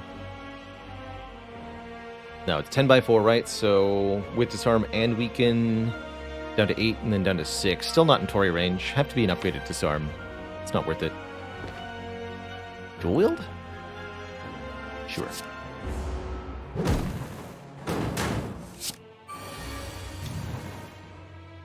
Perfect. So, those of you wondering, don't you want to block on this turn? My answer to you is, nah. Not so. I don't think we need it. Let's see, if I double tap Whirlwind, we deal 13 to all enemies 4 times. Twice, so that's 100 and something. That's not enough. This is getting played. This doesn't do anything. But double tap Heavy Blade. I can't do double tap Whirlwind then Heavy Blade, so it has to be double tap Heavy Blade then Whirlwind. That'd be 39, 39. 3 energy Whirlwind. Which is also 39, hilariously. So 39... 39 plus 39 plus 39, and one more, 39, equals 195. Yep, cool. Oh yeah, I could also dual wield the Heavy Blade and double tap the second Heavy Blade. However... yeah, no, we're fine. No need to use our Flex Potion here, as it might be tempting, because... Pen Nib.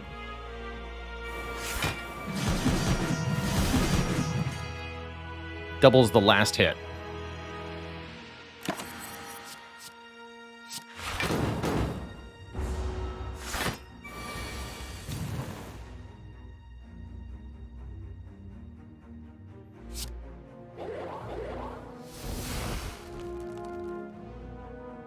And then if we can play any attacks incrementing the pen nib, we should, but pretty hard to do that. Yeah. Just give him a bonk. Get to keep both potions and all of our health to the heart. We also get an Art of War. And I guess I would be okay with one more shrug, maybe. I think one more shrug. Need a little bit of help for blocking. Little concerned about this fight. It's really going to depend on how many demon forms get in play how early. We do have that one bottled demon form, which makes this a lot safer overall. But that's not necessarily enough. Looks like a pretty good turn one overall, though. We got a cheap demon form. We're going to draw quite a few cards as well. I might be deleting that bludgeon. But I think I'll just start with Defend Demon Form Clothesline. That'll cause me to take 1 damage on the 3rd card. Centennial Puzzle will cause me to draw 3.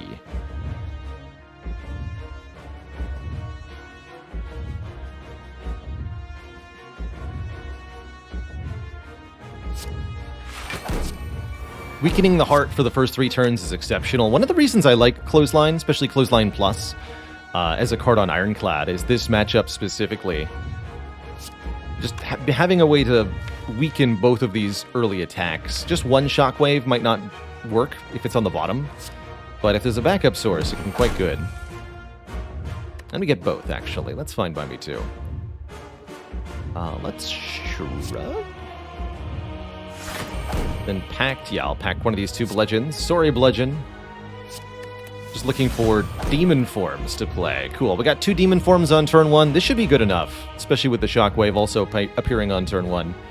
I think our odds now are exceptional in this fight.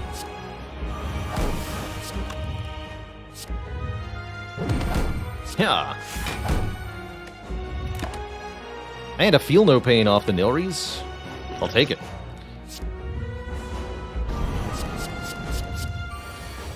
Okay, first up, the multi-hit turn. Not afraid of this. Yikes, the draw, though.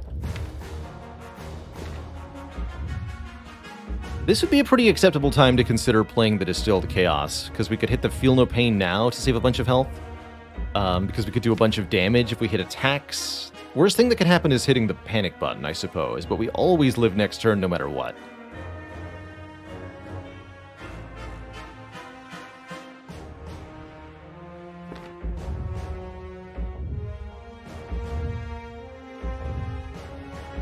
We could also just take our 15 and be fine with it.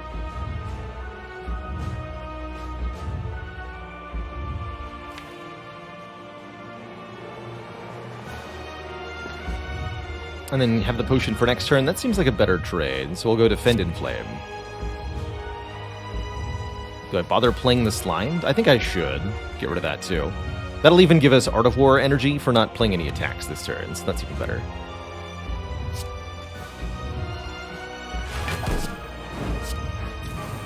Just don't want to draw this again. I'm willing to pay 2 health for that.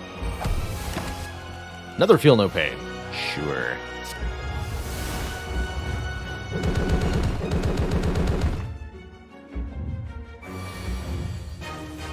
Oh, Panic Button was one of the top 3 cards. Glad we didn't use it. Now I'm more willing to use the Distilled Chaos than ever, because I want to get this Demon Form and or the Feel No Pains in play. I'm also okay hitting Second Wind and deleting all of this.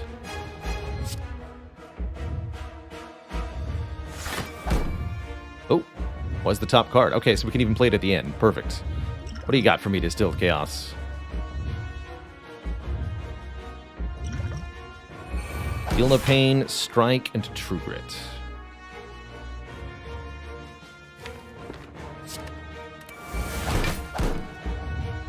Go Panic Button, Second Wind. Do I play the Metallicize? Might as well.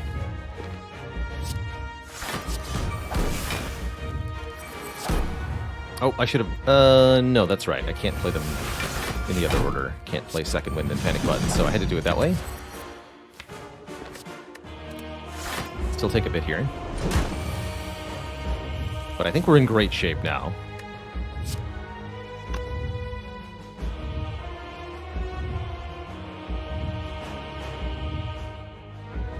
Gotta take some nasty Beat of Death here. Double tap, bash, strike.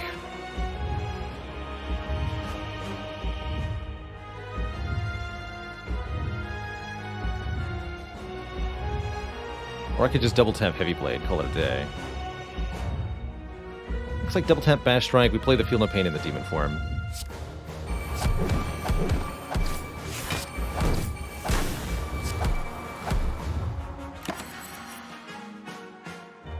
Trench, uppercut, headbutt. No thanks. So the bad news is, with the heart's health at its current value, we have to survive both of these attacks to win the fight. That is tricky. And it's even trickier that Heavy Blade is costing 3 right now. Because I really want to be able to play Power Through. Although I guess if I have to survive both attacks next turn, both of the next 2 attacks, it really doesn't matter how much damage I do on this turn.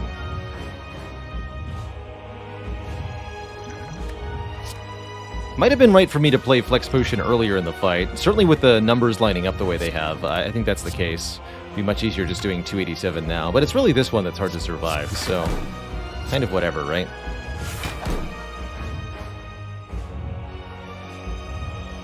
This is plenty. Yeah, we'll be fine.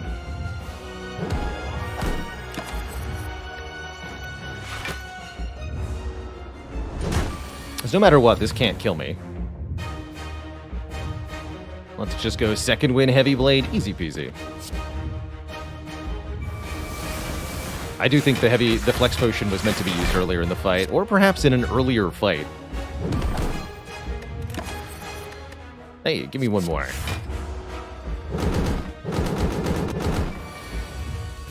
Give them the big bonk.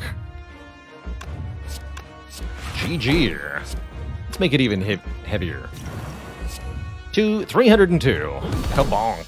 GG. The streak continues. GG. You'll love to see it. GG. Those Ironclad boss swaps have been working out beautifully. Just beautifully. GG.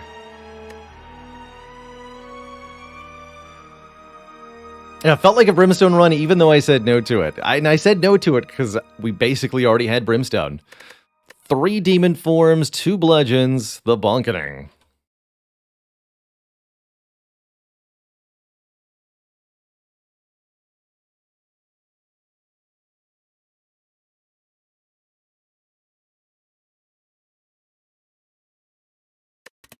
GG.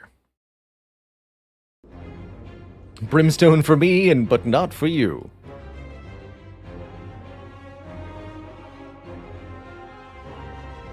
GG. Yeah, just 7 more to get the record. That's pretty cool. Means we're more than halfway there.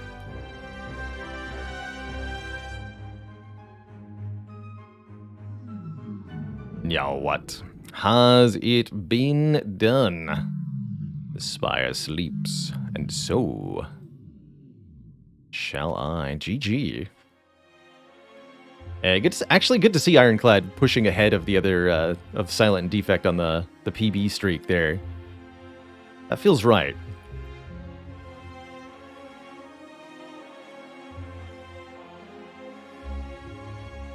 And I'm only 2 Defect wins away from tying that streak as well. We've been doing really, really well for ourselves since looking at our data.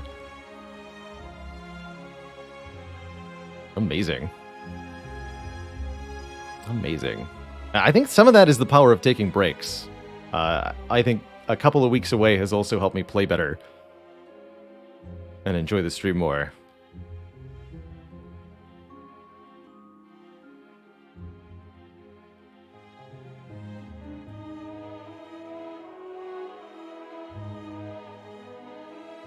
Good stuff. Well, well, it's been a mighty successful couple of Spire runs. Classic OP Watcher, but this Ironclad was such a joy, starting with Snecko and ending up with 3 demon forms, 2 bludgeons, 2 whirlwinds, 2 heavy blades, the doot.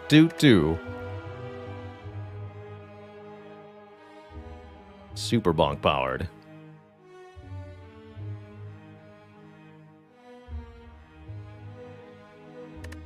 Well, next up in the rotation will be Silent. However, that's going to be waiting for actually quite a while.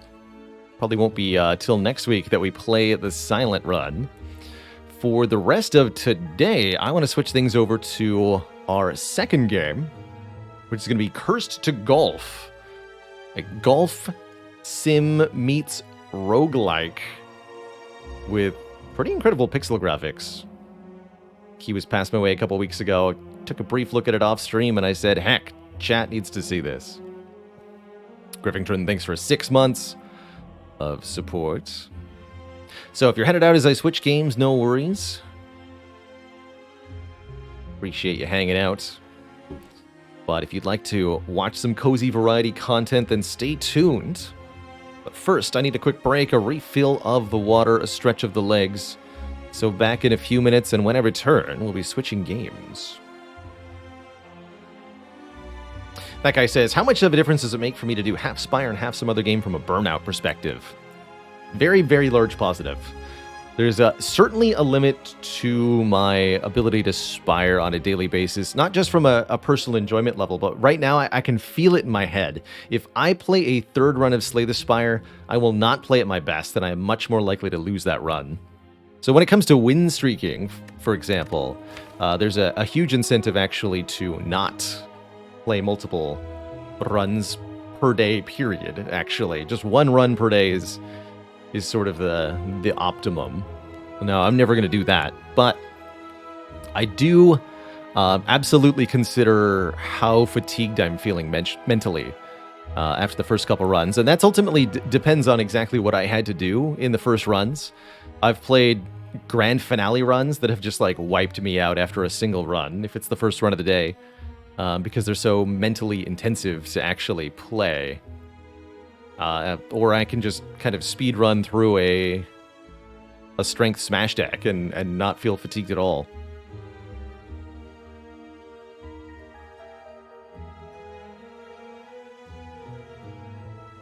So, back in a few, when I return, it's golfing time. Be right back, folks. Don't go nowhere.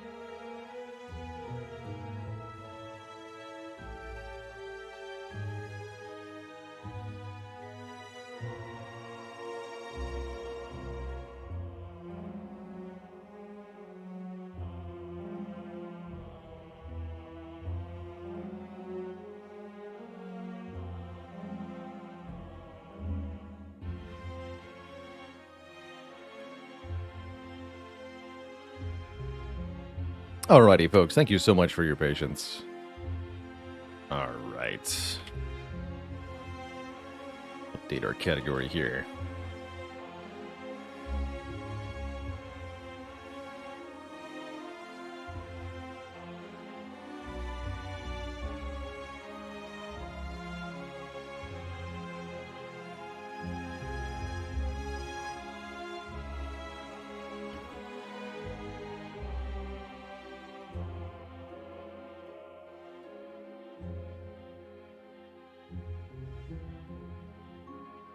So, what I have prepared for you all here in the second half of stream today is something new, something we've never seen on the stream before, and that is a title called Cursed to Golf.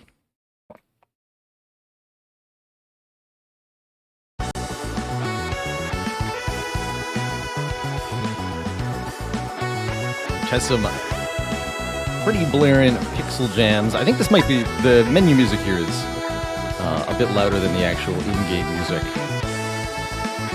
But it probably is a little louder than I want, even still. Keep that down a bit more. Is this a roguelike? Yes, this is golf meets roguelike. Which is definitely an unusual fusion.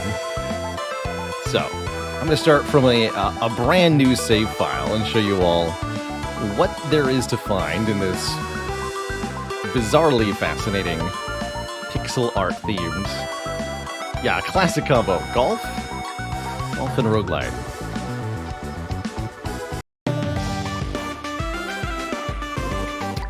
Oh, I see. Hold on. Actually, no. There are a few things I need to change, actually. So that's new.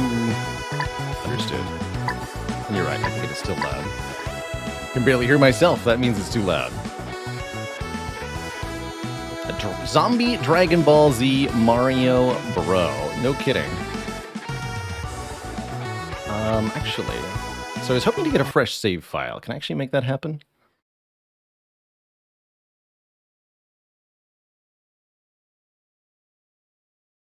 Allow me to see here. Bear with me a sec, folks.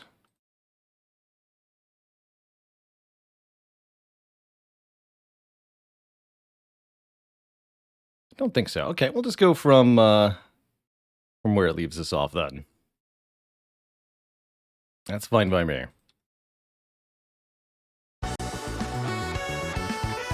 Cursed! Oh, there was a delete save option? Perfect. In the settings? Ah, there it is. Excellent. That's what I wanted.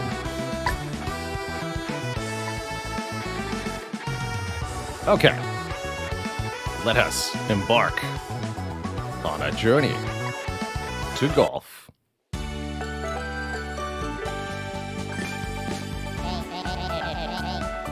Good afternoon, ladies and gentlemen.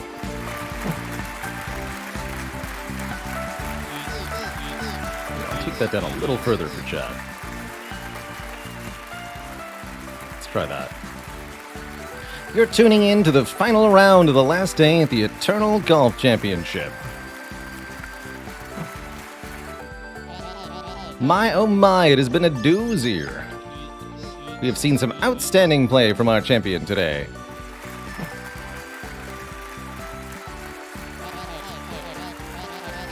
Ho ho, potential is right. Some say they are a god among golfers.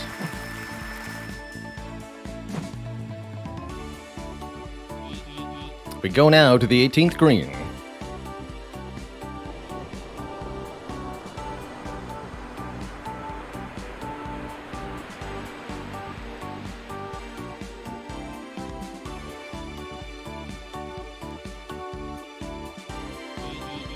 For their first shot, our golfer will need their driver.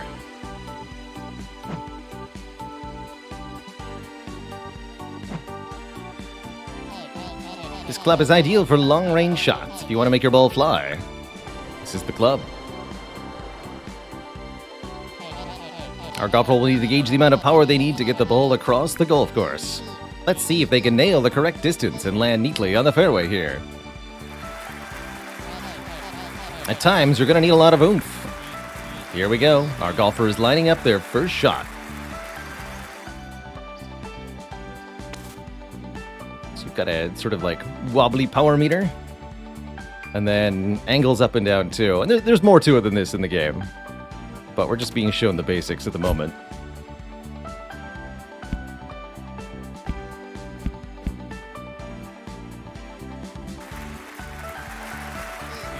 What a fantastic start by our golfer. They're that much closer to making golf history. Everyone loves it. In the stands, fans are going wild after that shot. Incredible scenes here.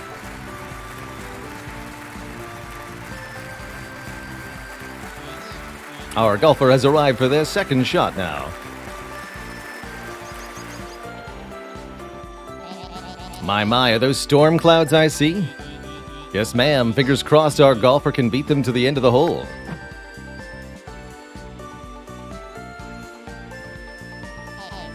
For this next shot, our golfer is pulling out their iron. Is the audience the type in real golf competitions? No. No, they are not.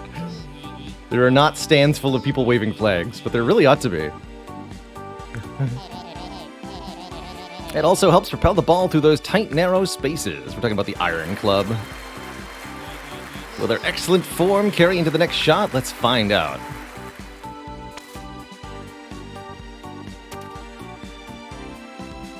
Up and over.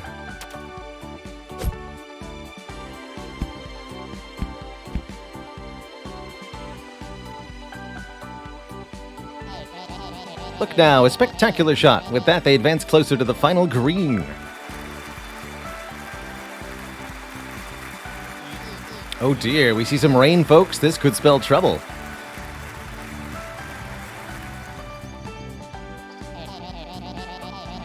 There are sometimes stands at the 18th hole of a major tournament. Well, this would qualify.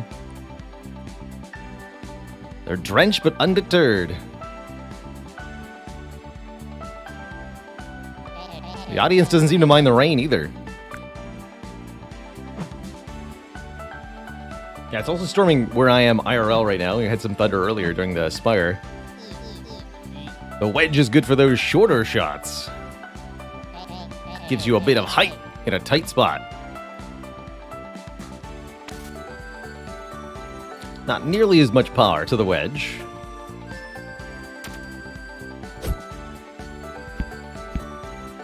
But it might be what you just need. Would you look at that shot? Perfection. It's pouring down now. What a show.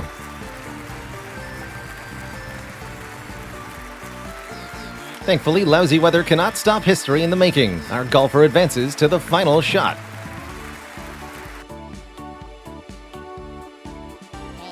Here we go, the moment of truth. Is this golfer the GOAT? The best golfer of all time? All they have to do is land the ball in the hole.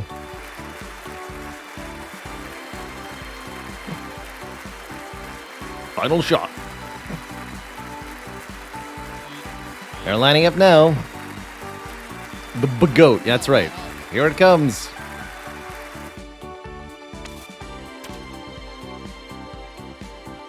Should be easy.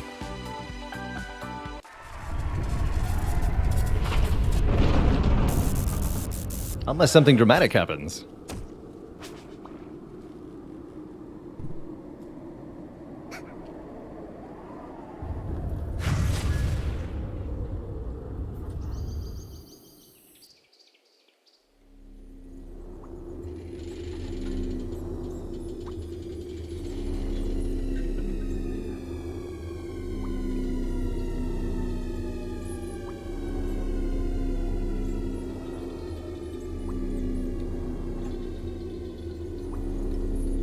Down we go.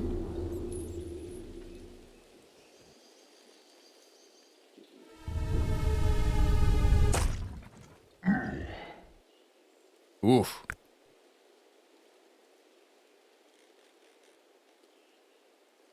Oh, that must have hurt. You all right there, everyone? That was quite the fall. Steady now? Feel better? It's been a while since I've had a guest. May I ask, what are you doing here? A championship, you say? The winning shot? Oh, how exciting.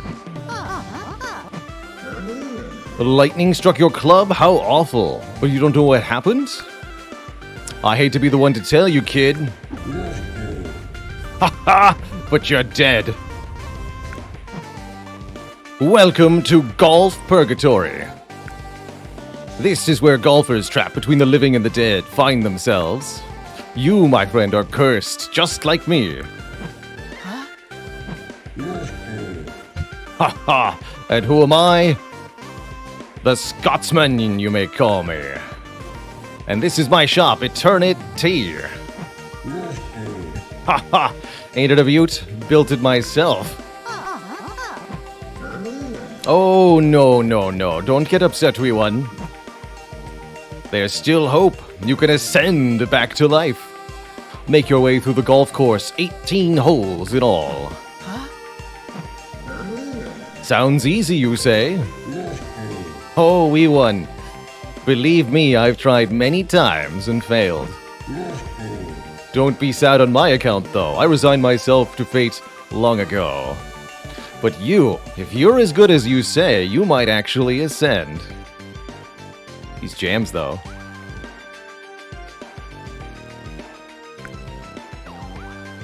It'll be nice to see someone else golf for a change. You should know that the rules work differently down here. Let the old Scotsman show you how it's done.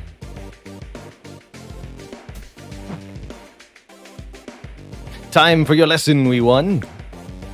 To help you get ready, let's finish this practice hole that I built. Being trapped in golf purgatory, I get bored. Now observe, wee one.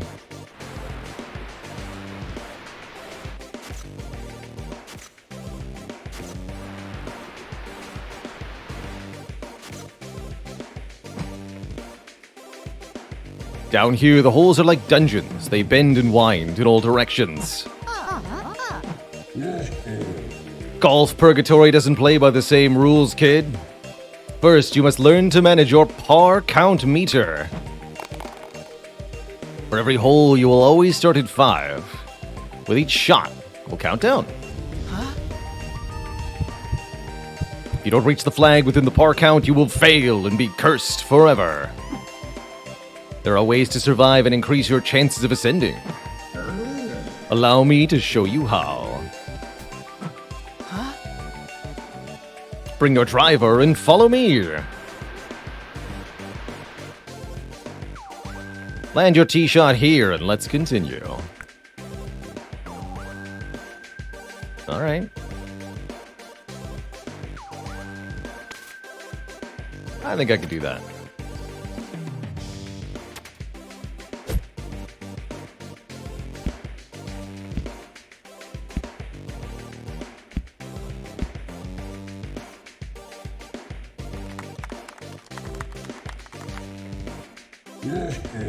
Not a bad shot, we won. You'll notice that your par count went down on your last shot. To 4. Many holes in Golf Purgatory will be tough to finish in 5 shots. But don't panic, wee one. We have these little beauties here. Take a look. Shot idols are blessings from Golf God. You'll find these statues throughout each hole. Smash a shot idol with your ball and you'll gain shots on the par count. Now, a gold shot idol is special. It'll give you plus 4 shots.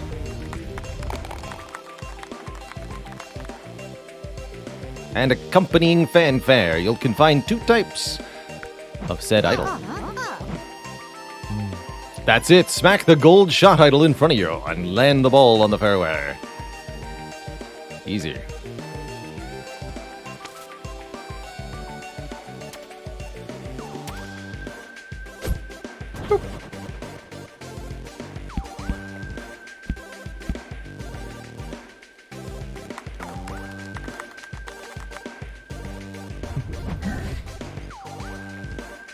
Whoa, it's a tight squeeze down here at times. Maybe that's why I've never made it out. However, you'll need a few more tips if you wish to ascend. I see. I think you're ready, know-it-all? Tell me, what's the birdie eye camera? That's right, you don't know because you're an idiot. That's I thought, not a clue. Cue the birdie eye camera. It allows you to view your surrounding area. Anywhere on the hole.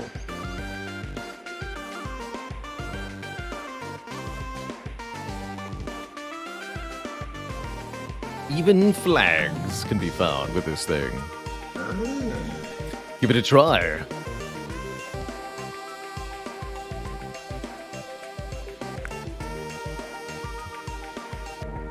So look all the way around.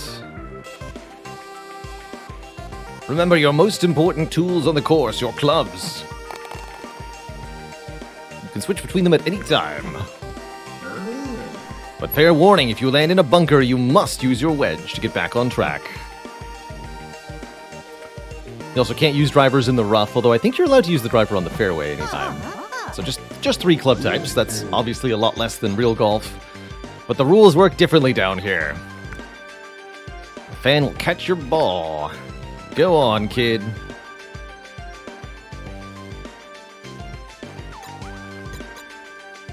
So I can use the driver here, right? Let's see how that goes for us.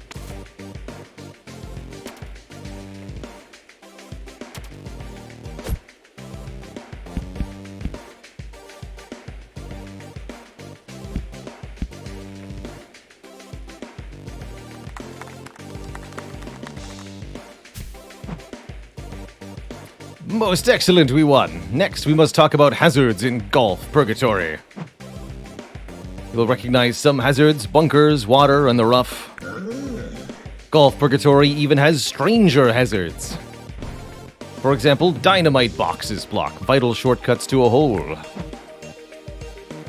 Now, we won. I've taught you much. There's only one more thing you should know. Ace cards! These beauties will strengthen your skills and help you deal with deadly hazards. Ace cards also come in many different varieties. Exciting, right? Let's check them out. Eager, I see. Here are 2 basic cards, Practice Shot and Explode. Practice Shot allows you to rehearse a shot without lowering your bar count. Explode does just that. Let's try these on out.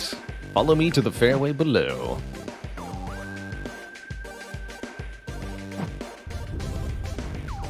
I've set your par count to 4.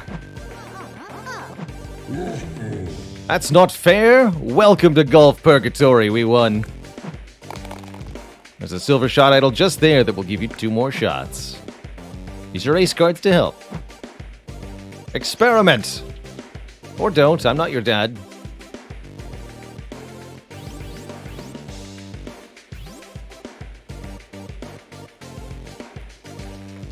Give me a practice shot.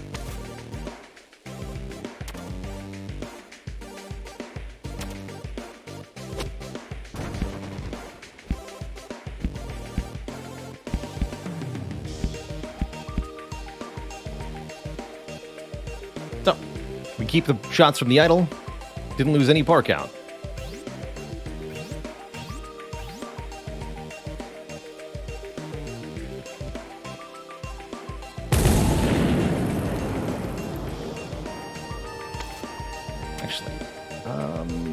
The wedge?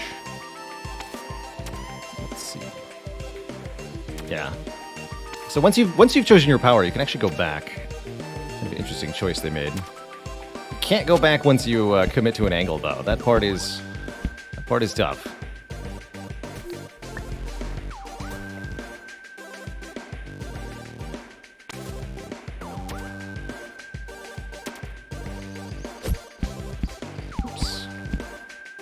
I definitely wanted to do that in one shot. Oh well. Getting around shapes like this, I think it's going to take some practice.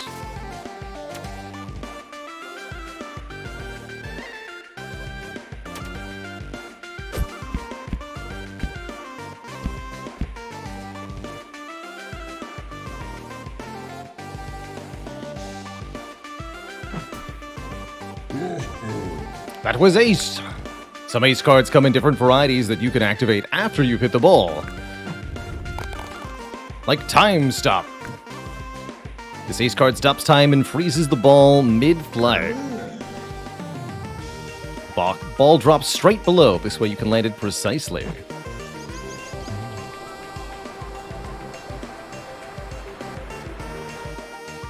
As you can see, these water hazards are outside your club's range. It'd be best to land your ball in the middle of the fairway here.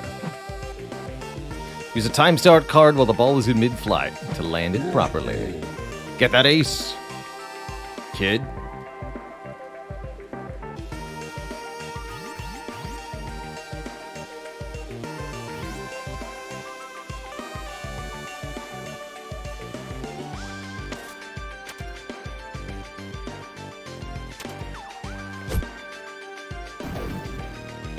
Almost missed it there.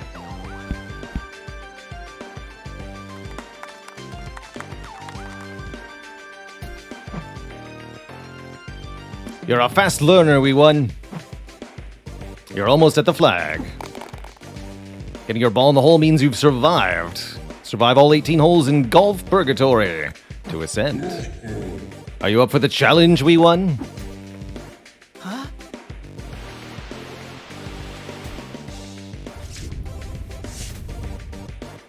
Put all your skills to the test and survive this hole unassisted. Use your clubs. Smash shot idols. Assess shots with your birdie eye camera. And use your ace cards. See you at the bottom. Deal, my friend. Let's go.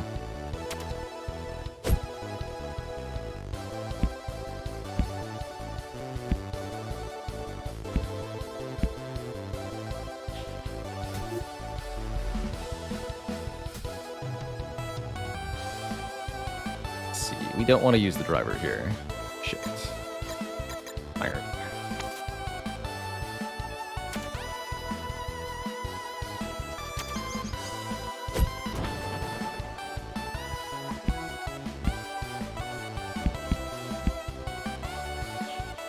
I don't know if that's necessarily where I wanted to go.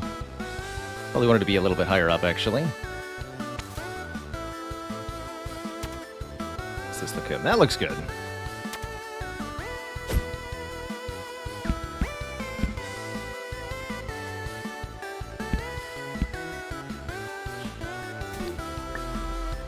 Am I allowed to directly blast a hole here? I do have a 6-card deck, so I should be able to.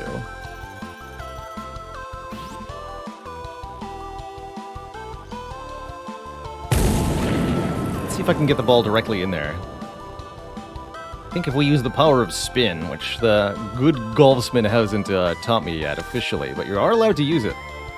This one chat member was nice to point out.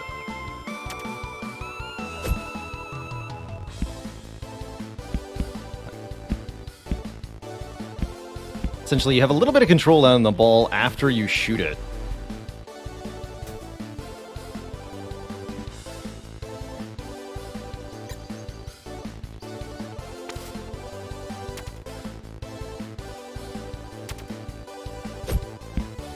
Oh god! Alright, noted about the wedge. That's definitely not what I wanted to do there.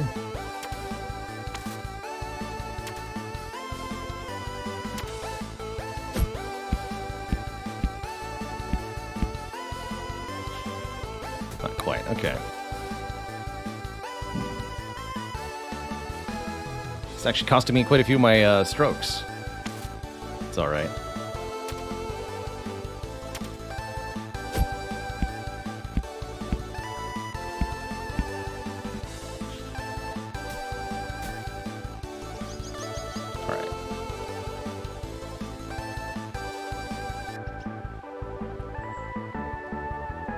There's even more at the end there. What else we got in the deck of cards here?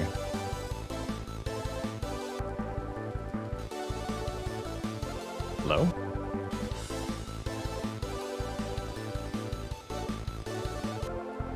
What's happening?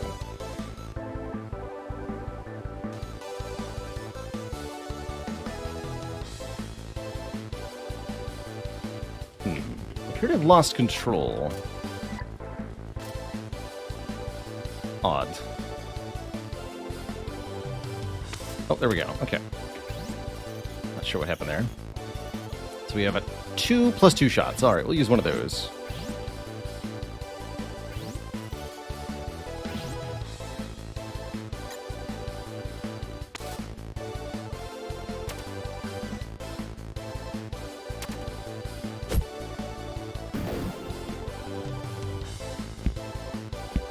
What if it's possible to make that in one perfectly clean shot?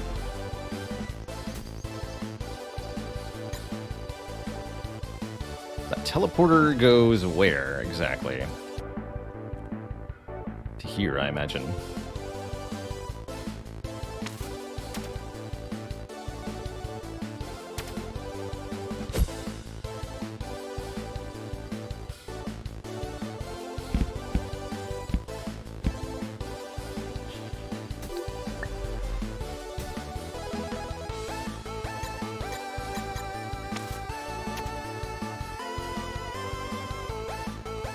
Probably want a practice shot here.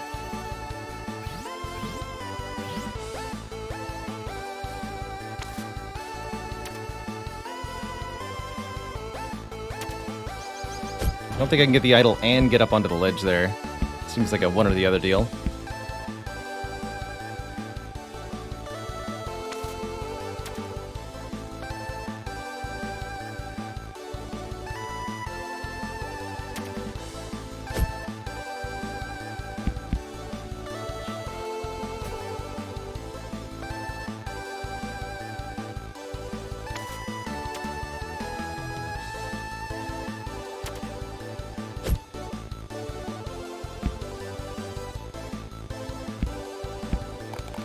The power of spin.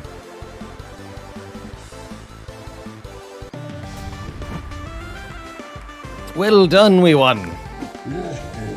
Har har, I admit I had my doubts upon your arrival. But you may be the first golfer ever to ascend. That's right, we beat the entire game. GG, everybody. It's time for you to conquer the greens. The first tee is calling.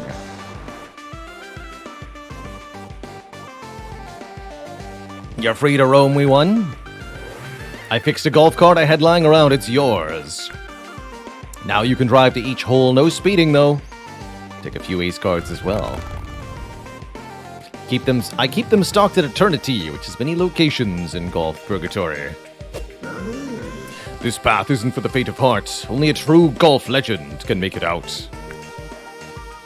Take care, we won. May Golf God bless you.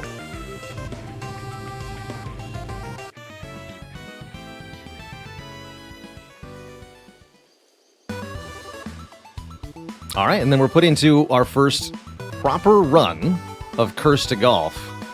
You've got a sort of Spire-like mini-map. There's going to be left and right choices, along with each of the holes that we encounter.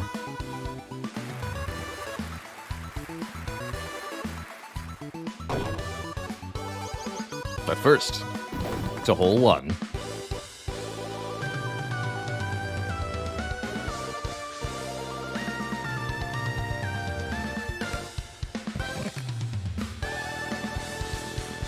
Am I playing Mario Kart? What's happening here?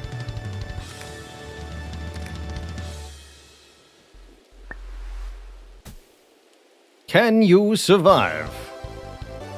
All right, here we are. Let's have a look-see. So, pretty easy to hit idle there. That shouldn't be too bad. And then up. So these courses are somewhat random generated. I'm not 100% sure how it's done, but there's definitely random generation involved in the course layouts.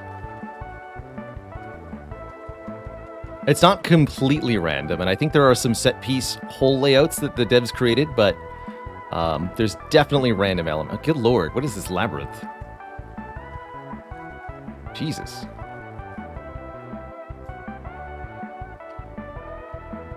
This is hole 1. I love it. All right. So we should start by getting that first idol. And we don't have any divergence to make until we get up here. At which point we'll have to look at that teleporter. Okay. So we'll start by trying to hit that idle. Of course, you can't see the full trajectory of the ball.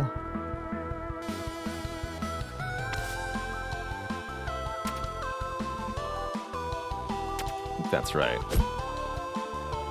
Oh! Curses. So it will be worth it to, let's see if I've got a practice shot. I do. So we should see if we can use the wedge to hit that without having to backtrack. Press F, can you see more of the trajectory? Oh, maybe. Yeah, you are able to shoot like this. Okay, so there's a zoom out mode. That might help. I hadn't noticed you could do that. Thank you.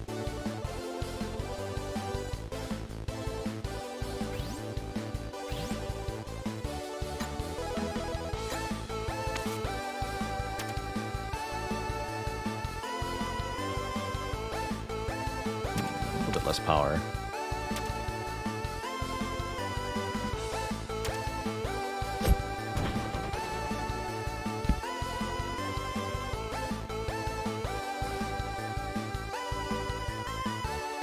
Alright, am I allowed to drive her here? I am.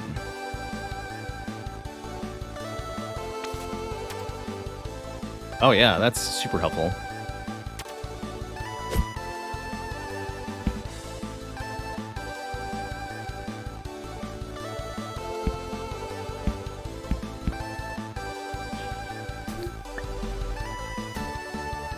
Okay, teleporter looks pretty difficult to get to. I think we're better off just shooting for the next fans and getting the shot idle here.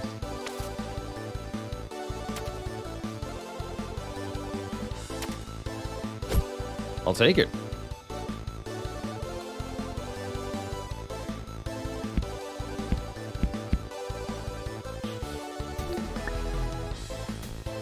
Get there with a U-turn. Yeah, that would work. Do we have such a thing? Yes, U-turn. Change the direction of a ball mid-flight. That's definitely going to take some practice to use properly. +1 shot. Rewind. Return to your previous shot in case you've really goofed. Noted. Looks like we can make it there. This could be a problem.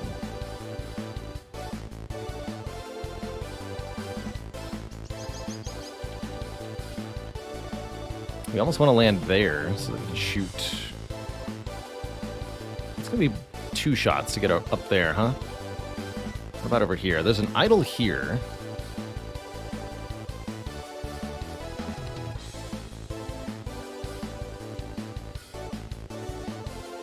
That looks easier.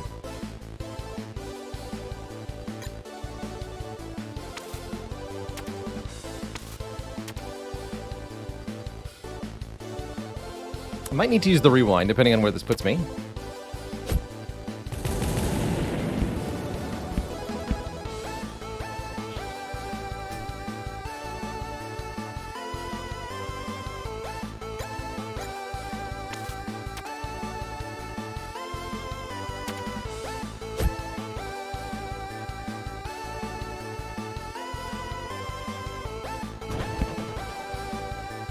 Oh god, no! Actually, that's fine.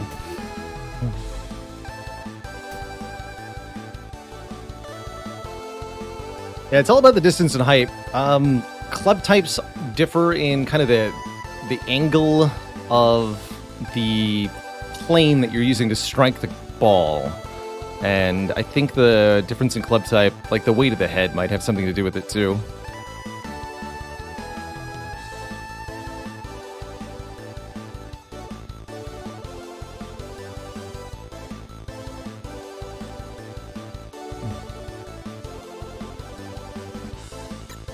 I've played a little bit of real golf myself. I wouldn't call myself particularly good at it by any means. I enjoy it all right, but not much one for physical sports of any kind.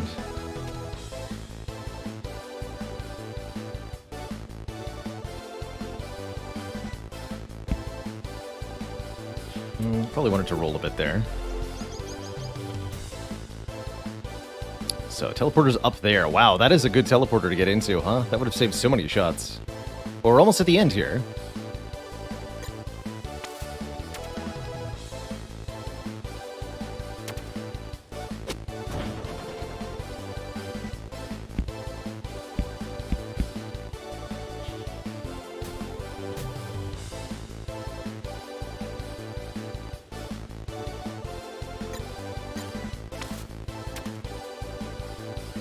I gotta use the driver to get that. Yeah. Oh no!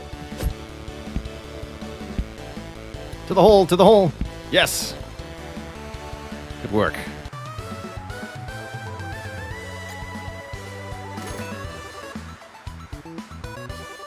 So notably, our score for the hole is the actual number of shots it took, not the par remaining.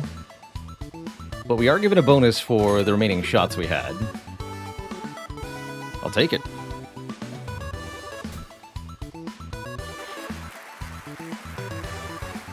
Hold out. So, we have to select a path of these gateway thingies. Let's head to the money bag here, and we'll go to the shop next. Thanks. Purple Johnny Bravo impersonator.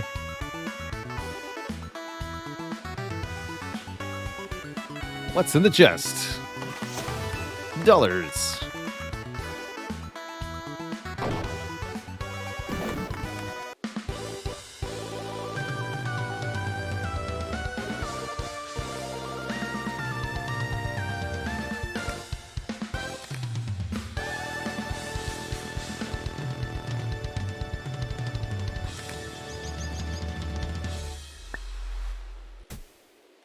Can you survive? Alright, what do we got this hole? Just a giant wide open area with a drop down at the end. Okay, so just shoot as far as you can. And then idle here, and then we have a divergence. Interesting. So, dropping down skips this shot idle, which probably means it's not really worth it. But could be a nice direct path. If you're looking for absolute lowest total shot count, which you might be, then that could be worth it. Otherwise, not too bad. Not as long as the previous hole, that's for sure. I want that to be a max power shot. There we go. Odd that you can go back and change the power, but not the angle.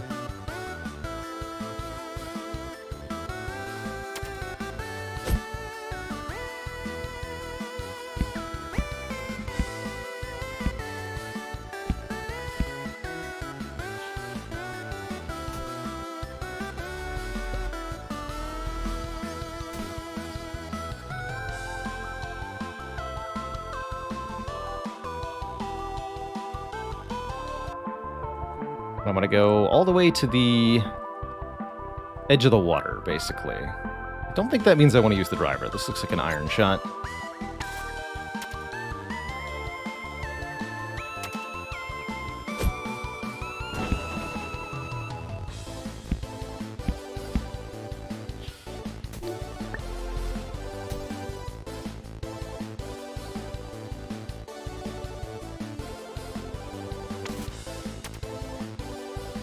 It's gotta be driver.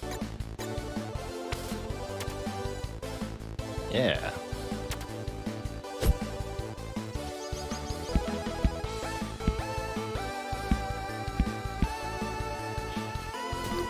Is the TNT bad? TNT is essentially a shortcut. You have to either detonate the TNT with one of your special cards, or you need to hit it with your ball, which will cause it to bounce off.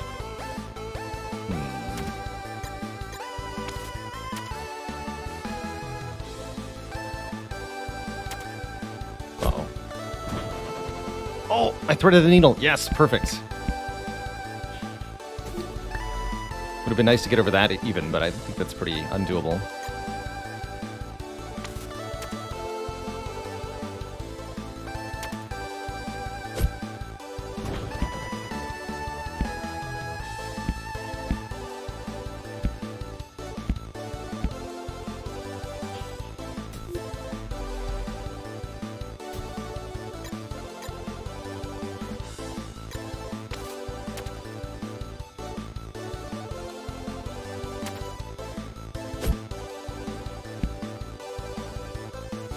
Spin to win.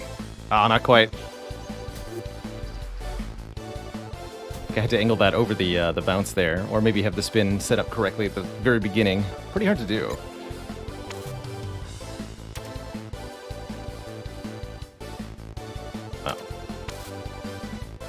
Minimum power. Just, yeah. Blurp it in there.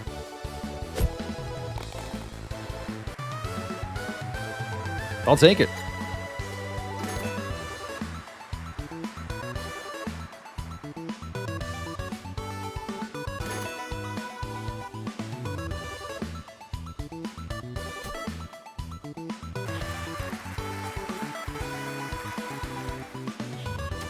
All right, take me this way. There's a card and a skull, and I want whatever that is.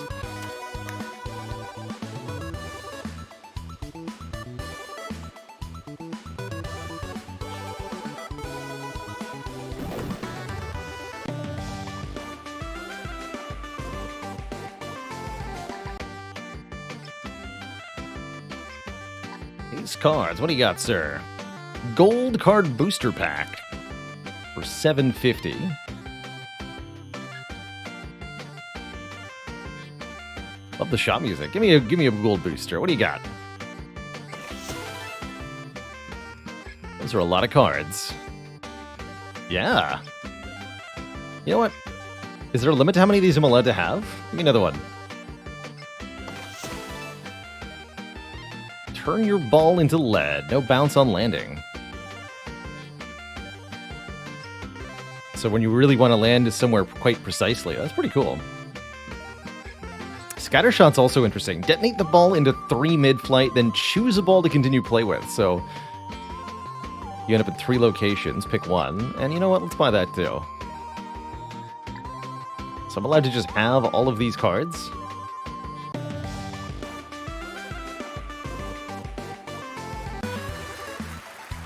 Seems pretty crazy to me. Ace card chest, even more cards.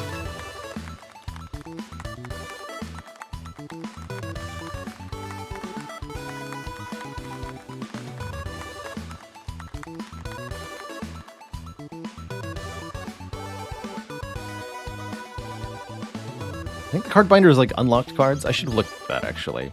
Cursed 3. Actually, I can go back and look. We'll take a look at the card binder. Ace cards are single use, so they're a resource you have to manage between the 18 holes. Oh no, I can't go back. Alright, fair enough.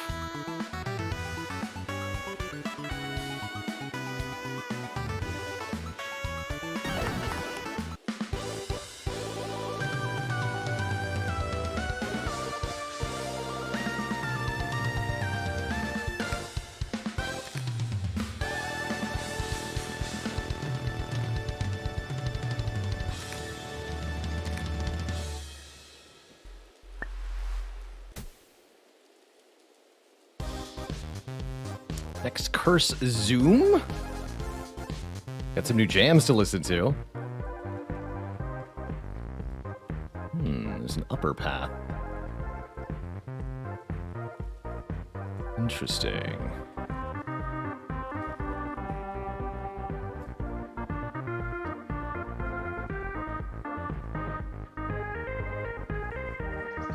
This is 2 approaches to the hole even. Interesting.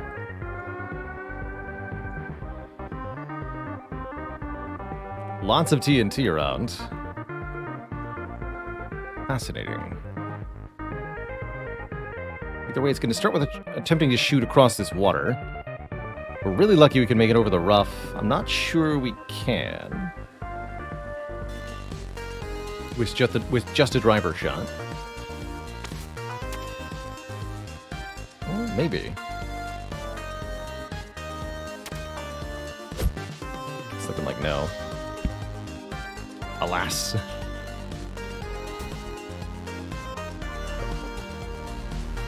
Looks mostly impossible to get over. Like, there might be a bit of a way. However, do I go onto the upper path from here? We're well angled for an upward shot onto the upper path. Take the teleporter. These jams, though. Alright, that won't be enough. What about the iron?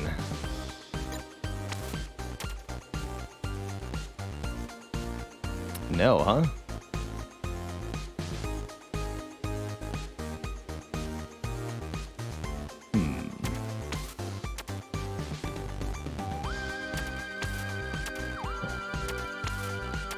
Ah! Well, somewhere in between those. There we go.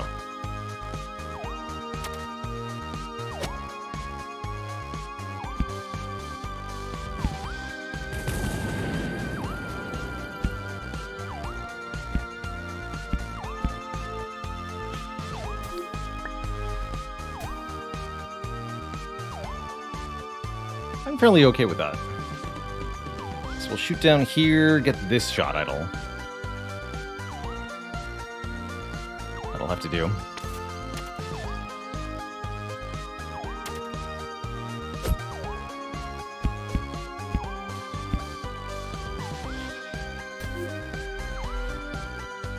What's the next curse on top right mean? We've entered a cursed hole, and I think that means we're going to have to suffer with some sort of penalizing effect very shortly. Oh, crap.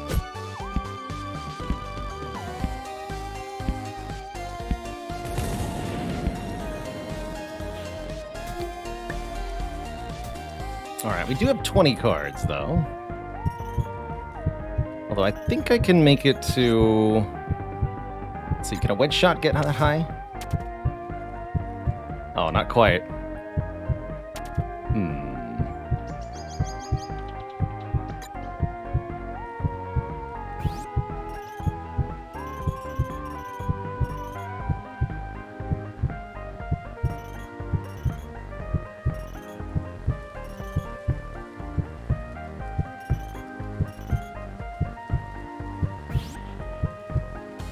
Let's at least use that. Unsure if I can use a U-turn to get up here. So I haven't tried the U-turn yet.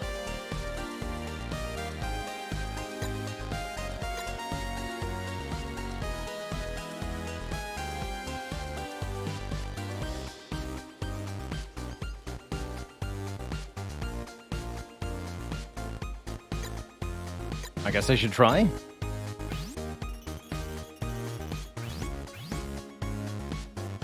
Aim, U-turn, and then fire.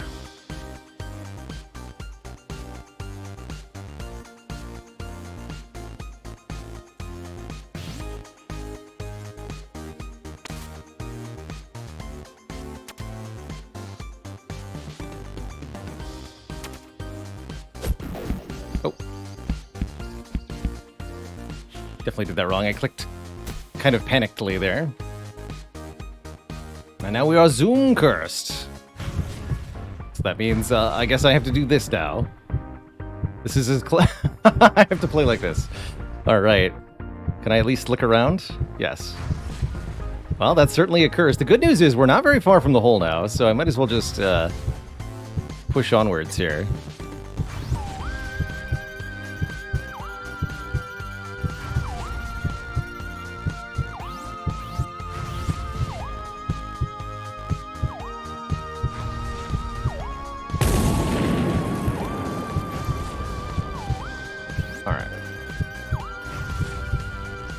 Use some of these +1 shots.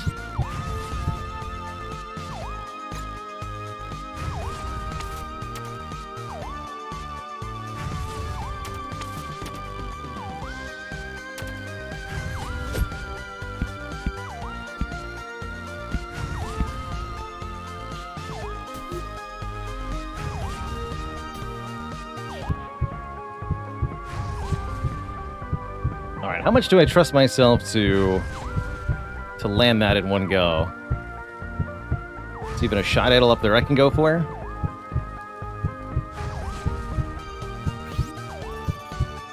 Alright, I'll use one more +1.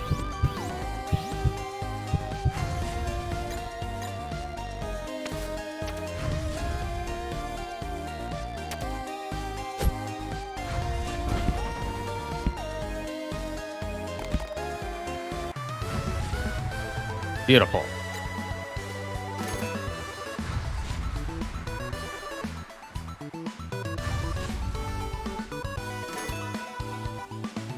We get a refund there. And more cards.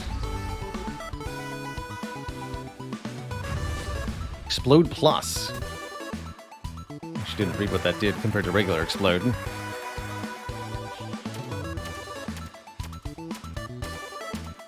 So cards or money? Let's take cards.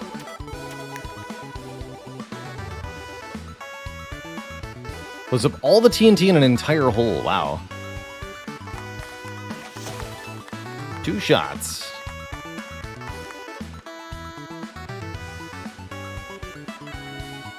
There's apparently a boss waiting for us. I have no idea what that is.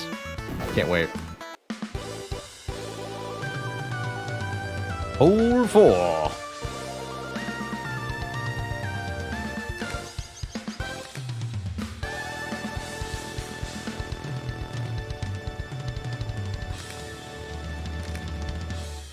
Ah, yes, of course. That's where the princess is located.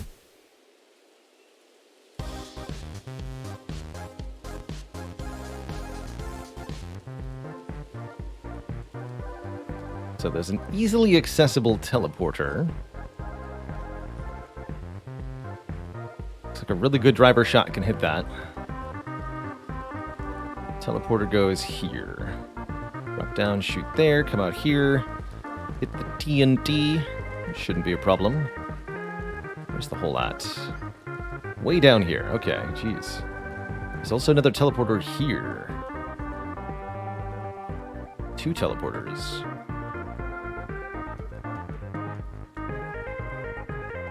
So how do you even get into this one with both these blowers going to push you back out? Interesting. So we can presume this teleporter links to this one, and the other one to the other one, I would imagine.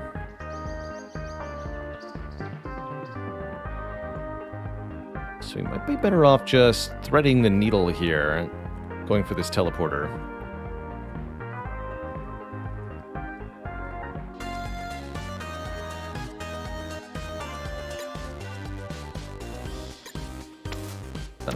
A wedge-makeable shot? Yes.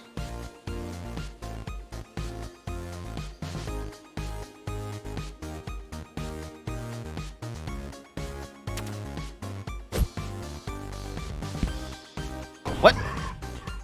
Oh, that's a hazard. Noted. Bummer.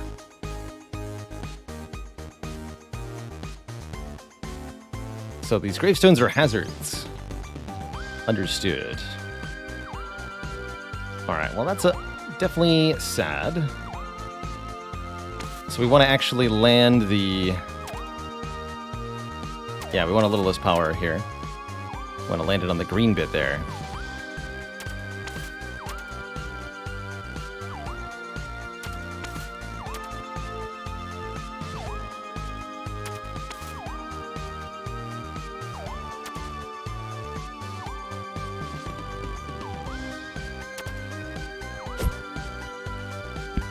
Oh no! That time we bounced. Fair enough. Well, that has put us in a dire situation indeed. I should have used the time stop, is what I should have used. Alright, we need to reassess here.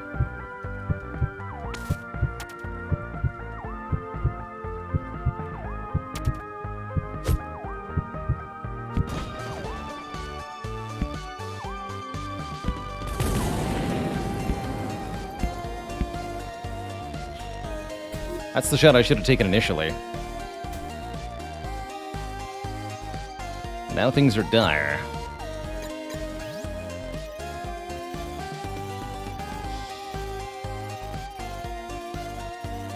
We have 3 explode pluses? Wow.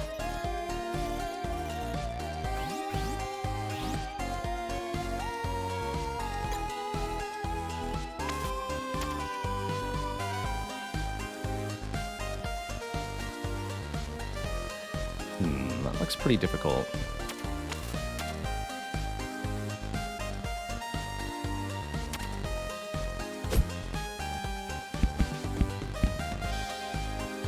That also was not great.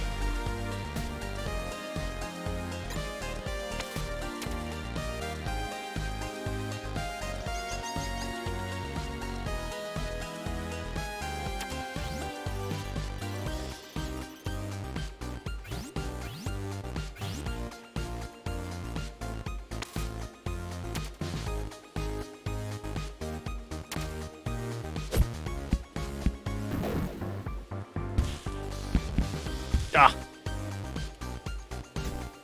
You can only aim the U-turn in the 8 D-pad directions, it looks like. Bummer.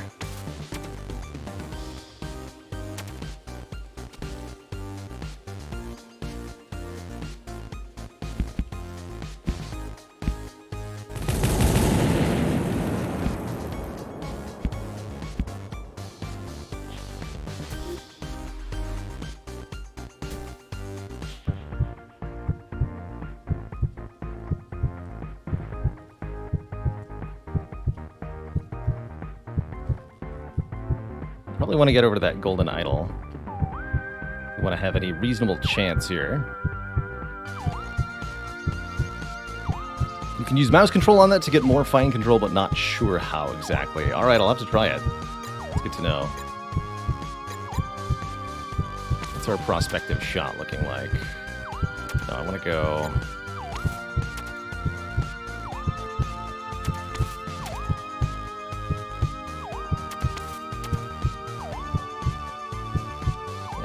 that. Or maybe it's a really low power iron.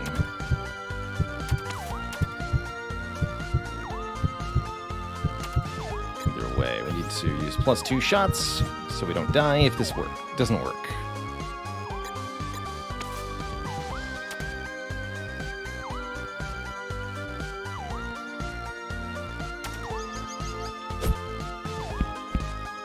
No!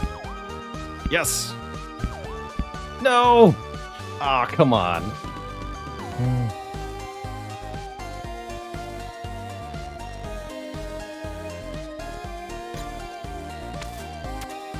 Game's tough, man.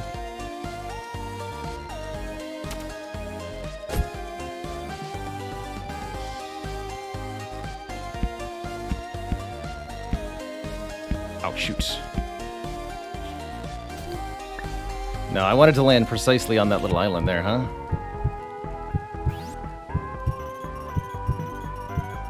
So if I mulligan... Do I get my shot back? Yes. Okay.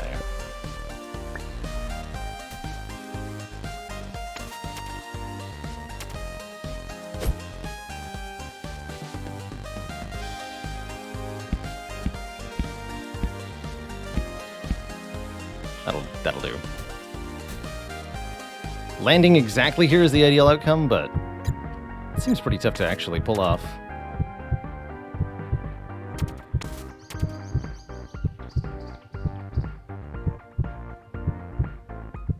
And again, I'm going to use one last +1, again, so that if I miss this, I don't hate everything. Although, this seems like a good time to use scatter shot. I'll use both.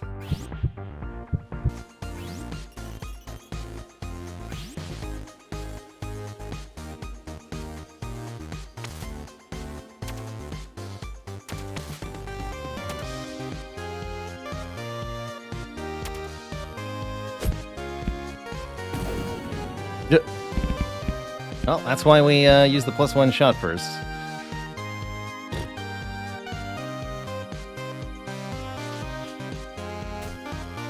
Alright, I'm gonna use another undo here.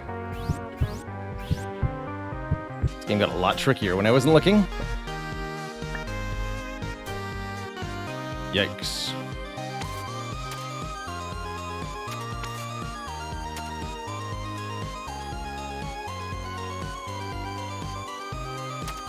Oh, I've done it again! I think I've screwed his chat. Game's real hard, that's what I've learned.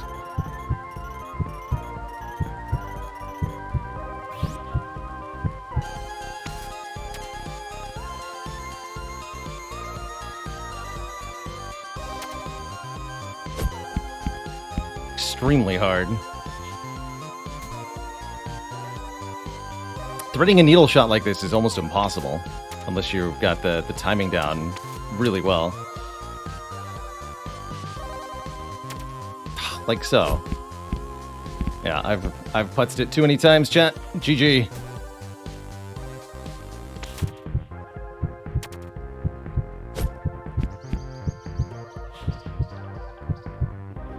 let us go back to the beginning.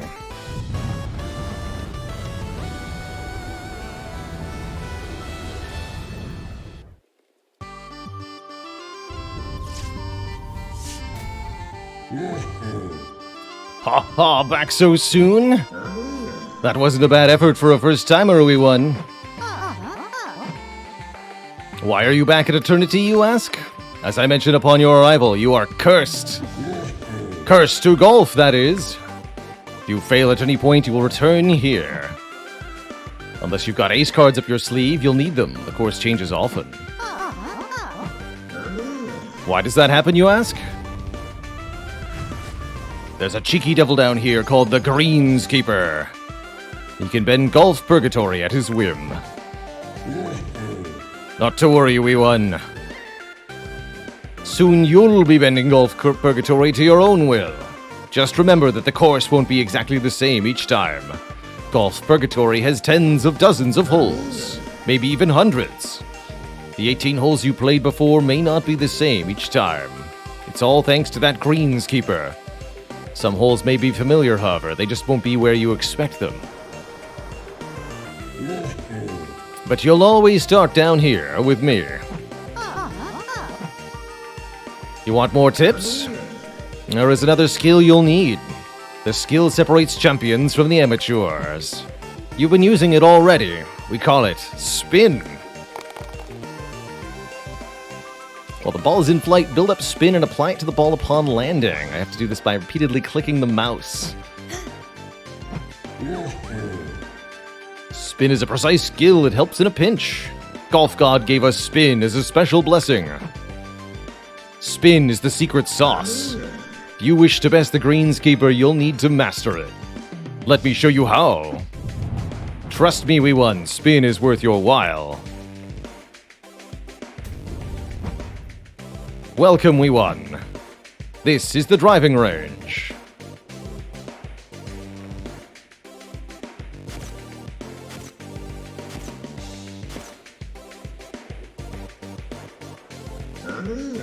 The driving range is always accessible to the right of me at the Eternity. You can use this space to practice your shots, ace cards, and the like. Ooh, practicing ace cards sounds actually pretty helpful. Spin! The upcoming holes of Golf Purgatory have unforgiving fairways of various shapes and sizes. Yes, even harder than you've faced so far. Spin is a skill you should be using almost every shot. It'll help you land the ball exactly where you want it. Allow me to demonstrate. I need to flex my golfing muscles. Watch closely. First, I'll overhit my shot a tad to land in this space here. Next, I'll spin the ball back as it lands, then maneuver it into the hole. Look at the size of that driver. Good lord, man.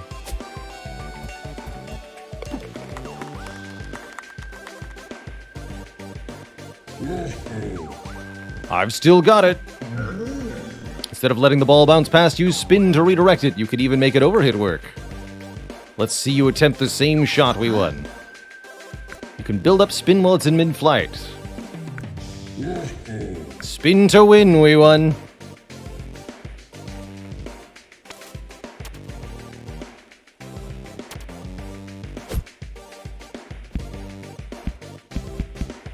Whoop, not quite.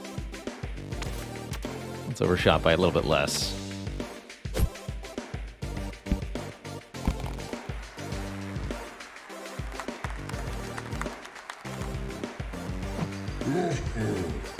I was dizzy watching that ball spin.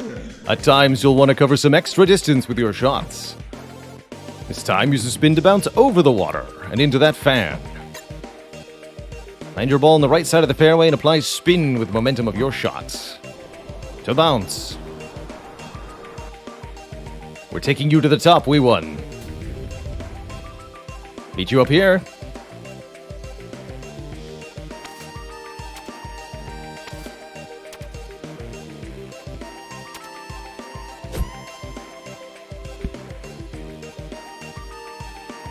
Wedge in particular gets a lot of bounce to it. I gotta make more use of the wedge, I think.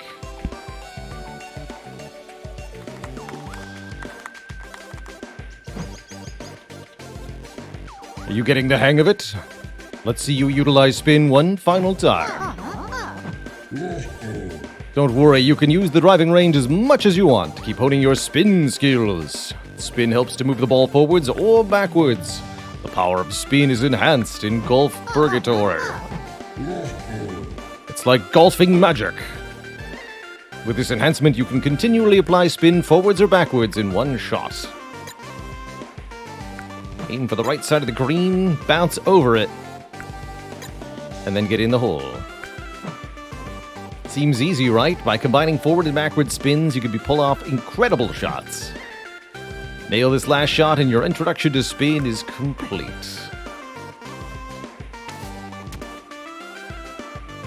Deal, golf god man.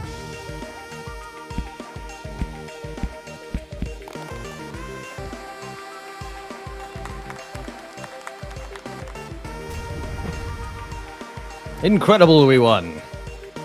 That's it. You're all set and ready to go. There's nothing left for me to teach you. I'm almost sad about it. I will be here if you return. You haven't seen the last of me. Golf Purgatory will test you, E1. Don't lose heart. I believe in you. Ascension is your destiny. Get out there and show that greenskeeper who's the boss. The first hole awaits. Perhaps I'll see you along the journey. May Golf God bless you. Gesundheit.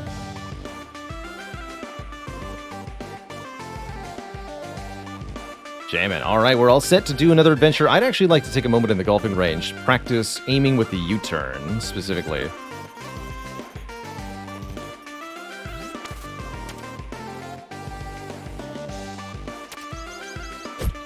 Click to activate.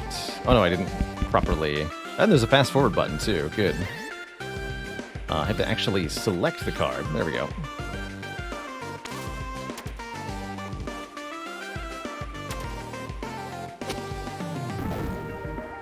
Oh yeah, so I can aim precisely. That said, getting the exact amount of force is going to be tricky, huh?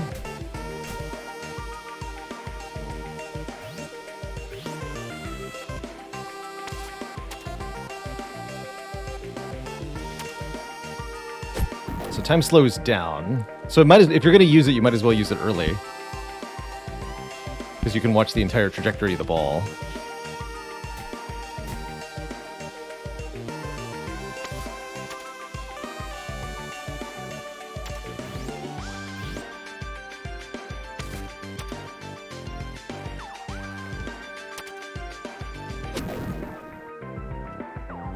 Alright, I have to... Oh, is it going to automatically apply? That's an important question. So when I said you might as well use it early, I might have been lying.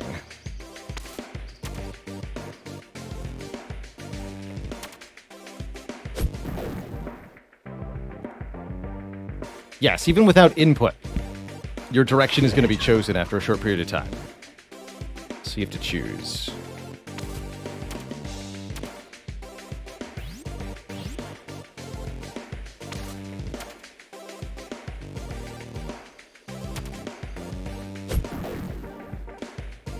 Got it.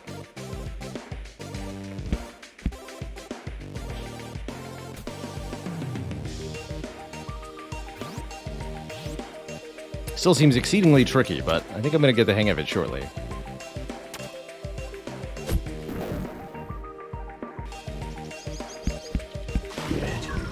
Water.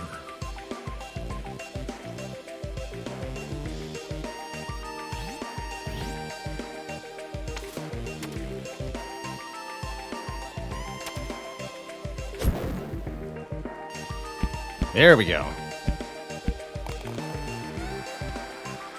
Okay. I think I'm comfortable using that now. Let's see scatter shot.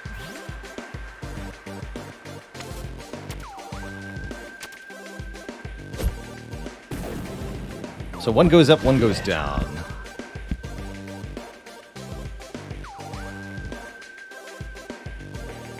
They all went into water. Hilarious. All right. Can U-turn enhance your shot's distance? Great question.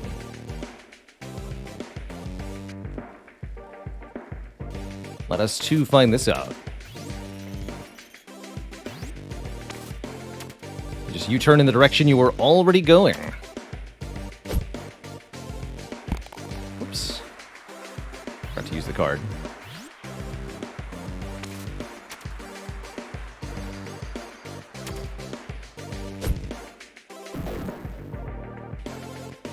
Definitely. Look at that.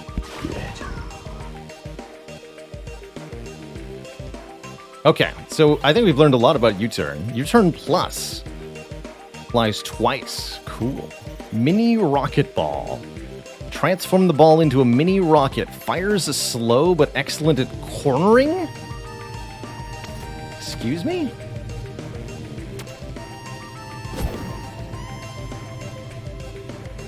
Oh my.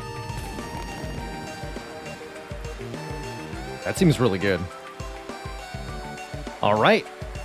Well, I think we're ready to go for another run through Golf Purgatory. Before I do that, I'm going to take another quick break here, refill my water, stretch my legs. When I return, the front nine. Be right back, everybody.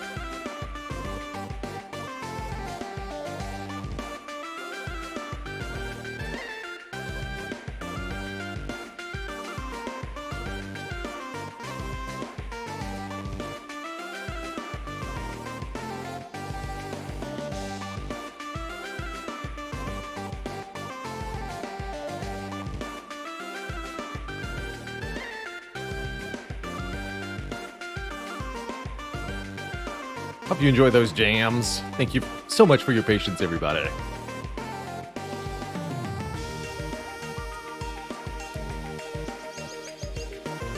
Eternity, though you might call it paradise.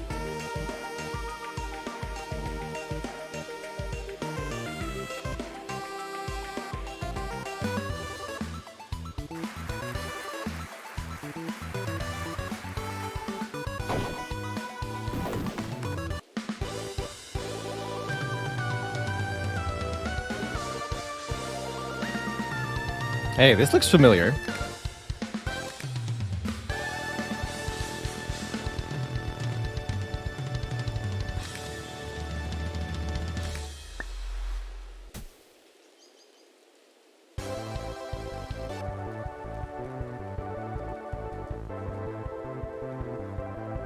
Yeah, this is our tutorial course. Cool. Should be pretty doable then.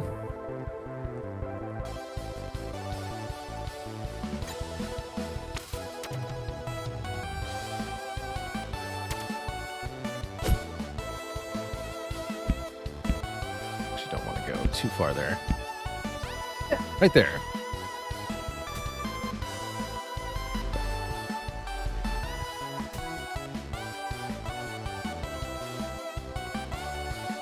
So I think I'd rather land here and make the driver shot for that. I think that's true. So is that a wedge shot then? No.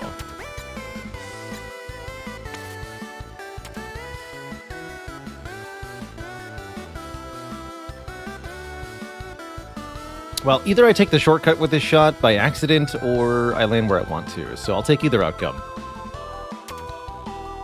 Get some spin this way.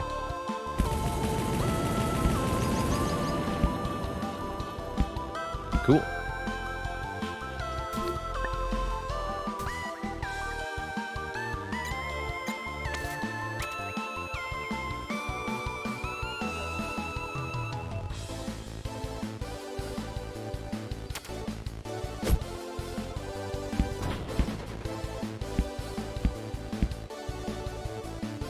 Nice.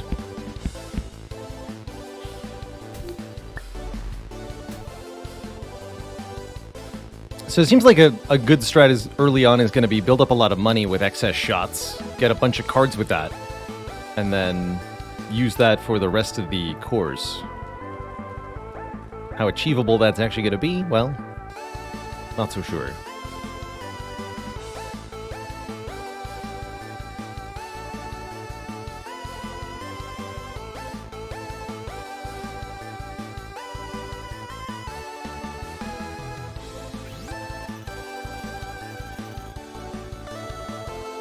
Use my starting explode on this.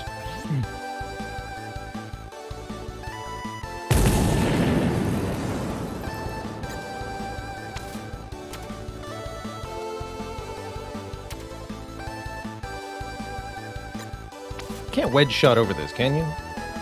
No, not from here.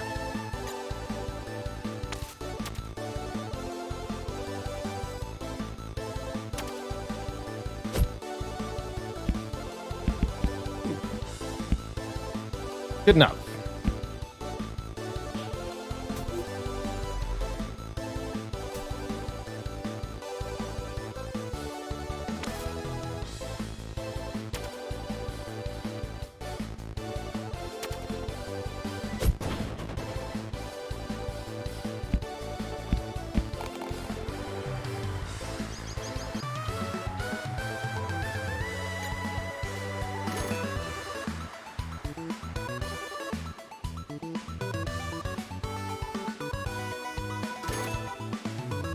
Big money.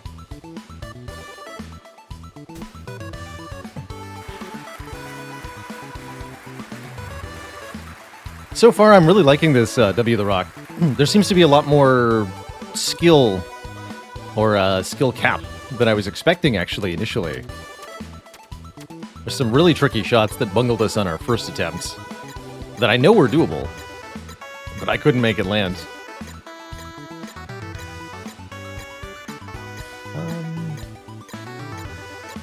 I don't think I need to go to the shop yet. Although there is a limited amount of stuff in each shop. We saw that we can spend easily 2,000 in one shop, so let's avoid the curse hole. And the shop for now.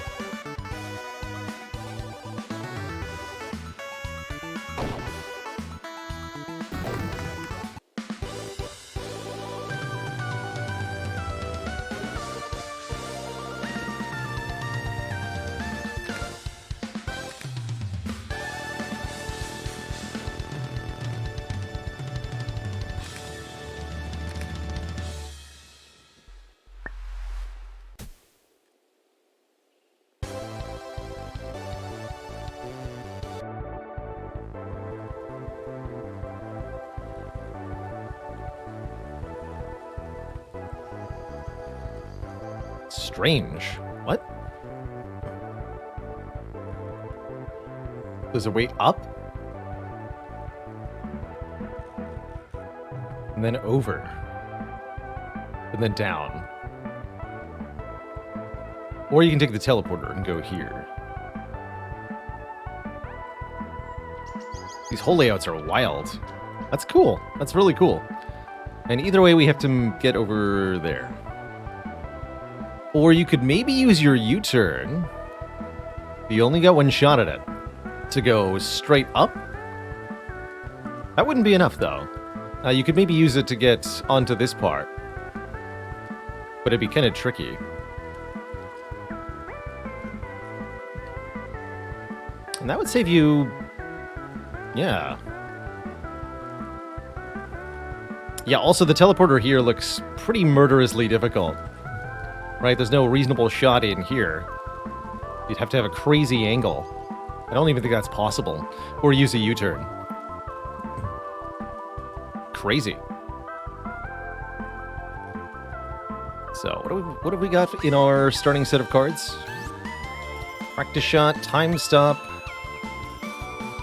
Couple +1s, mulligan. Yeah, one U-turn. I'm considering trying to use here. We'd make a wedge shot up to here, and then we can use the mouse to be rather precise. So I think we could make it onto the fairway there. Yeah, I think I'm going to try that.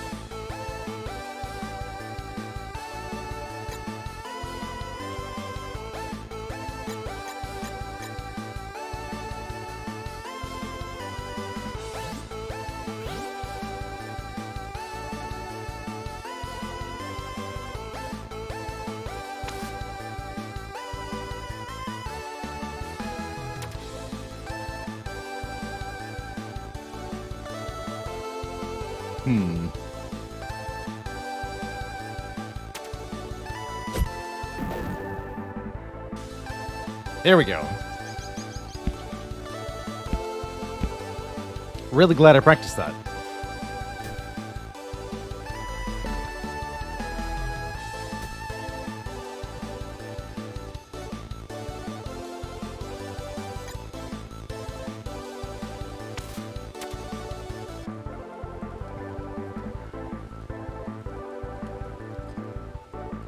I guess being in the sand isn't the worst thing. I'd be happy just landing in the bunker.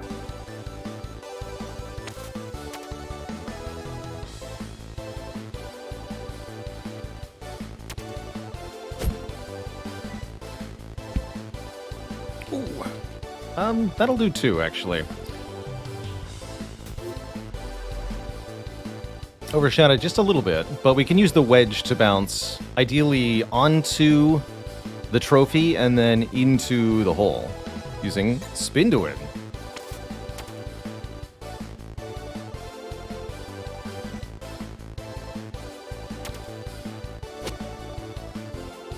Oh no! Not if that happens though. Oh dear. That might be a mulligan.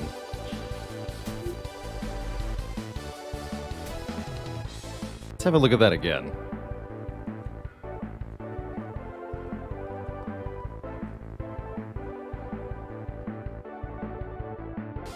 Yeah, I thought I hit the power wrong. Okay. That statue's also a good one for time stop.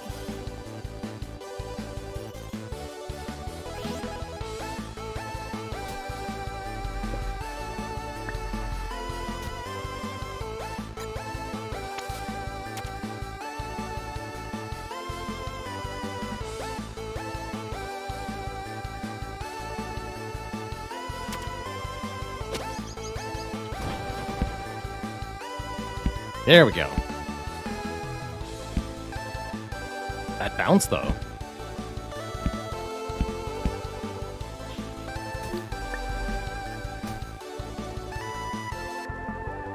Looks like it might have been possible to land here so that we could get this shot trophy, too. But I didn't sufficiently think about that.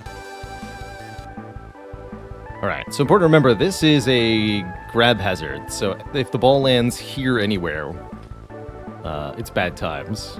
Probably want to go get that. So I'm thinking just a long driver shot here.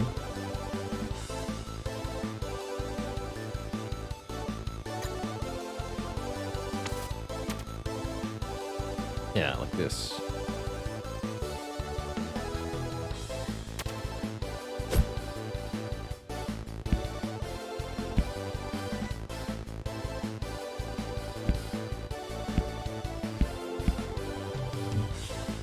I'll take it. More or less where we wanted to go. All in one shot. Missed the shot idle, but made huge progression, so I'll take it.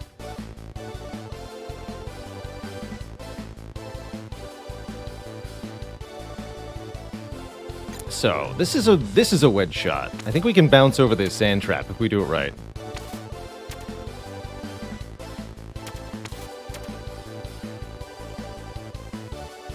We want to use spin to bounce over and then end up hereabouts.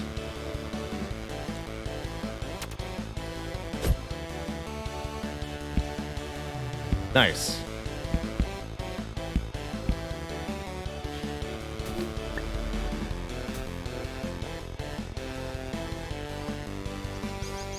Okay, I shouldn't require any more cards to get out of here. Looks like there might be a really difficult shot over top. Or we could have one shot, clear the TNT, and drop down. Yeah, Worms roguelike? Now that's an interesting thought. I think that'd be very fun. Lends itself naturally well to the wide armament array in that game, and their highly contextual use. Let's see, is this a possible shot?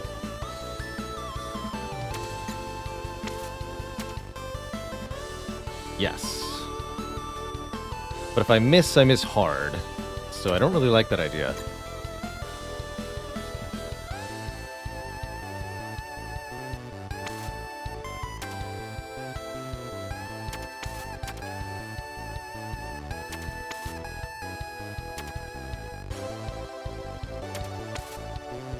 It's about here. Perfect.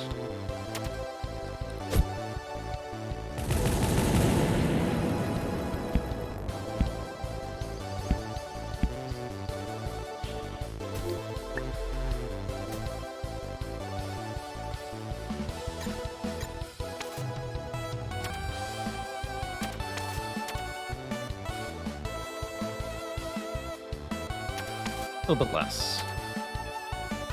Yeah.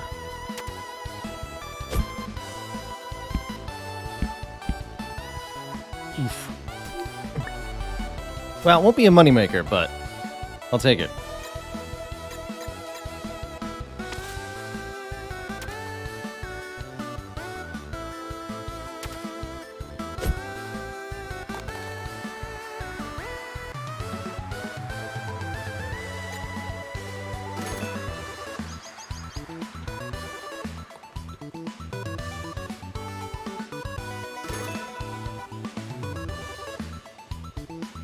And you still get a lot of money even if you don't have a whole lot left, actually, so the money gains per shot is less than I was expecting. Cool. Means we're not poor. I'll take the cards now, please. Really would like to not die on the next hole before we get to the shop.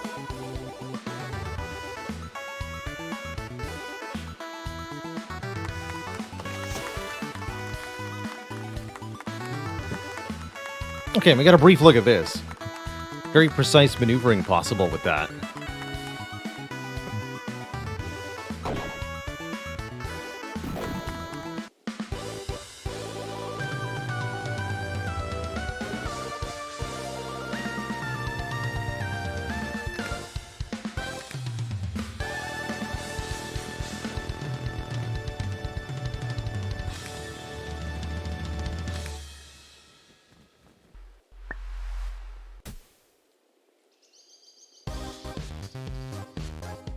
Cute.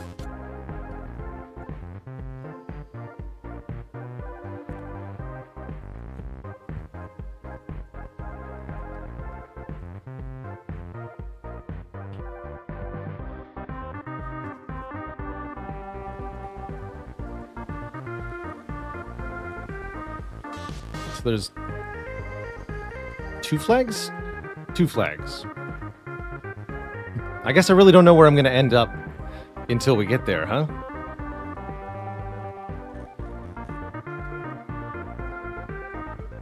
So, one of the teleporters has a shot idle immediately to the left. We'd like to land here.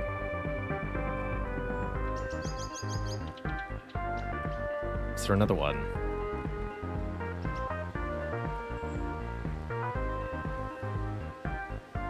Oh no, that's the entry point. Exit is here. In which case, we have not much of a choice.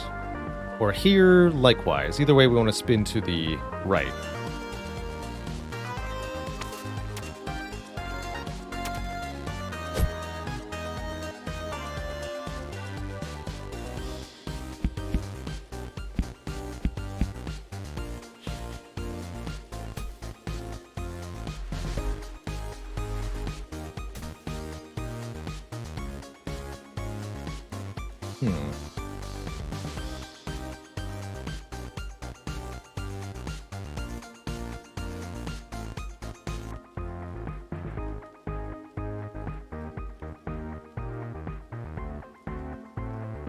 Alright, this will be 2 shots to get to that idol, no matter what. Well, maybe not no matter what, but... not without using a card, it won't be.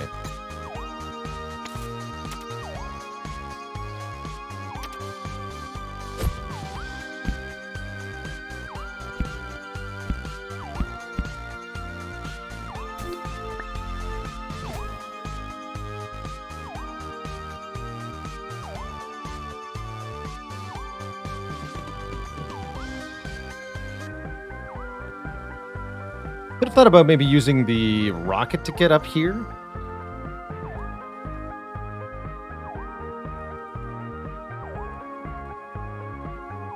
Didn't want to do that. Where am I even going, I guess is the better question. That's something I really haven't taken a good look at. So, if we go across the idol here and into the fan, probably 2 more shots.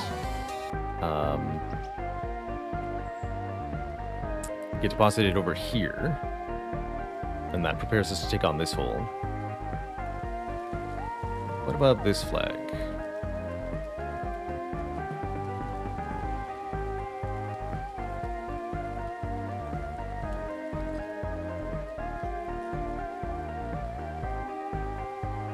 That's by going down. And that's quite a doozy of a way.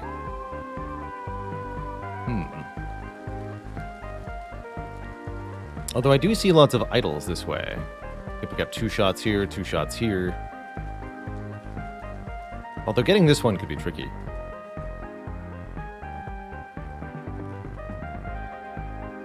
Actually, 4 shots here seems quite difficult. Okay, so I think the upper path is probably where we want to go. Go through the shot idol, up through these fans. Get this golden shot idol. Okay. That's the plan. So...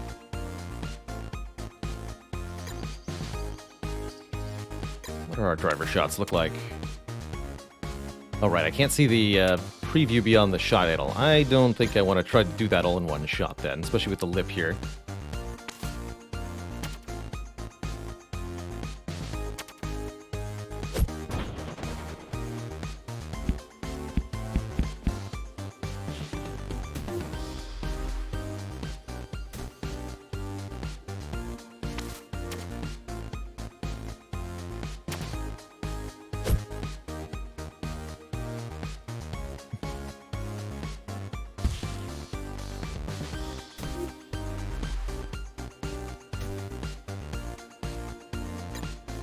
Fair enough.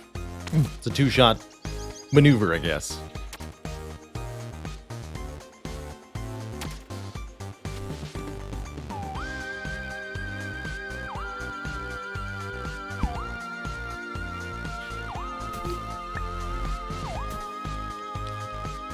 Not certain if that's what I wanted, but here we are.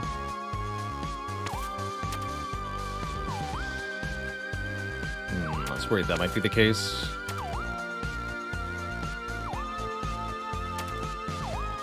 We wanted to be a little further back to make this iron shot work.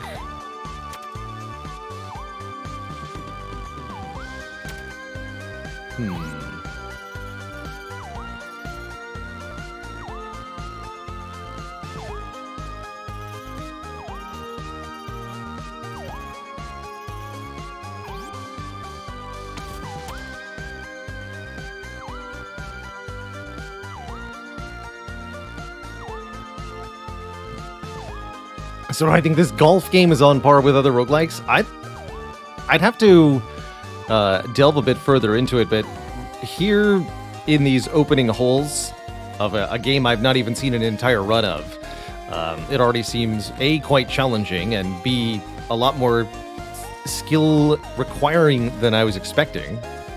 So there's a lot of rogue to be found here, more than I was ready for. I don't know if there's upgrades that I might be able to get that are going to make this a lot easier on me or not. And that is going to shape a lot of the rest. So what if I bounce it off the ceiling, if that's viable here?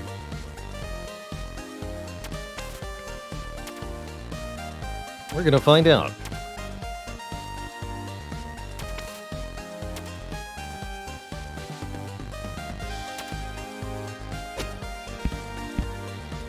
That'll do.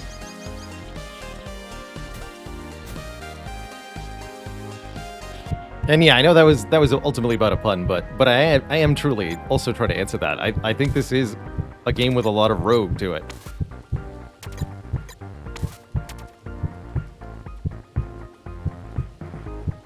All right, but consider that if I miss the shot, we lose immediately.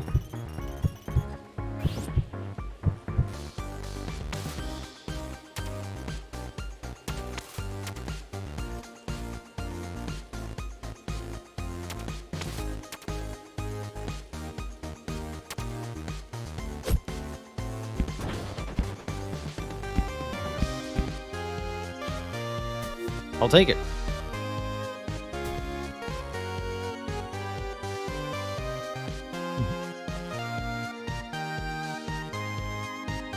Game that needs a lot of drive.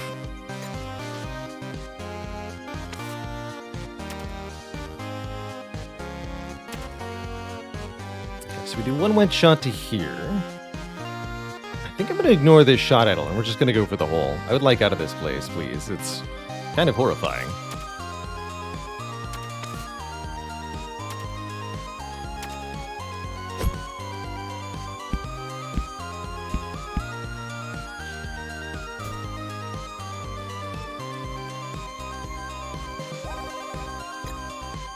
Should be an iron with low power. More than that.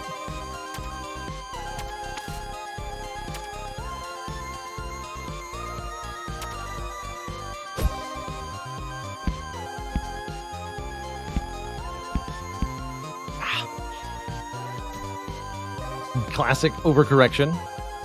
Still not quite sure how much spin to use. That seems like another aspect with a lot more skill to it than I expected at first. The preciseness of where you can go with the spin.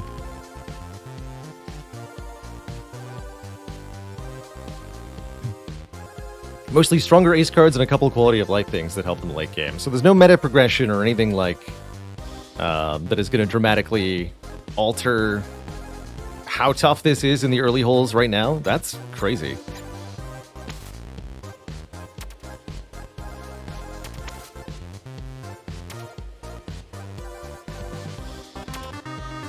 Sounds like I'd better up my game then.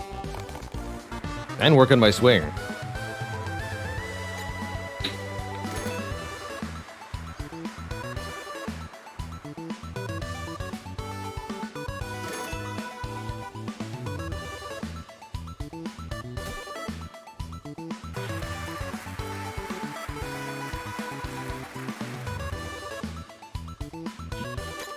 Alright, we got one more hole to get through before the shop, so let's take one more immediate card. Yes, please and thank you.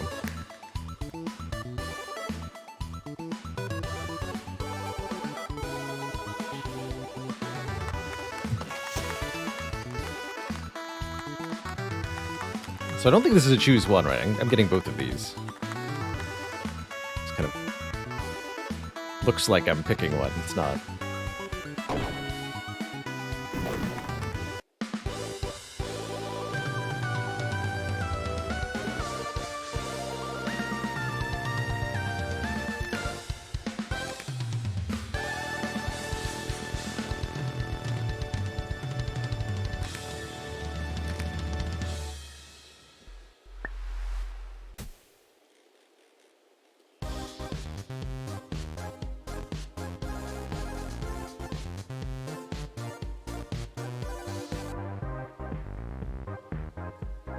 So, this too looks familiar. Is this where we got bungled last time? Oh man, what is this? Notice how the one with the shide idol is the only one with the edge on the lip? And that is... Wait, you have to climb that? Or go through there. Good lord.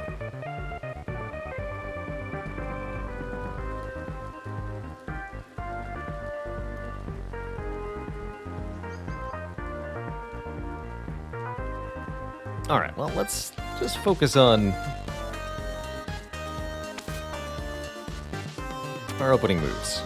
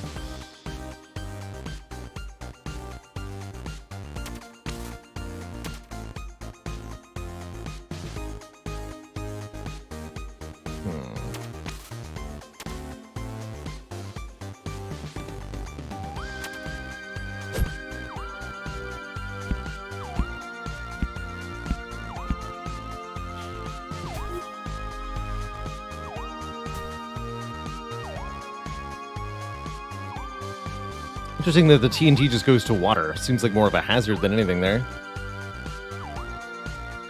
So we want to... What is this, too? Oh, wow. That just goes straight to the end, huh? Interesting.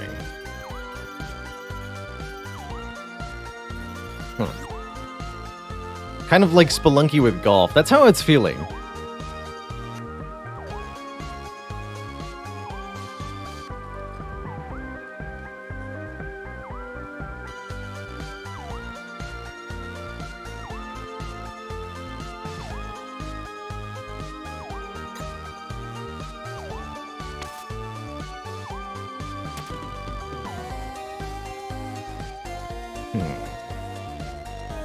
Feels like it's going to be 2 shots at least, huh? We want to get over to this. So 1 shot to get here, 1 shot to get down here. Hopefully 1 shot to land here? Seems tricky.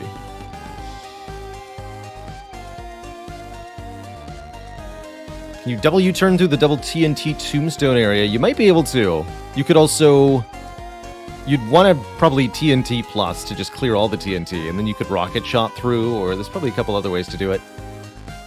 Cards we don't have at the moment, that's for sure. Well, I guess we have the rocket, but not the TNT removal.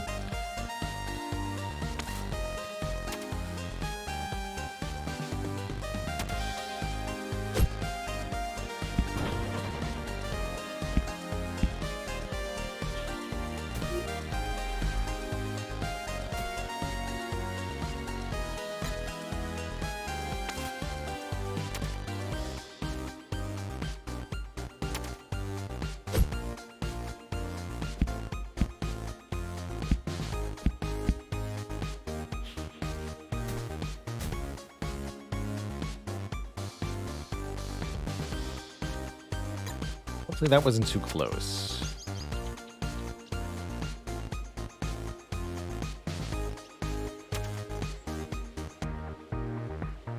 Okay, so that's actually 2 shots to get to that idol, and I'm okay with that.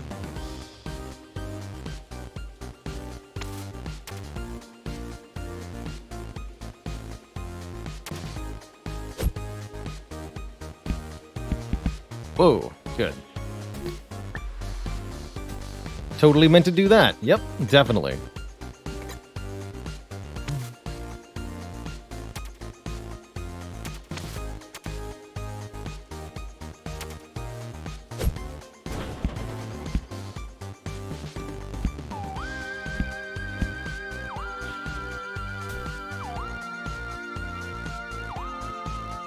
All right, how we doing?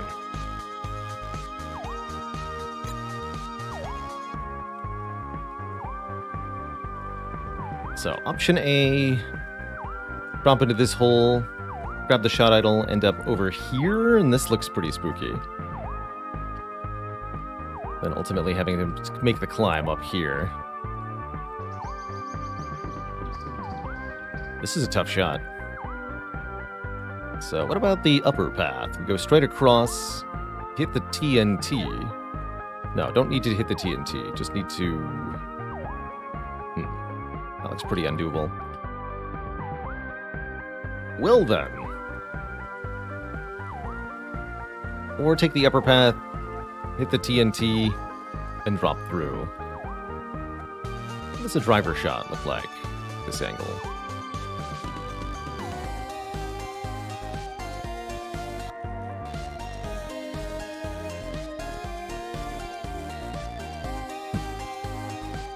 I see, okay. Pretty miserable. We have a shot limit, yes. If the number at the bottom ever hits 0, you must start back again at hole 1.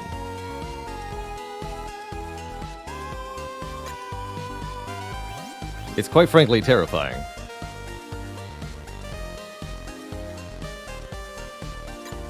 I think I'm taking the lower path here. That's what I've learned.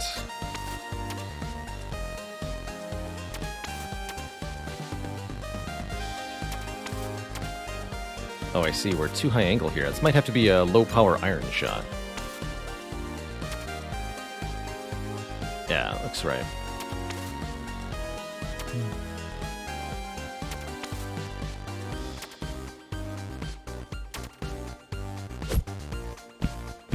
Ah!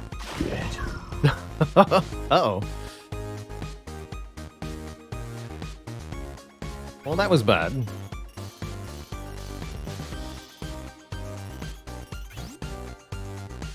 Like I said, this game is hard. Terrifying, quite frankly. Alright, let's try this then.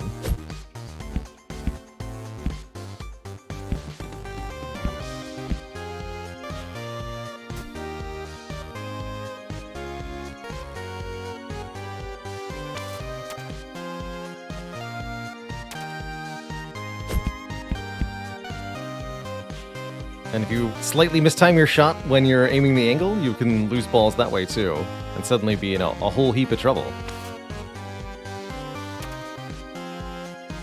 Like so. There we go. No, don't go into the grabbers, though.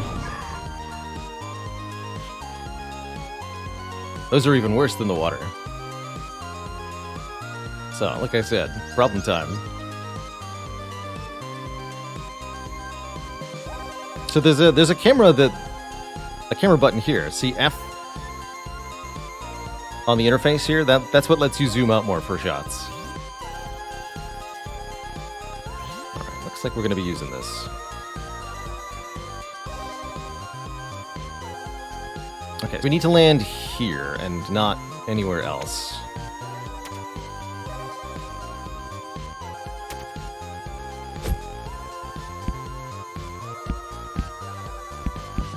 Okay.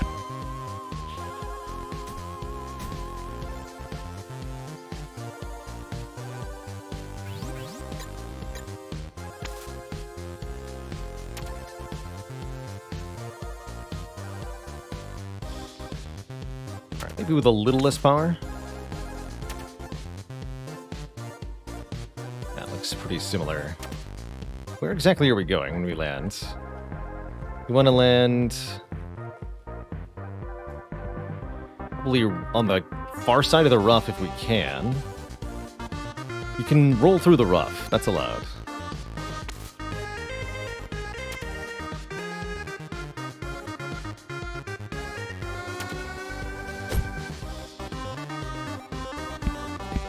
Yeah, right there.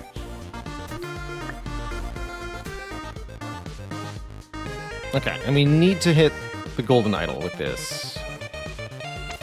Question is, can we do so without going into the water? And if we can't, then should we use practice shot to get it instead? You can use practice shot to hit the idols and not actually move where the ball is, which is kind of nice. So that would allow us to get the golden idol from here and then get further up, although it might be better used to get the next one, our practice shots.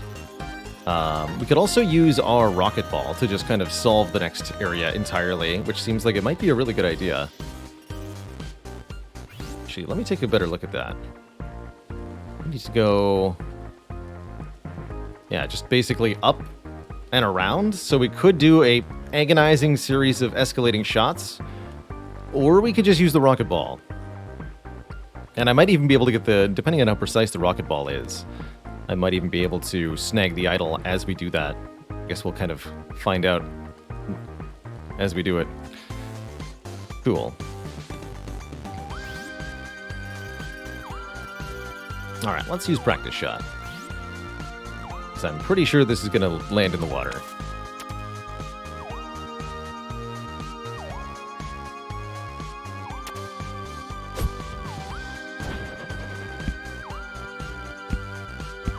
Did not. Although it also didn't go where I need to be, so I like it.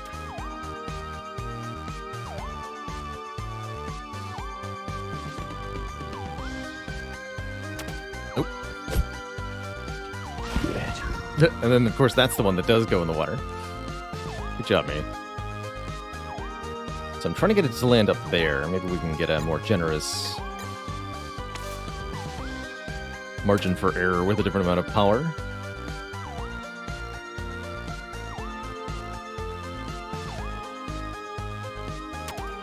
There we go. What? Alright, so even if it hits the top, it isn't necessarily going to actually hit the top. That's what I learned there. Which means that shot isn't as makeable as it looks, necessarily.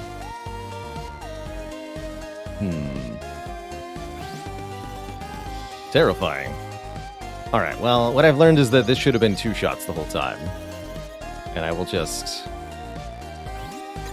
bow and admit that.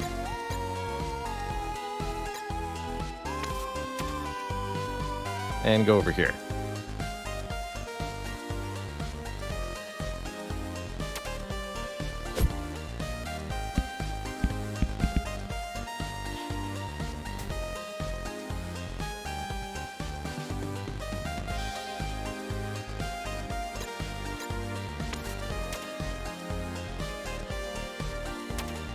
Oh no.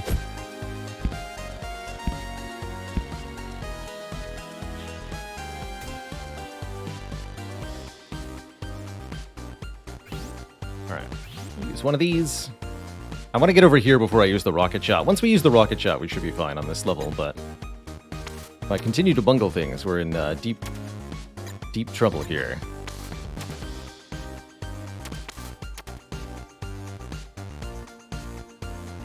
There we go.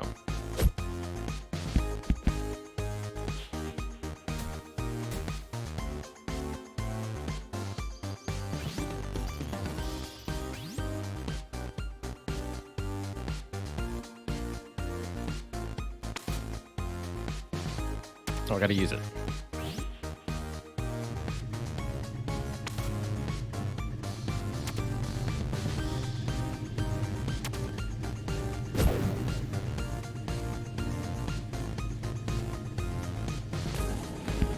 Okay, that really doesn't have a whole lot of duration to it, but I'm very happy with that shot.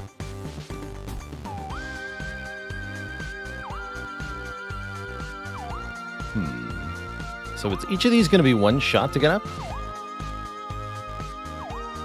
That's pretty tough, if so. Got 2 time stops and 2+1 shots. Yeah, can you climb the double here is a good question. Let's see, with an iron... the answer's going to be a hard no. I don't think the wedge can shoot that high. Yeah, not a chance without a card use. That's pretty spooky. That means each of these is definitely one shot climbing upwards. So 1, 2, 3, 4, 5. Yikes. But from this idle, we can do it. We just have to not bungle any of these shots, and they're not that difficult, so I don't think that'll be too bad. Or we could aim for, oh yeah, the TNT here. It'd have to be, that'd be 1 shot to break the TNT, 1 shot to get through. 3, 4. Okay, yeah, that would be 1 shot better. If we can break the TNT in 1 shot, but only if we can break the TNT on the first shot, and then not end up in trouble from there, which looks like I don't think we can, which would require it to be a full 5 shots. More difficult shots, I think. In which case, it's not any better. Still 5 shots. 1, 2, 3, 4, 5.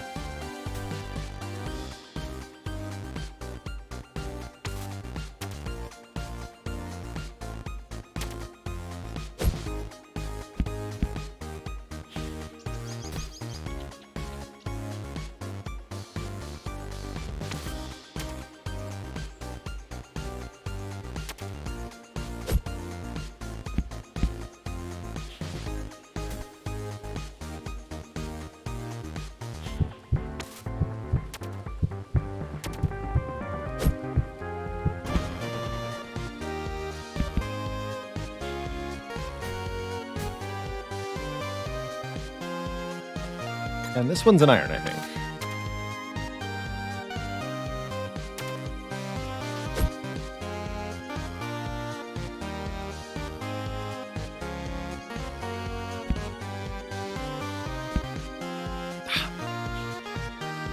I gotta get...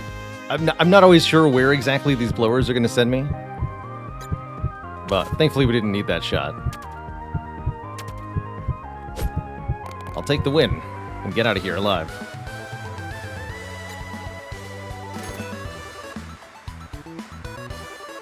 A mere 26 shots? What a nightmarish experience. And apparently these are the shorter holes.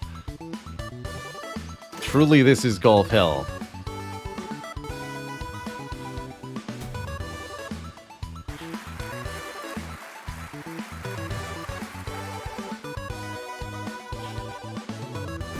Time to spend some dollars. Oh, yeah, we wanted to take a look at what else was here. So there's Card Binder. Bank ace cards for use in future rounds. Oh. Interesting. So you can just hold stuff for later. Interesting.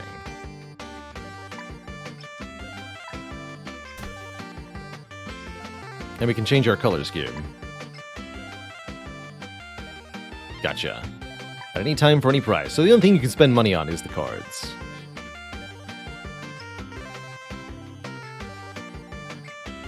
Give me the booster. Thanks. $8.50 for a U-turn plus. Can definitely allow for some crazy shots. I think that'd be a nice one to have. And I'll get the silver pack too. 4 more cards. Cool. Do I also buy the U-turn one? Sure. Just give me as much as humanly possible, because I don't know when the next shop is going to be, and I need help.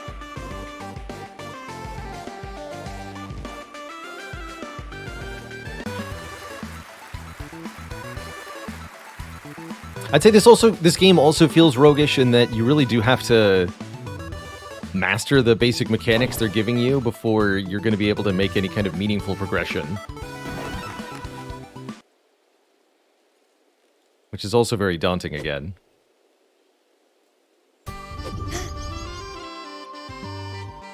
Surprise, we won! How have you been getting on? It seems like you've been adjusting to Golf Purgatory. Show me how your swing is coming along. Very nice, that's a champion swing. You can tell that it's a very different ballgame in Golf Purgatory.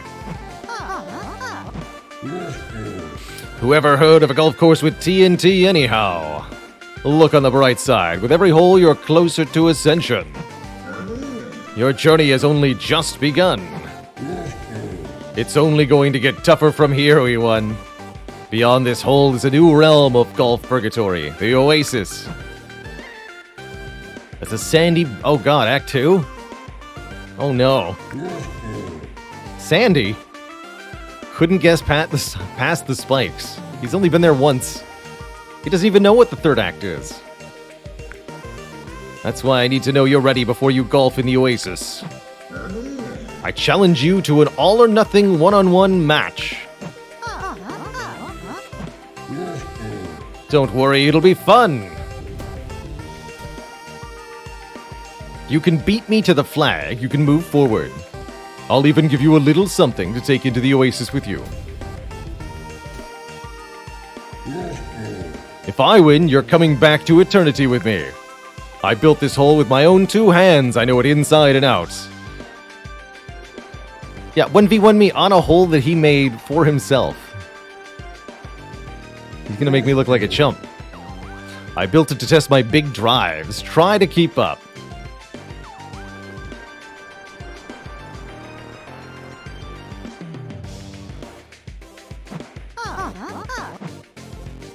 Now don't make a fuss, it's only fair that I have a handicap. You might have noticed these new idols. They are stun idols. Breaking one of them will stun me for a turn. Use them to get as far ahead as possible. Heaven knows I'll come back swinging. Terrifying. Be gentle though, they hurt a little. Are you ready? You can tee off first, Wee One. Yes, he's got boss music, even better.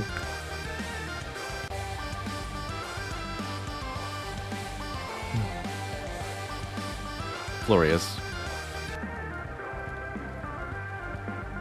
So we want to land just on the other side of this rough patch.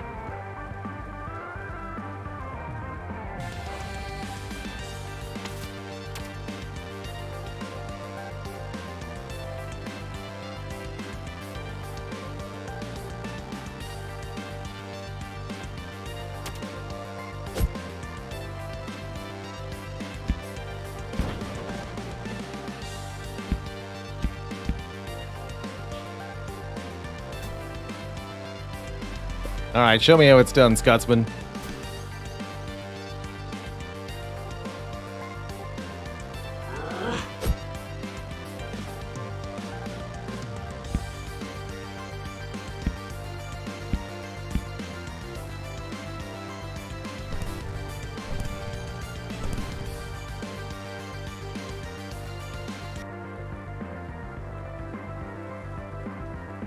Yep, that's definitely a far drive, sir.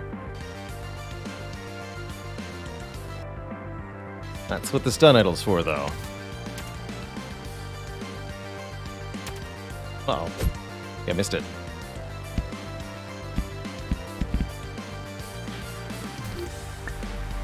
Might be going back to purgatory. We'll see.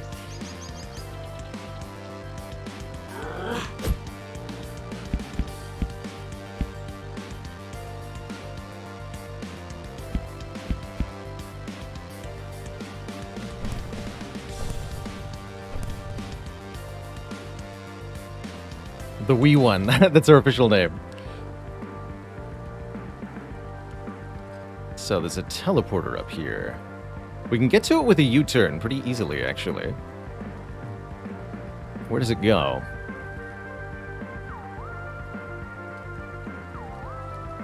There? That looks like a big deal. We don't necessarily need all that many shots. We've actually got 7 currently. So getting more idols seems less important than simply skipping large chunks of the course. Although we'll also miss our chance at stunning him. I think that's okay.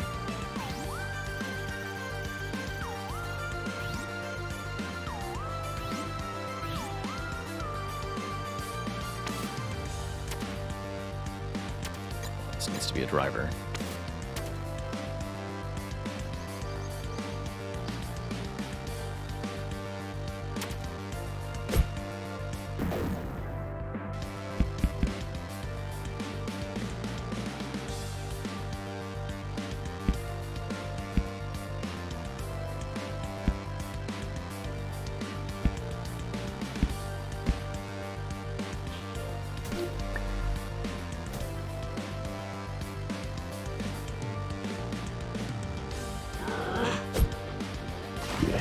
What?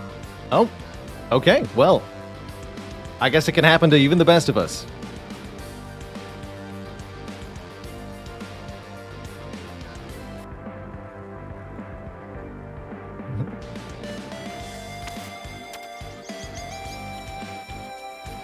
It's got to feel at least a little bit fair, right? That's great.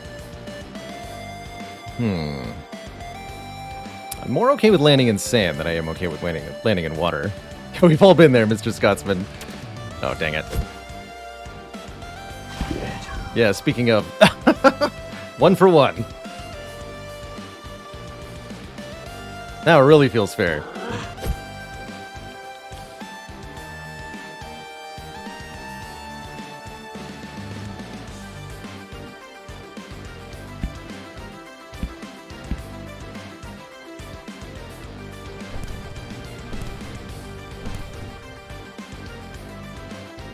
Alright, maybe should this be an iron shot?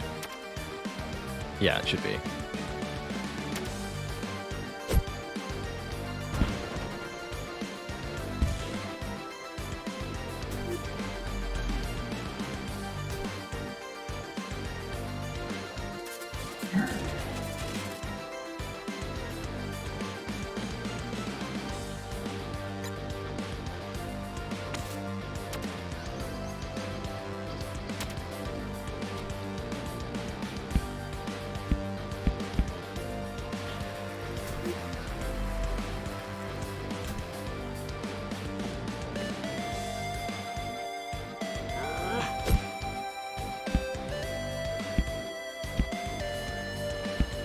So he's actually still a couple shots behind us now. And his big drives won't do much.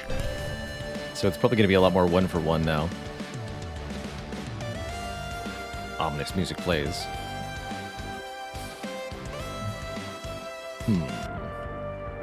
So bop this, drop down here. Or we could try to land here. Let's see. No, that's not a good choice. So yeah, grab the idol, drop down here. Do I want to try to get into that teleporter? Seems really likely. That's going to spit us out here at the end, huh? Wait, how much of this hole is there? Good lord.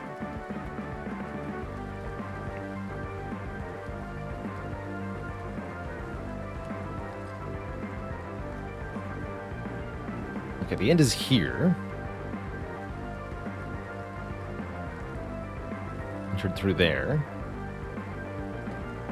Oh, there's so many teleporters, it's hard to know exactly which one's linked to which. Okay. Let's look at the more traditional route we'll be taking. Up down here. Grab this idol. Get into this area. Some fun options here. Interesting. Then you would go either up or down. Probably down for the shot idols, which we'll definitely need.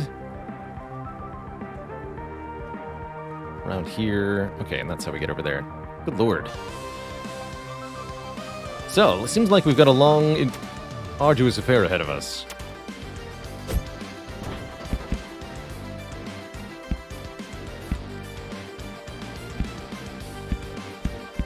What if I were to drop through this gap, though? It seems like it might be pretty good. That's quite a lot of golf.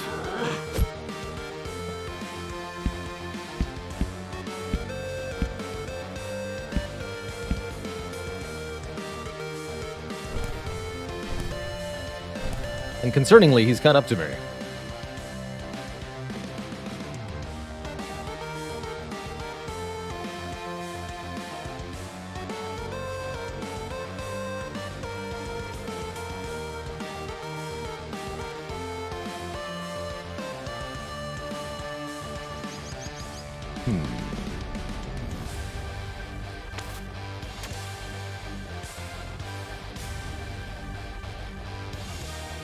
Seems pretty difficult to get that golden idol in one shot. I think I'd rather drop down here. So we can just do a little putts down to here, and then our next shot, smash both of these, which will help a lot. Let's do that.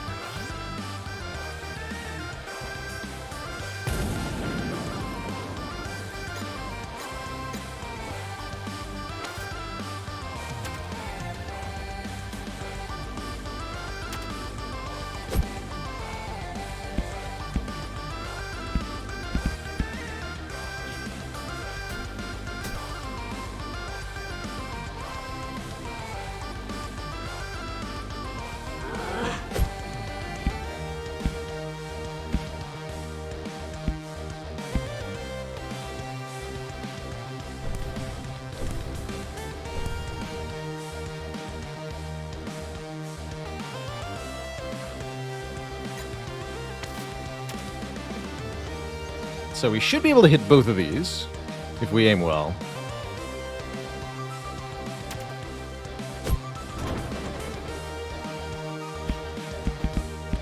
Ooh, it's not quite where I want to be, though. Wanted to be a bit further back.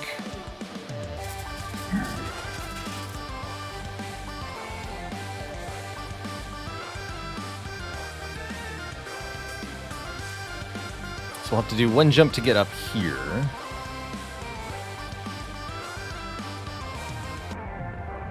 And then we can drive basically as far as we want. Although, some serious shenanigans going on down here. Want to be able to get down there, huh? Does hitting the idols make the balls lose momentum? Doesn't look like it does.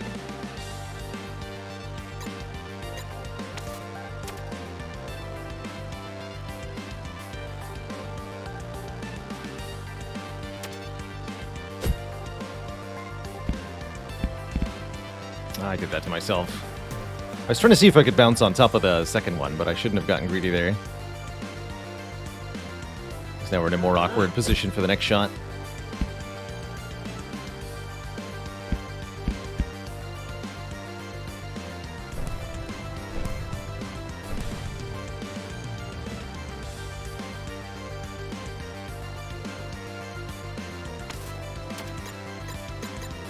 Can I drive properly? Nay. Have to make it an iron shot? Oh dear.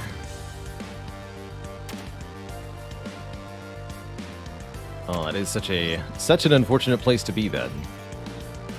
So, here's where Mulligan might help us. I don't think that's going to...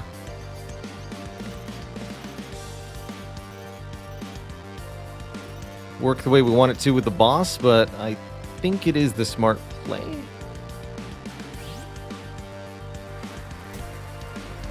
We'll see.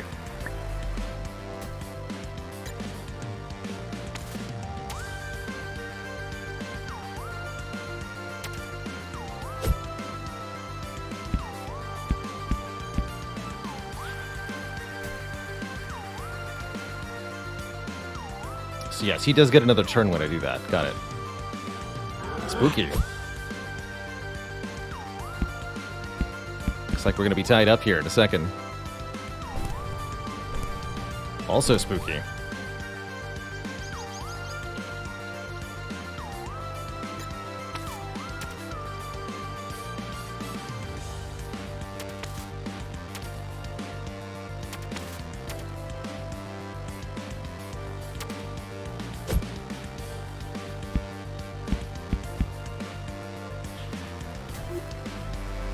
That'll have to do. I think we can get out of this with a clever U-turn plus somewhere. Oh man. That you're allowed to do that? It's not cool, sir.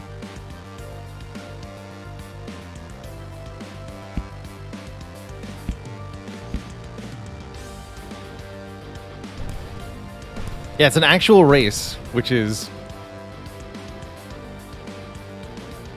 If it was shot count, we'd be completely destroyed by him. So, let's be glad it's an actual race. So if we teleport into here... What is going to happen? I guess that's my first question.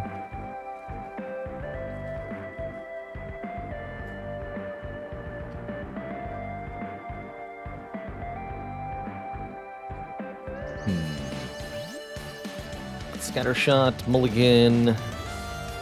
Time stop.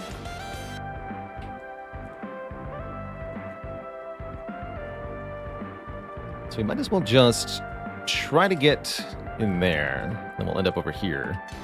And we'll stun him. We have a practice shot to find out. We do not, actually.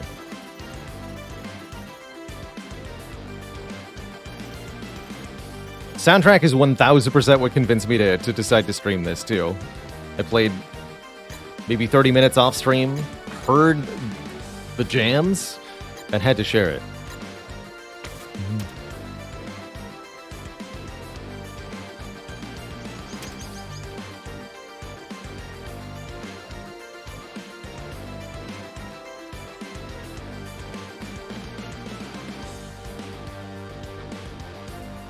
Yeah, I think we can get the gold fan through the stunner this way. It's gotta be lower.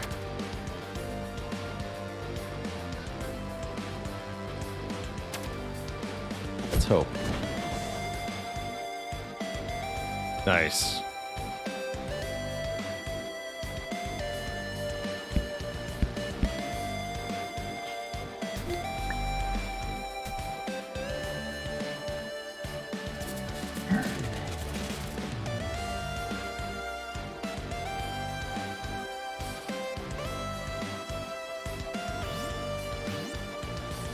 Okay, we've got another stunner here. Let's see, what's beyond? There's a platform here. What you want to do is land on it, bounce over.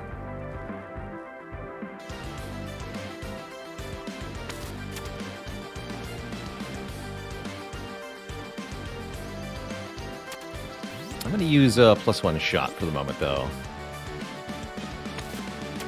Don't want this to be a full power driver shot, do I? Maybe I do.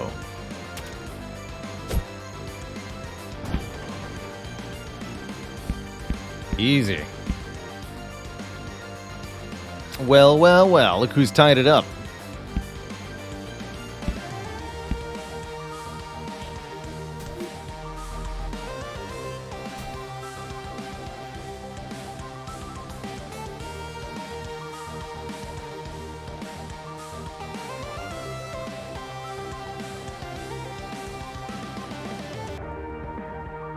So, teleporters abound. We have one teleporter here, one here. Not at all clear what goes where. Perhaps they both exit here.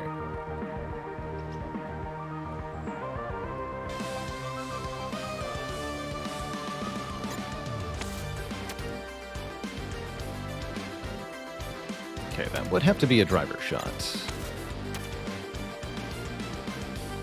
That looks kind of tricky. One sends you back to the start. That's properly unfair in golf purgatory fashion, I think.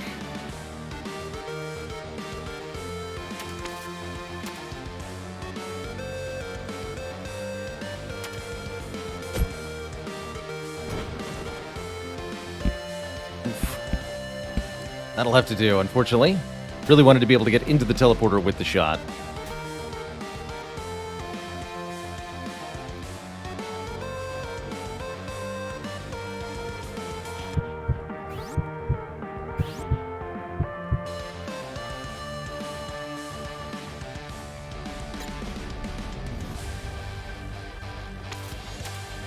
Don't think the speed you hit the teleporter with matters really much at all.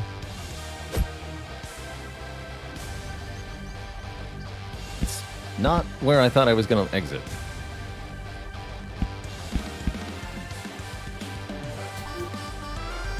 Where the heck am I?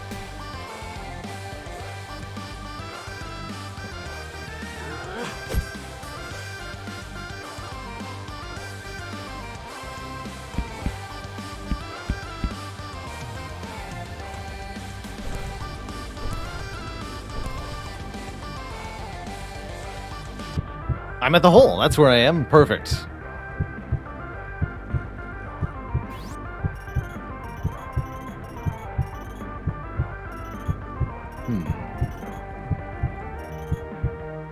So if I miss the shot, I will perish.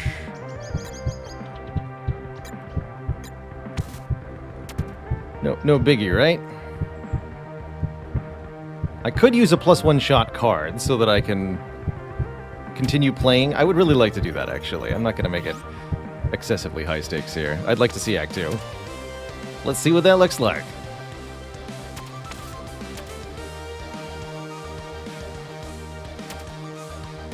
Gonna make it, though. Easier. Take that, Mr. Scotsman.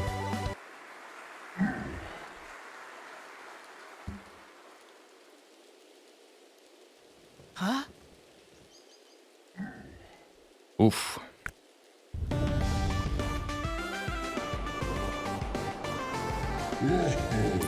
I believe you're ready, wee one. Congratulations. I can't believe you beat me. Your next destination is the Oasis. If it's a boiling stretch of desert covered in sand, it will surely put you to the test. You've done well, but the fairway to ascension is long. No kidding, dude. Apologies, wee one, I can't join you. However, I'll be here upon your return. Fear not, seek out the help of my friend once you reach the Oasis. She's a prickly one, I think you'll like her. She knows a thing or two about the challenges that lie ahead. You'll find her at Eternity Shop along the course. She helped expand my franchise into new realms. Not that we get many customers. Yeah, it seems like it's pretty deserted.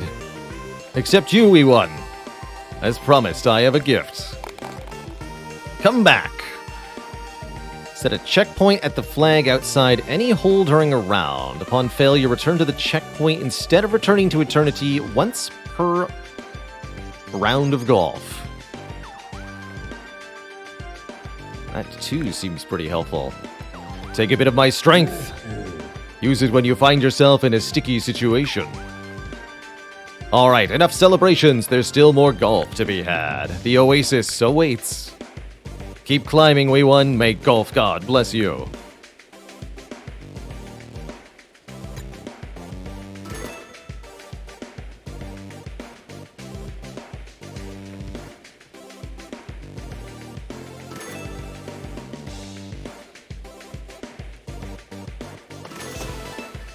Ooh, a +3 shots.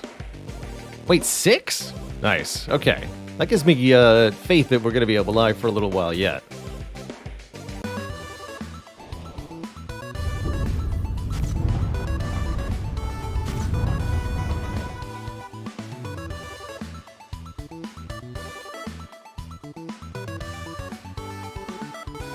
Yeah, let's set up a comeback checkpoint here. Actually, no. At the next point that I can do that, let's do it. Let's enter the act proper first. No. No. No, no, no. The directions are all wrong. He shifted the course again. I was on the 9th. Did I hit it to the left, or was it to the right?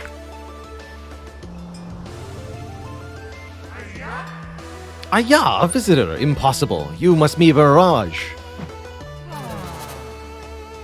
Day 2738. I'm hallucinating again. You say you're real, do you? A mirage would say that. And you died? Well, I can relate. How did I die exactly? I'd have to look at my notes. It happened a long time ago. Huh? Have I tried to escape golf purgatory? Of course, that's all I do. The problem is this desert. It's more than palm trees and cacti. It's got spikes everywhere. And not a lot of golfable surfaces. Notice here. Starting to more closely resemble a Super Meat Boy level than a golf course, which is horrifying. And there's that wretched greenskeeper. He keeps on moving the course. He's meddled with your course too? Nasty fellow. The golfer that hates the greenskeeper too. Excellent. You wish to know my name? It's been so long since I used it that I can't remember it. You may call me the Explorer. You wish to golf your way out? Nonsense. No one in the right mind would attempt it. Huh? Ah, good point. A reminder, none of us are in our right mind. Now then, you wish to defeat this desert. That's a tall order. Many before you have failed. But you've defeated the Scotsman? Aya, perhaps you do stand a chance. Be warned, however, if you fail, it's back to the Scotsman you go. The course is all yours. Don't mind the dust. If you need anything, Eternity is open. New ace cards arrive all the time. Visit when you can. Until then, I bid you farewell. Bye-bye.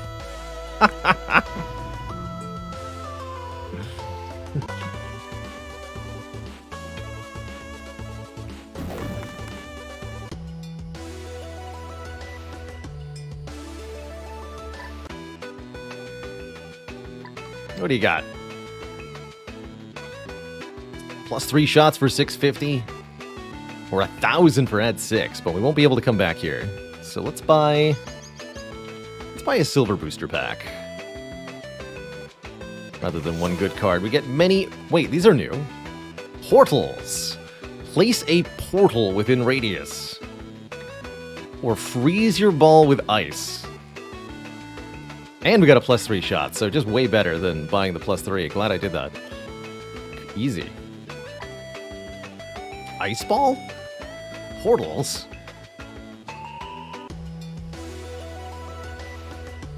The plot thickens.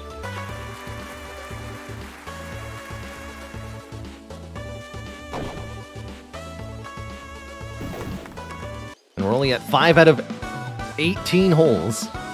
Well, 6 out of 18 holes now. This is horrifying.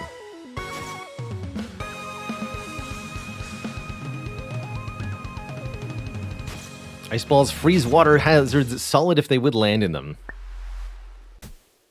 Quality. But why is there water in the desert?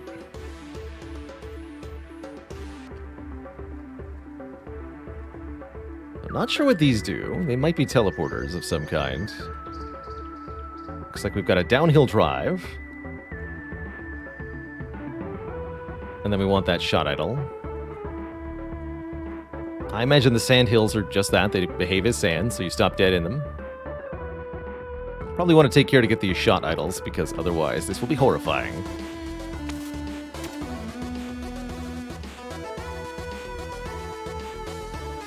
Yeah, it's looking like our first run through this game will be pretty long. I imagine once you're a bit more practiced and familiar, you could get the runtime a lot lower on this.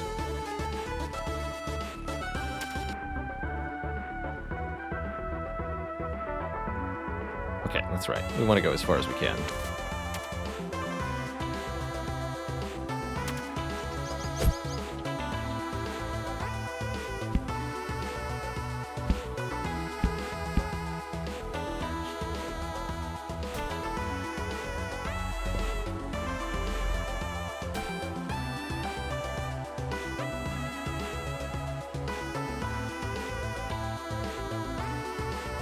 Could try to use time stop to get that. There's no real reason to.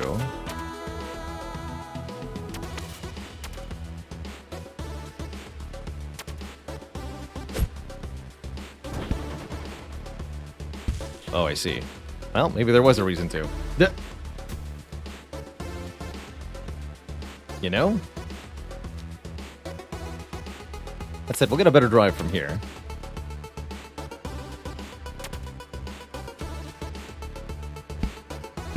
Spin to win, my friends.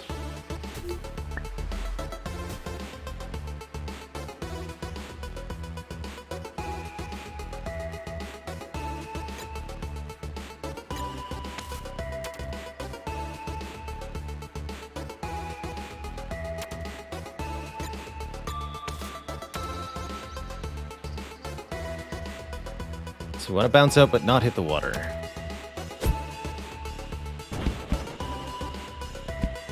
Perfect.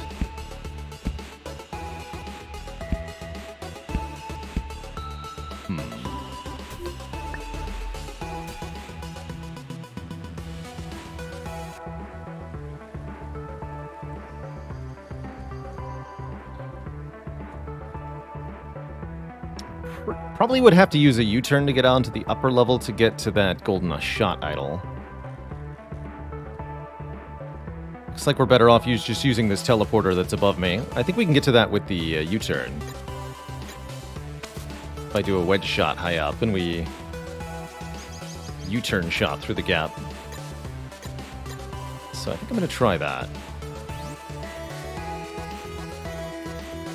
Only got 2 U-turns, but this is a good use of one of them.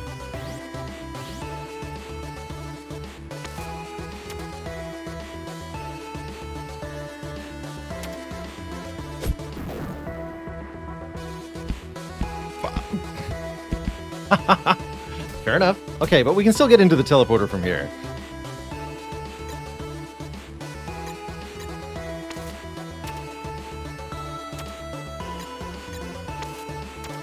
But no, you have to actually get into the... Oh, man. Driver? Oh, driver's even less height. I actually can't get over that, huh? Son of a gun. How's this game so hard? Very difficult. Way harder than I thought it was going to be, let me tell you. Kind of nightmarish.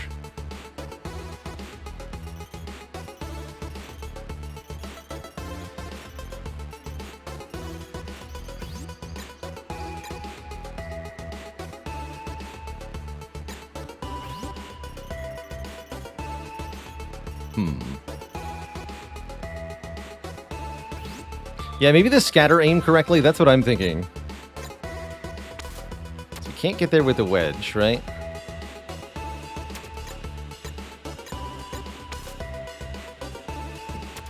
Max power driver with scatter shot. We're gonna have to really hope this works well. They might bounce all over the place, but here goes.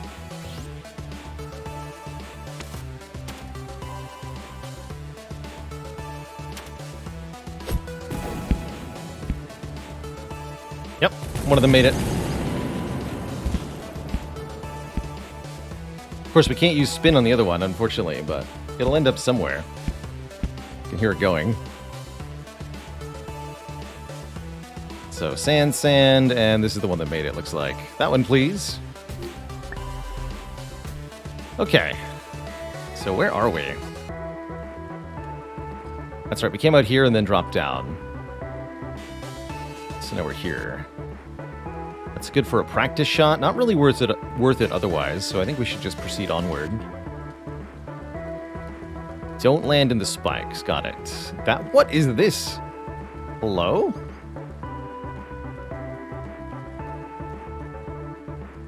These bouncy pads? I have no idea.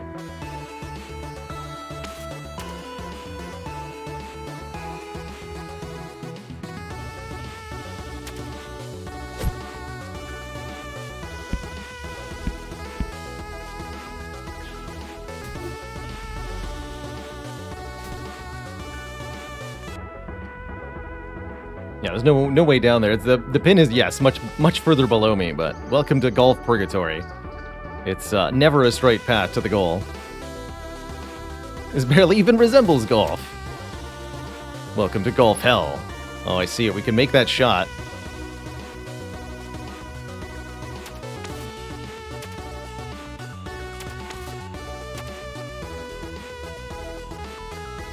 That's going to be tricky timing, though. I didn't do it. I didn't do it.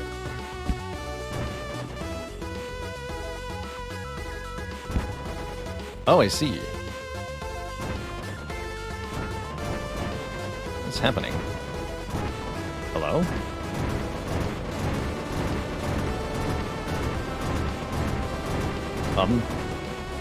Oh, I see. Oh, fascinating. Okay, these work weird. So I get to choose the next shot? Neat! No! Alright, well, that'll have to do.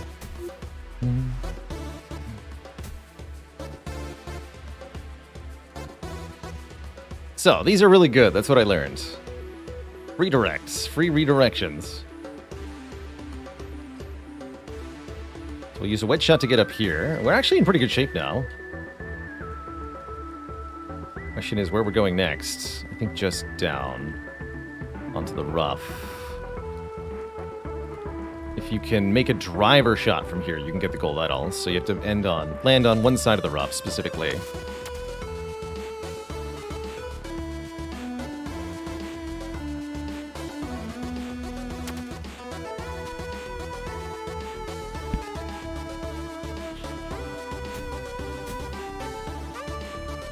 Not willing to use my portal card so early.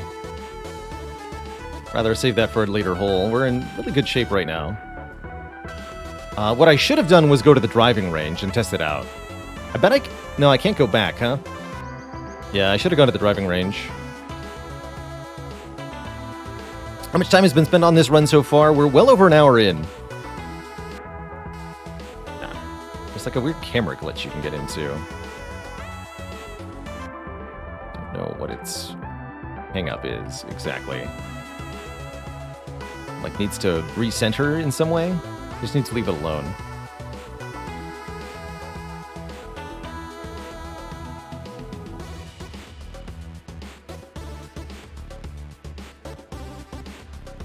Yeah, there we go.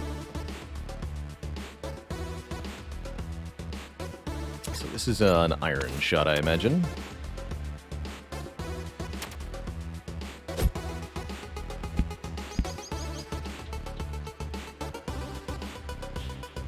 Technically fairway.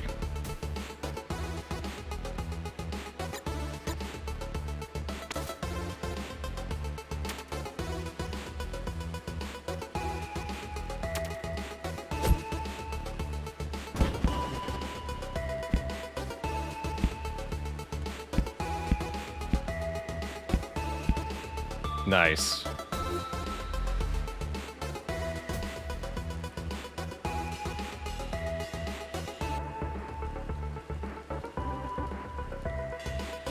Okay, looks like we want to bounce off the bouncy pad.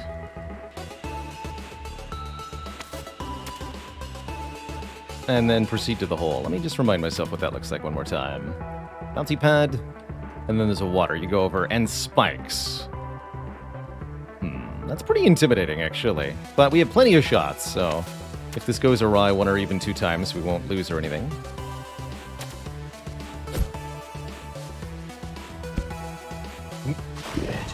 Like so.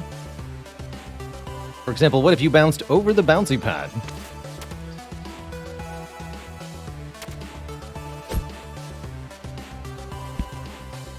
Twice. Okay, a little bit less power, I guess.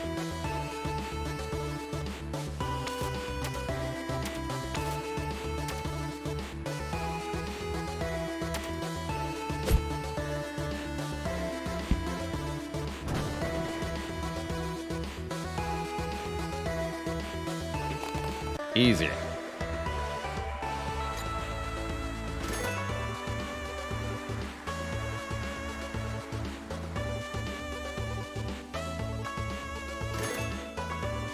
Bouncy bounce.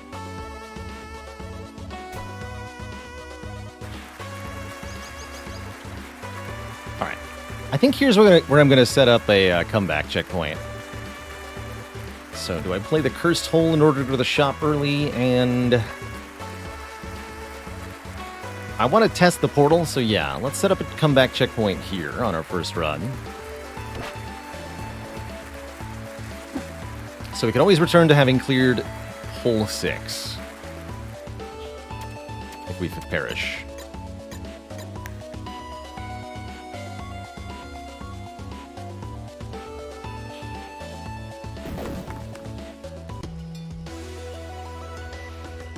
Oh, there's no driving range!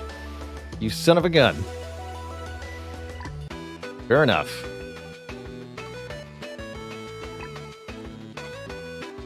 But I can at least afford 2 new booster packs. Super Rocket Ball. Rocket Speed. Don't corner. Multi-ball. Hit 3 successive shots and then pick one to continue from. That's also pretty cool. But let's just buy some boosters. Seems more cards is probably better. Got another 2 more portals. Okay, we'll have to actually give one a try. And there's a multi-ball. Drill ball. Dig into the ground. See you later, Mark McCarr.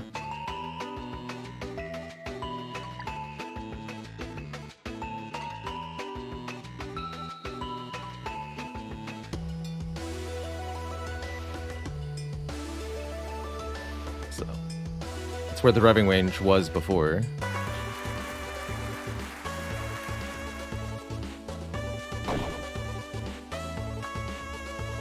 Cursed hole 7.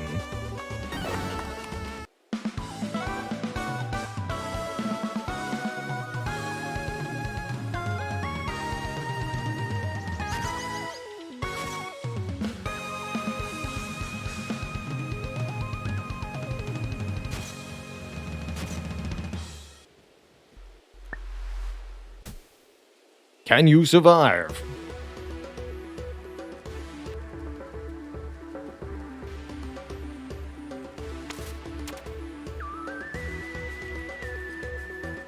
That's just out of camera range. There's spikes right after it, too. So you don't want to shoot as far as you can, but maybe a little bit less than that.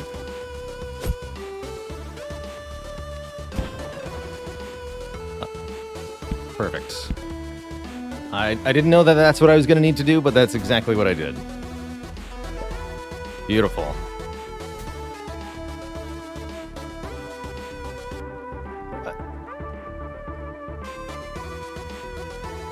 I guess we need to get on the hovercraft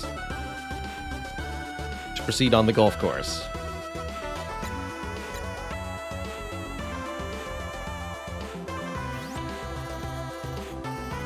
So what does the portal thing actually say?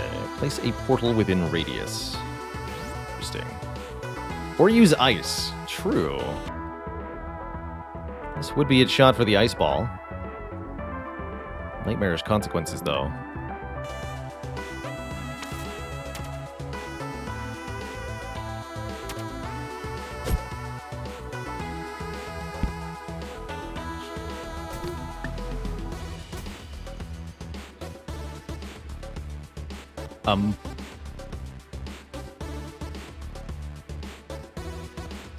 So you're telling me that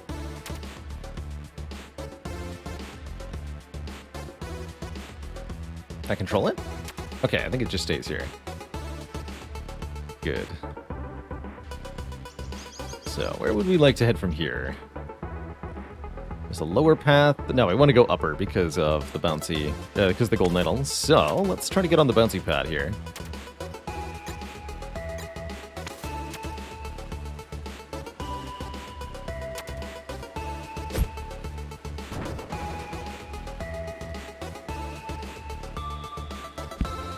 Good enough.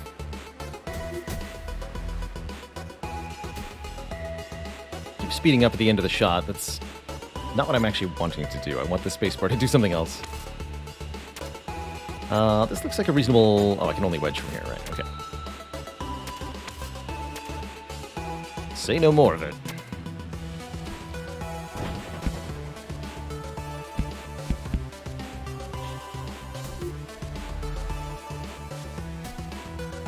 Could have rolled off the edge, but it really didn't look very appealing.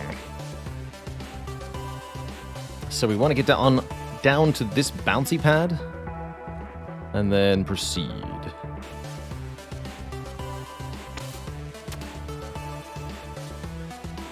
Or we could do that. I'm cool with that, too.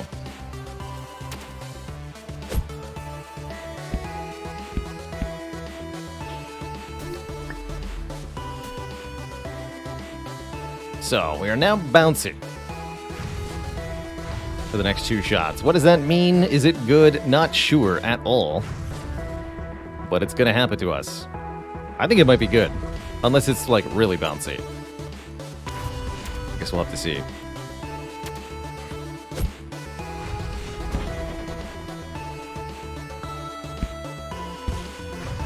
I'm going to go with that was pretty good.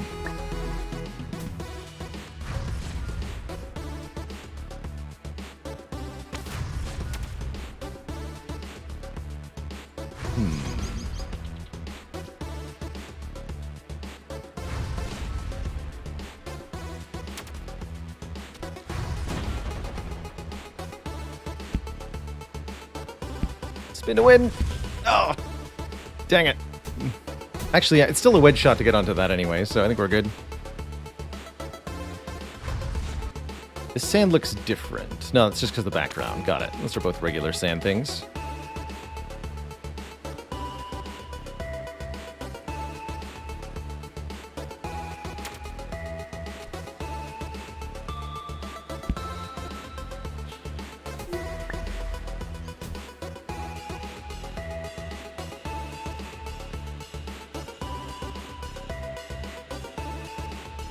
Did I see that correctly? I got a shot for, Wait, why is there a timer on this going down? Okay, good.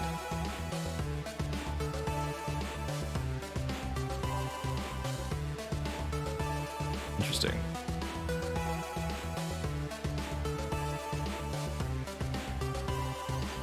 Okay, that's fine. As long as I'm not about to plummet into the water.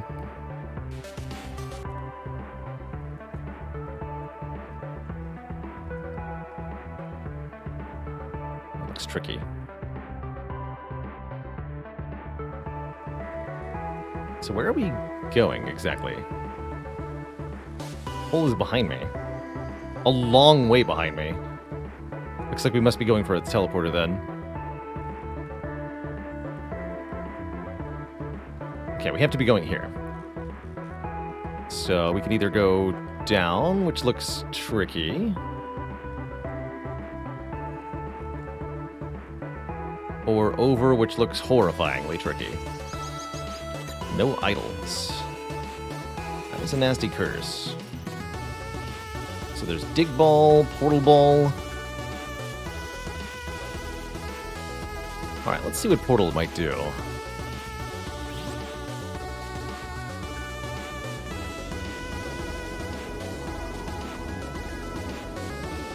Okay, so we create a portal in front of us that is going to go a limited distance through walls. Not very far. So it's not quite far enough to get through here. Understood. Alright, let's, let's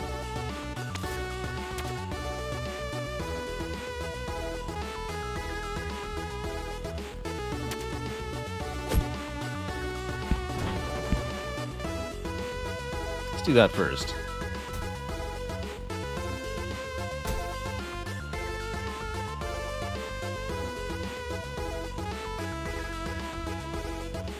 And I'm actually more okay with this as a shot location anyway. If we're going down.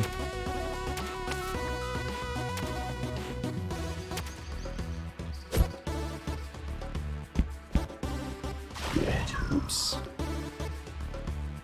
Wanted to land on the edge there. So, idols removed for now. Just for the next 2 shots, which is not a big deal for us. That looks better.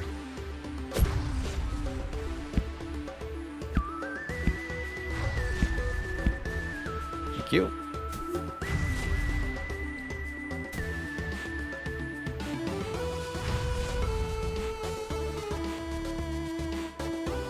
These are some horrifying spike locations.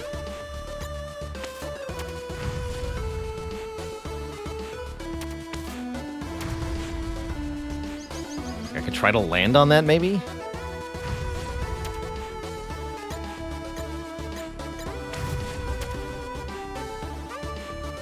Trying to drive seems likely to hit the spikes, more or less, unless I can nail the perfect timing to bounce it off the top of that platform, but that seems exceedingly unlikely. So I think I'm better off with a gentle wedge shot to end up down below here.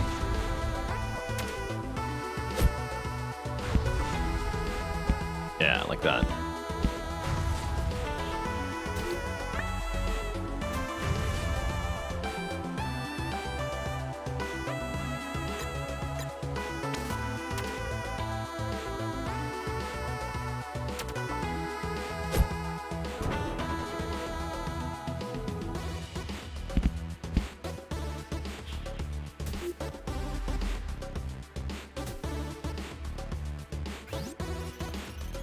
This would be a good time for a practice shot.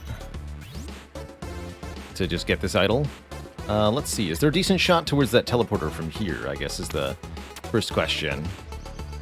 Yes. Well, kind of. That looks like it's going to be really easy to screw up, though. Timing on that is pretty nightmarish.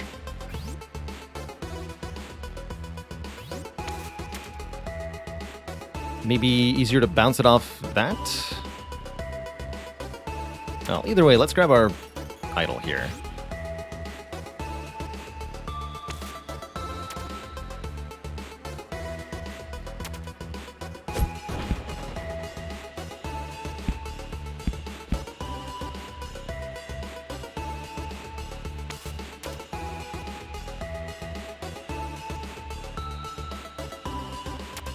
Yeah, thought I might have that happen.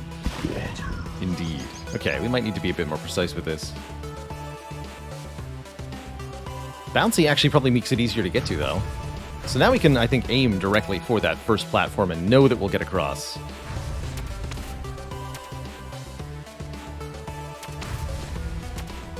What, 2-ish bars of power?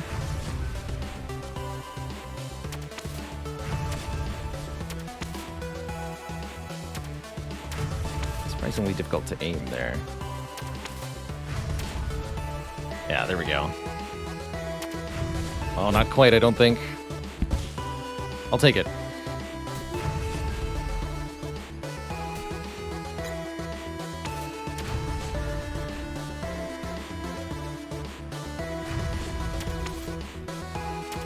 Less power, more power, more power.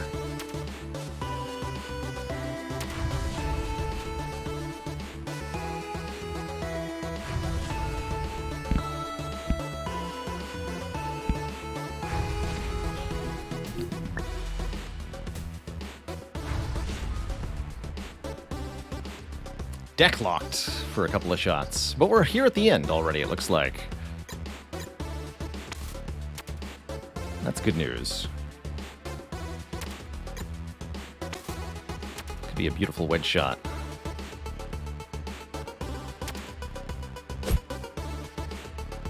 Wait, what?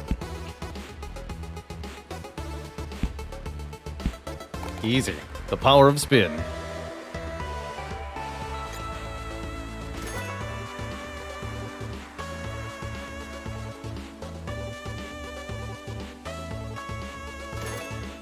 That wasn't too bad.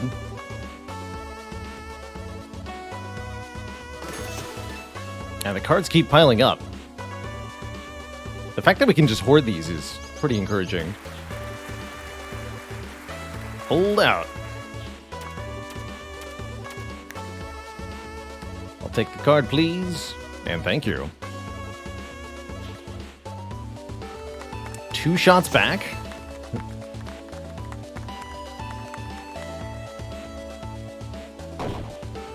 Maybe if there's an idol that you want to get, that's 2 shots to reach, and then you could rewind to your previous position. That's an interesting option. All right, I've got time for this last hole, but we might have to recess.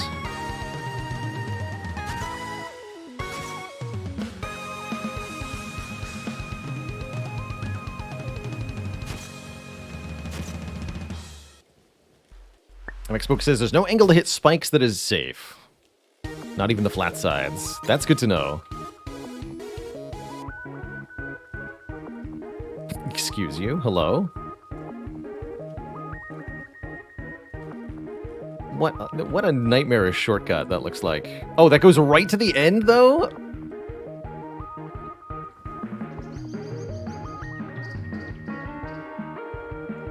Interesting. Yeah, both the mulligan and the drill get a lot done here. Looks like it's probably a long course if we don't just take the sneaky way through, but I think we should just cheat this.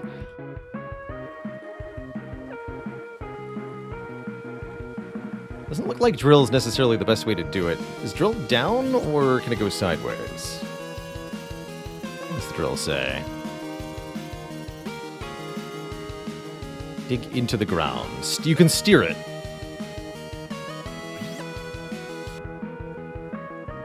But yeah, I think this is where we want to use ice ball. We've also got quite a few ice balls, right? We need use for these time stops.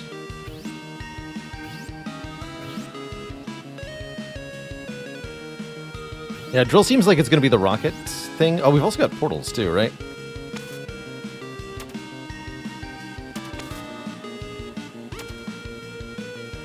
It's so sad.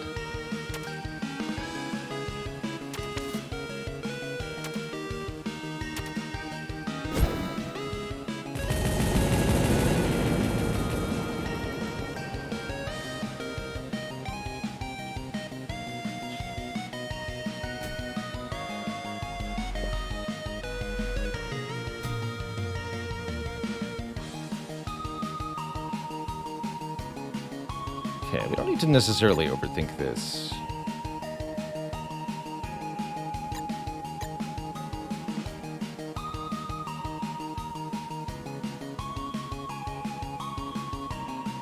The water trap on the other side of the ground makes me think that the drill ball won't work particularly well here.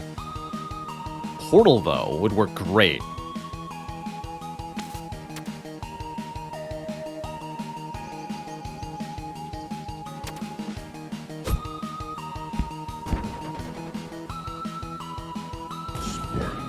Not quite.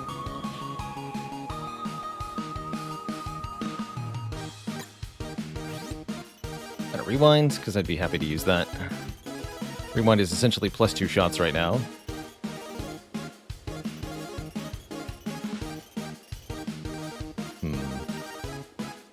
No.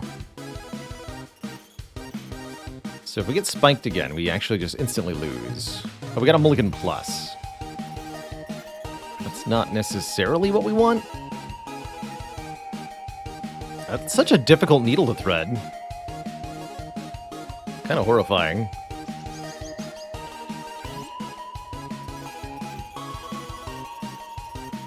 Maybe I use U-turn to get through? I just want to get down here, actually. I think that's what I should have done. Alright, let's... I'm going to use +1 shots just so we don't die no matter what.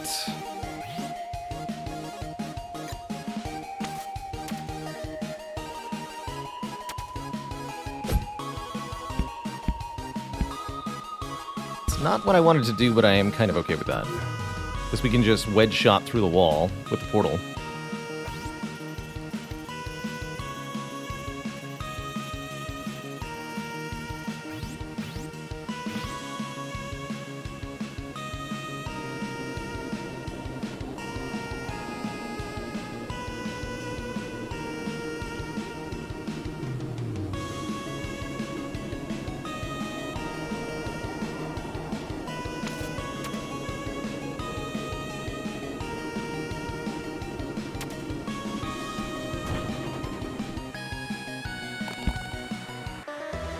Glorious.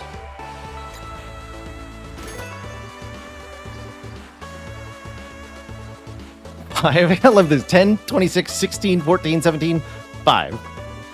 Like it was a totally normal hole of golf. Good stuff.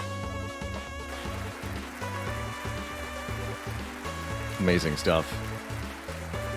Alright, let me get a shop. I think... And a boss, huh? So I'll do the next hole, and then we'll have to recess for the boss. So if I'm willing to play the hole with a curse, I get money and a card. I think that's worth it. Curses haven't been that bad so far.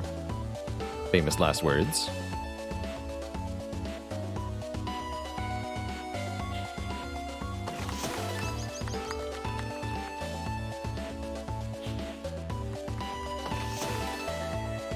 Oh, and these are really good cards, too.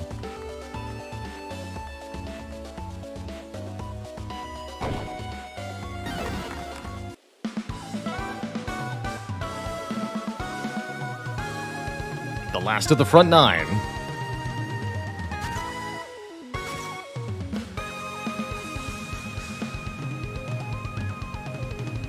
Whip, thank you so much for the 5 gifted subs. Welcome to the Cozy Sub Club, everybody. Thank you for that generosity.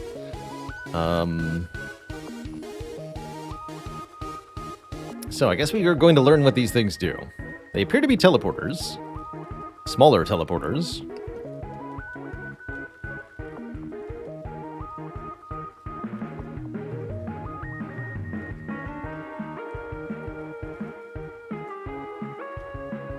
Yeah, I love that upside down 9 side. It's great. So there's a top and a bottom one, and we have no idea which one's better or worse. And if these courses are randomly generated, it might not be that anyone in chat knows which one goes to where. Love this TNT formation. Spooky level. Alright, well, I guess we're just gonna pick one. Teleporters that are two-way.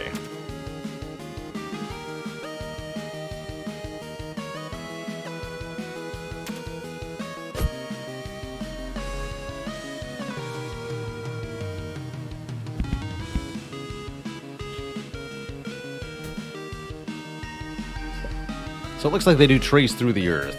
So they're pipes, essentially. So that, I think, makes it easier to predict where they go. In fact, they might even both go to the same one here, actually. So, U-turn to get to that teleporter. Regardless of whether we want to do that or not, we should get this golden idol first. Maybe I'll use practice shot to do it. If I'm intending to go through the teleporter, I should. But it looks like the driver is not going to be sufficient to get up there. I'd have to hit the bounce pad. Got it. And that we can do easily. Okay. So yes, let's use practice shots.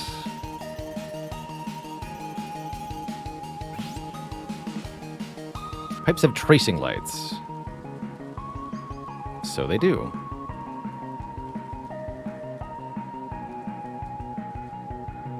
The oh yeah, there we go. Okay. Oh. Oh, okay. Oh, geez, that one goes in a crazy place. Hello?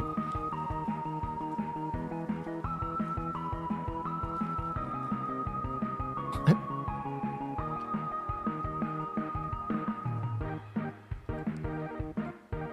It goes out here? But you missed the shot idol, so that's actually not even necessarily a good thing. Nope. It's gonna keep going. Now I gotta know. Hello?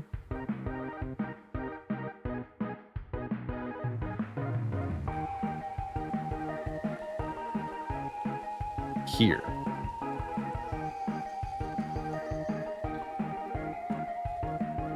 It's madness. This one seems like it goes even further, though. It's like up here. Okay. I'm okay with the path we've chosen. And none of that is even going to matter if I choose to take the teleporter. Good lord.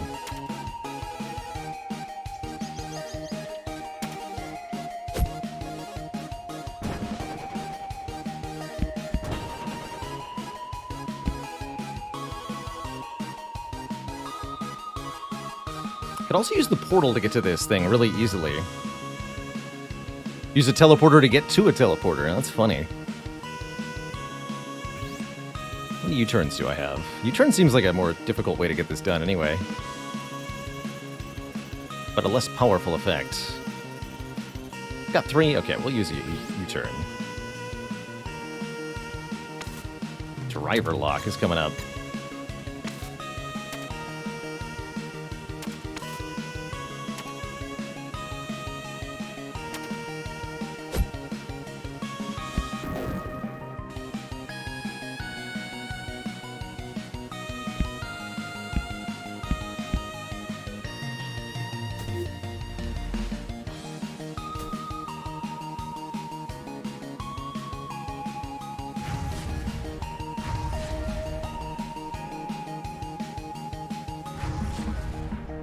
So, a choice left or right.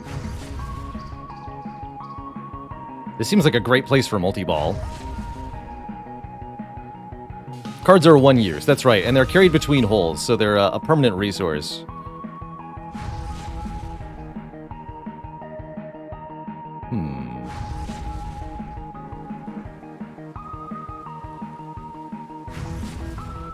Kind of need to know where these each go.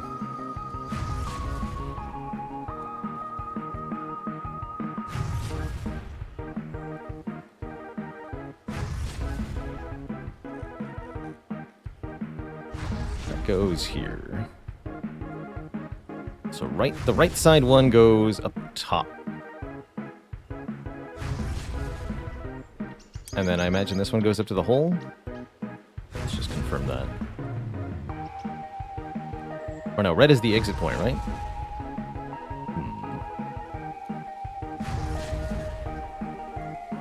So we're supposed to go this way.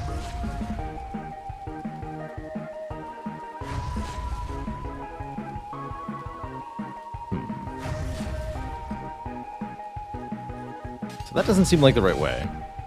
What about this one? In the demo, they had a time limit on the birdie eye camera. Dear God, I can't imagine. No, thank you.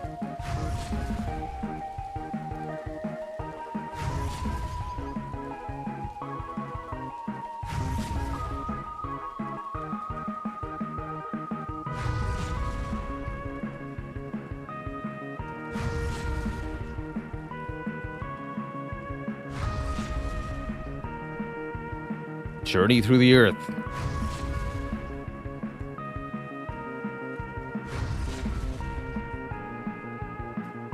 Okay, that puts us out here. So there or there are our two choices. Oh, we have to go in the middle. Okay, that's what I was missing.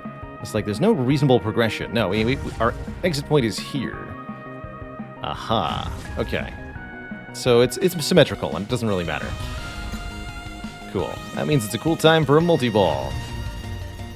Or a scatter shot.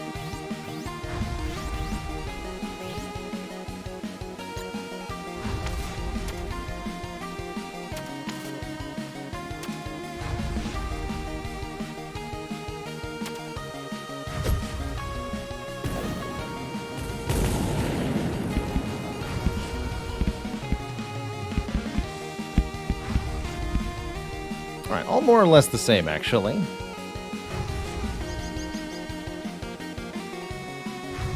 Seem like they have pretty equivalent shots.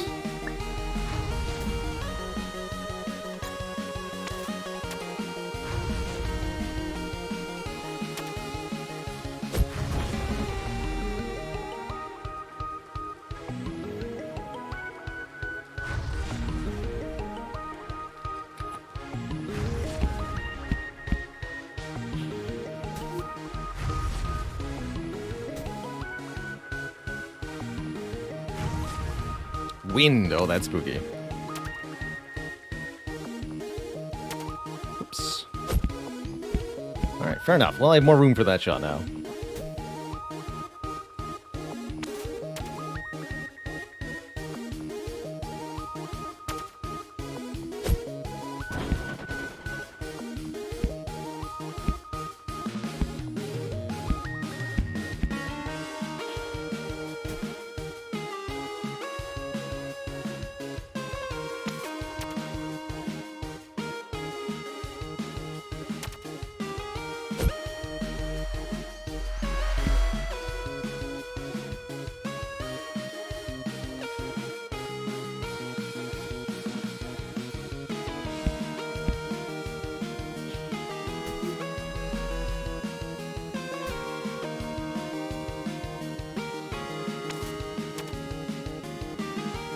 All right, I've learned my lesson about this this particular shot, and I have way too many time stops anyway. So,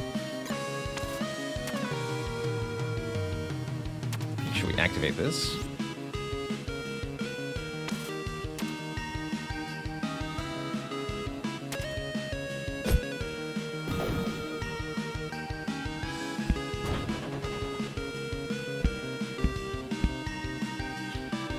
Thank goodness you can roll it afterwards, too. Pretty difficult timing on that. Which way's the wind blowing? Oof. I don't like that.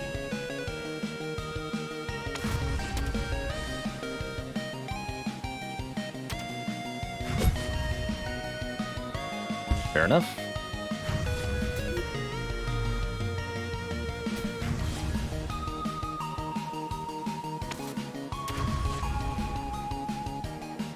I might not even make it. Yeah.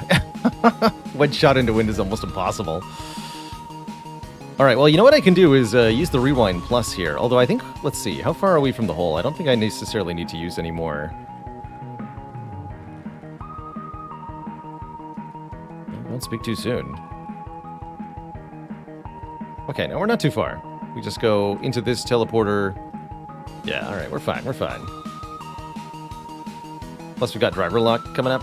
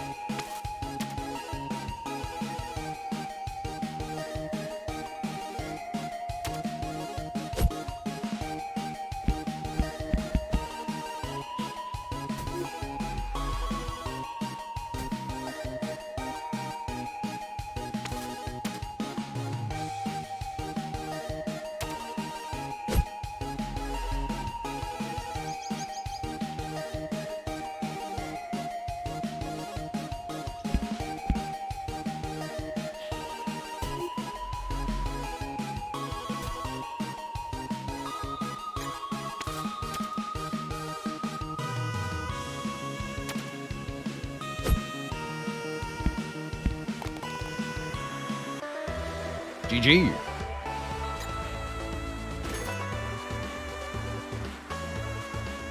Not too bad. Halfway done with a golf course from hell.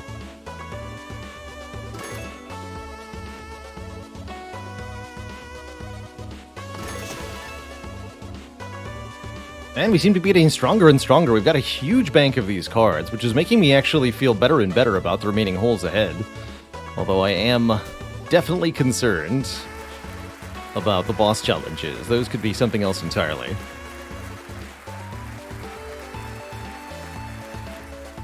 And I think the shop is the perfect place to stop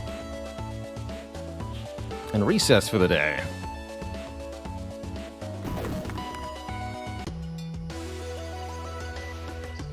Let's pop in for a hello and see what's on sale at least.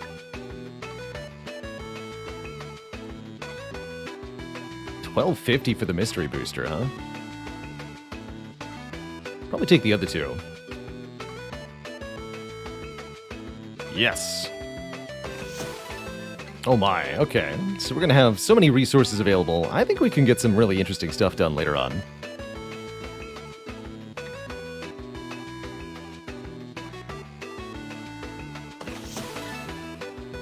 And yeah, we can store cards for future runs for with the binder too, in case you wanted to have a run with a bajillion cards to get out.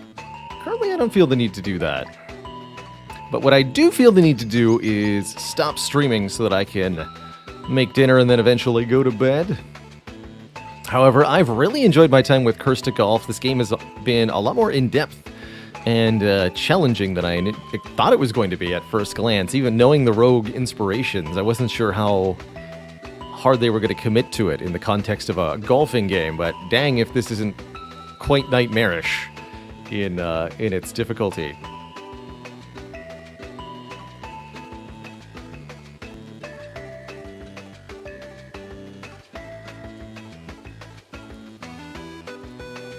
And scope, just like the length of these holes are absurd. Anyway, so tomorrow we're going to be having a special stream playing the Stanley Parable Ultra Deluxe Edition to start out the stream. Revisiting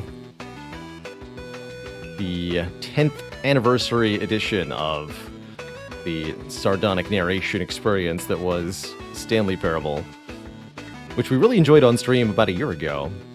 And so I'm looking forward to diving back into it this year as my gift to you, the viewer, for the lack of a community game vote this month. If there is time at the end of that, we might be picking up the remainder of this Curse to Golf round, or we might be doing something else entirely. We'll see. Either way, thank you so much for watching, folks. This is going to be me signing off for today. Thanks for watching. Have a cozy one. Until next time, toodaloo, ta-ta, and good night, folks. Bye-bye now.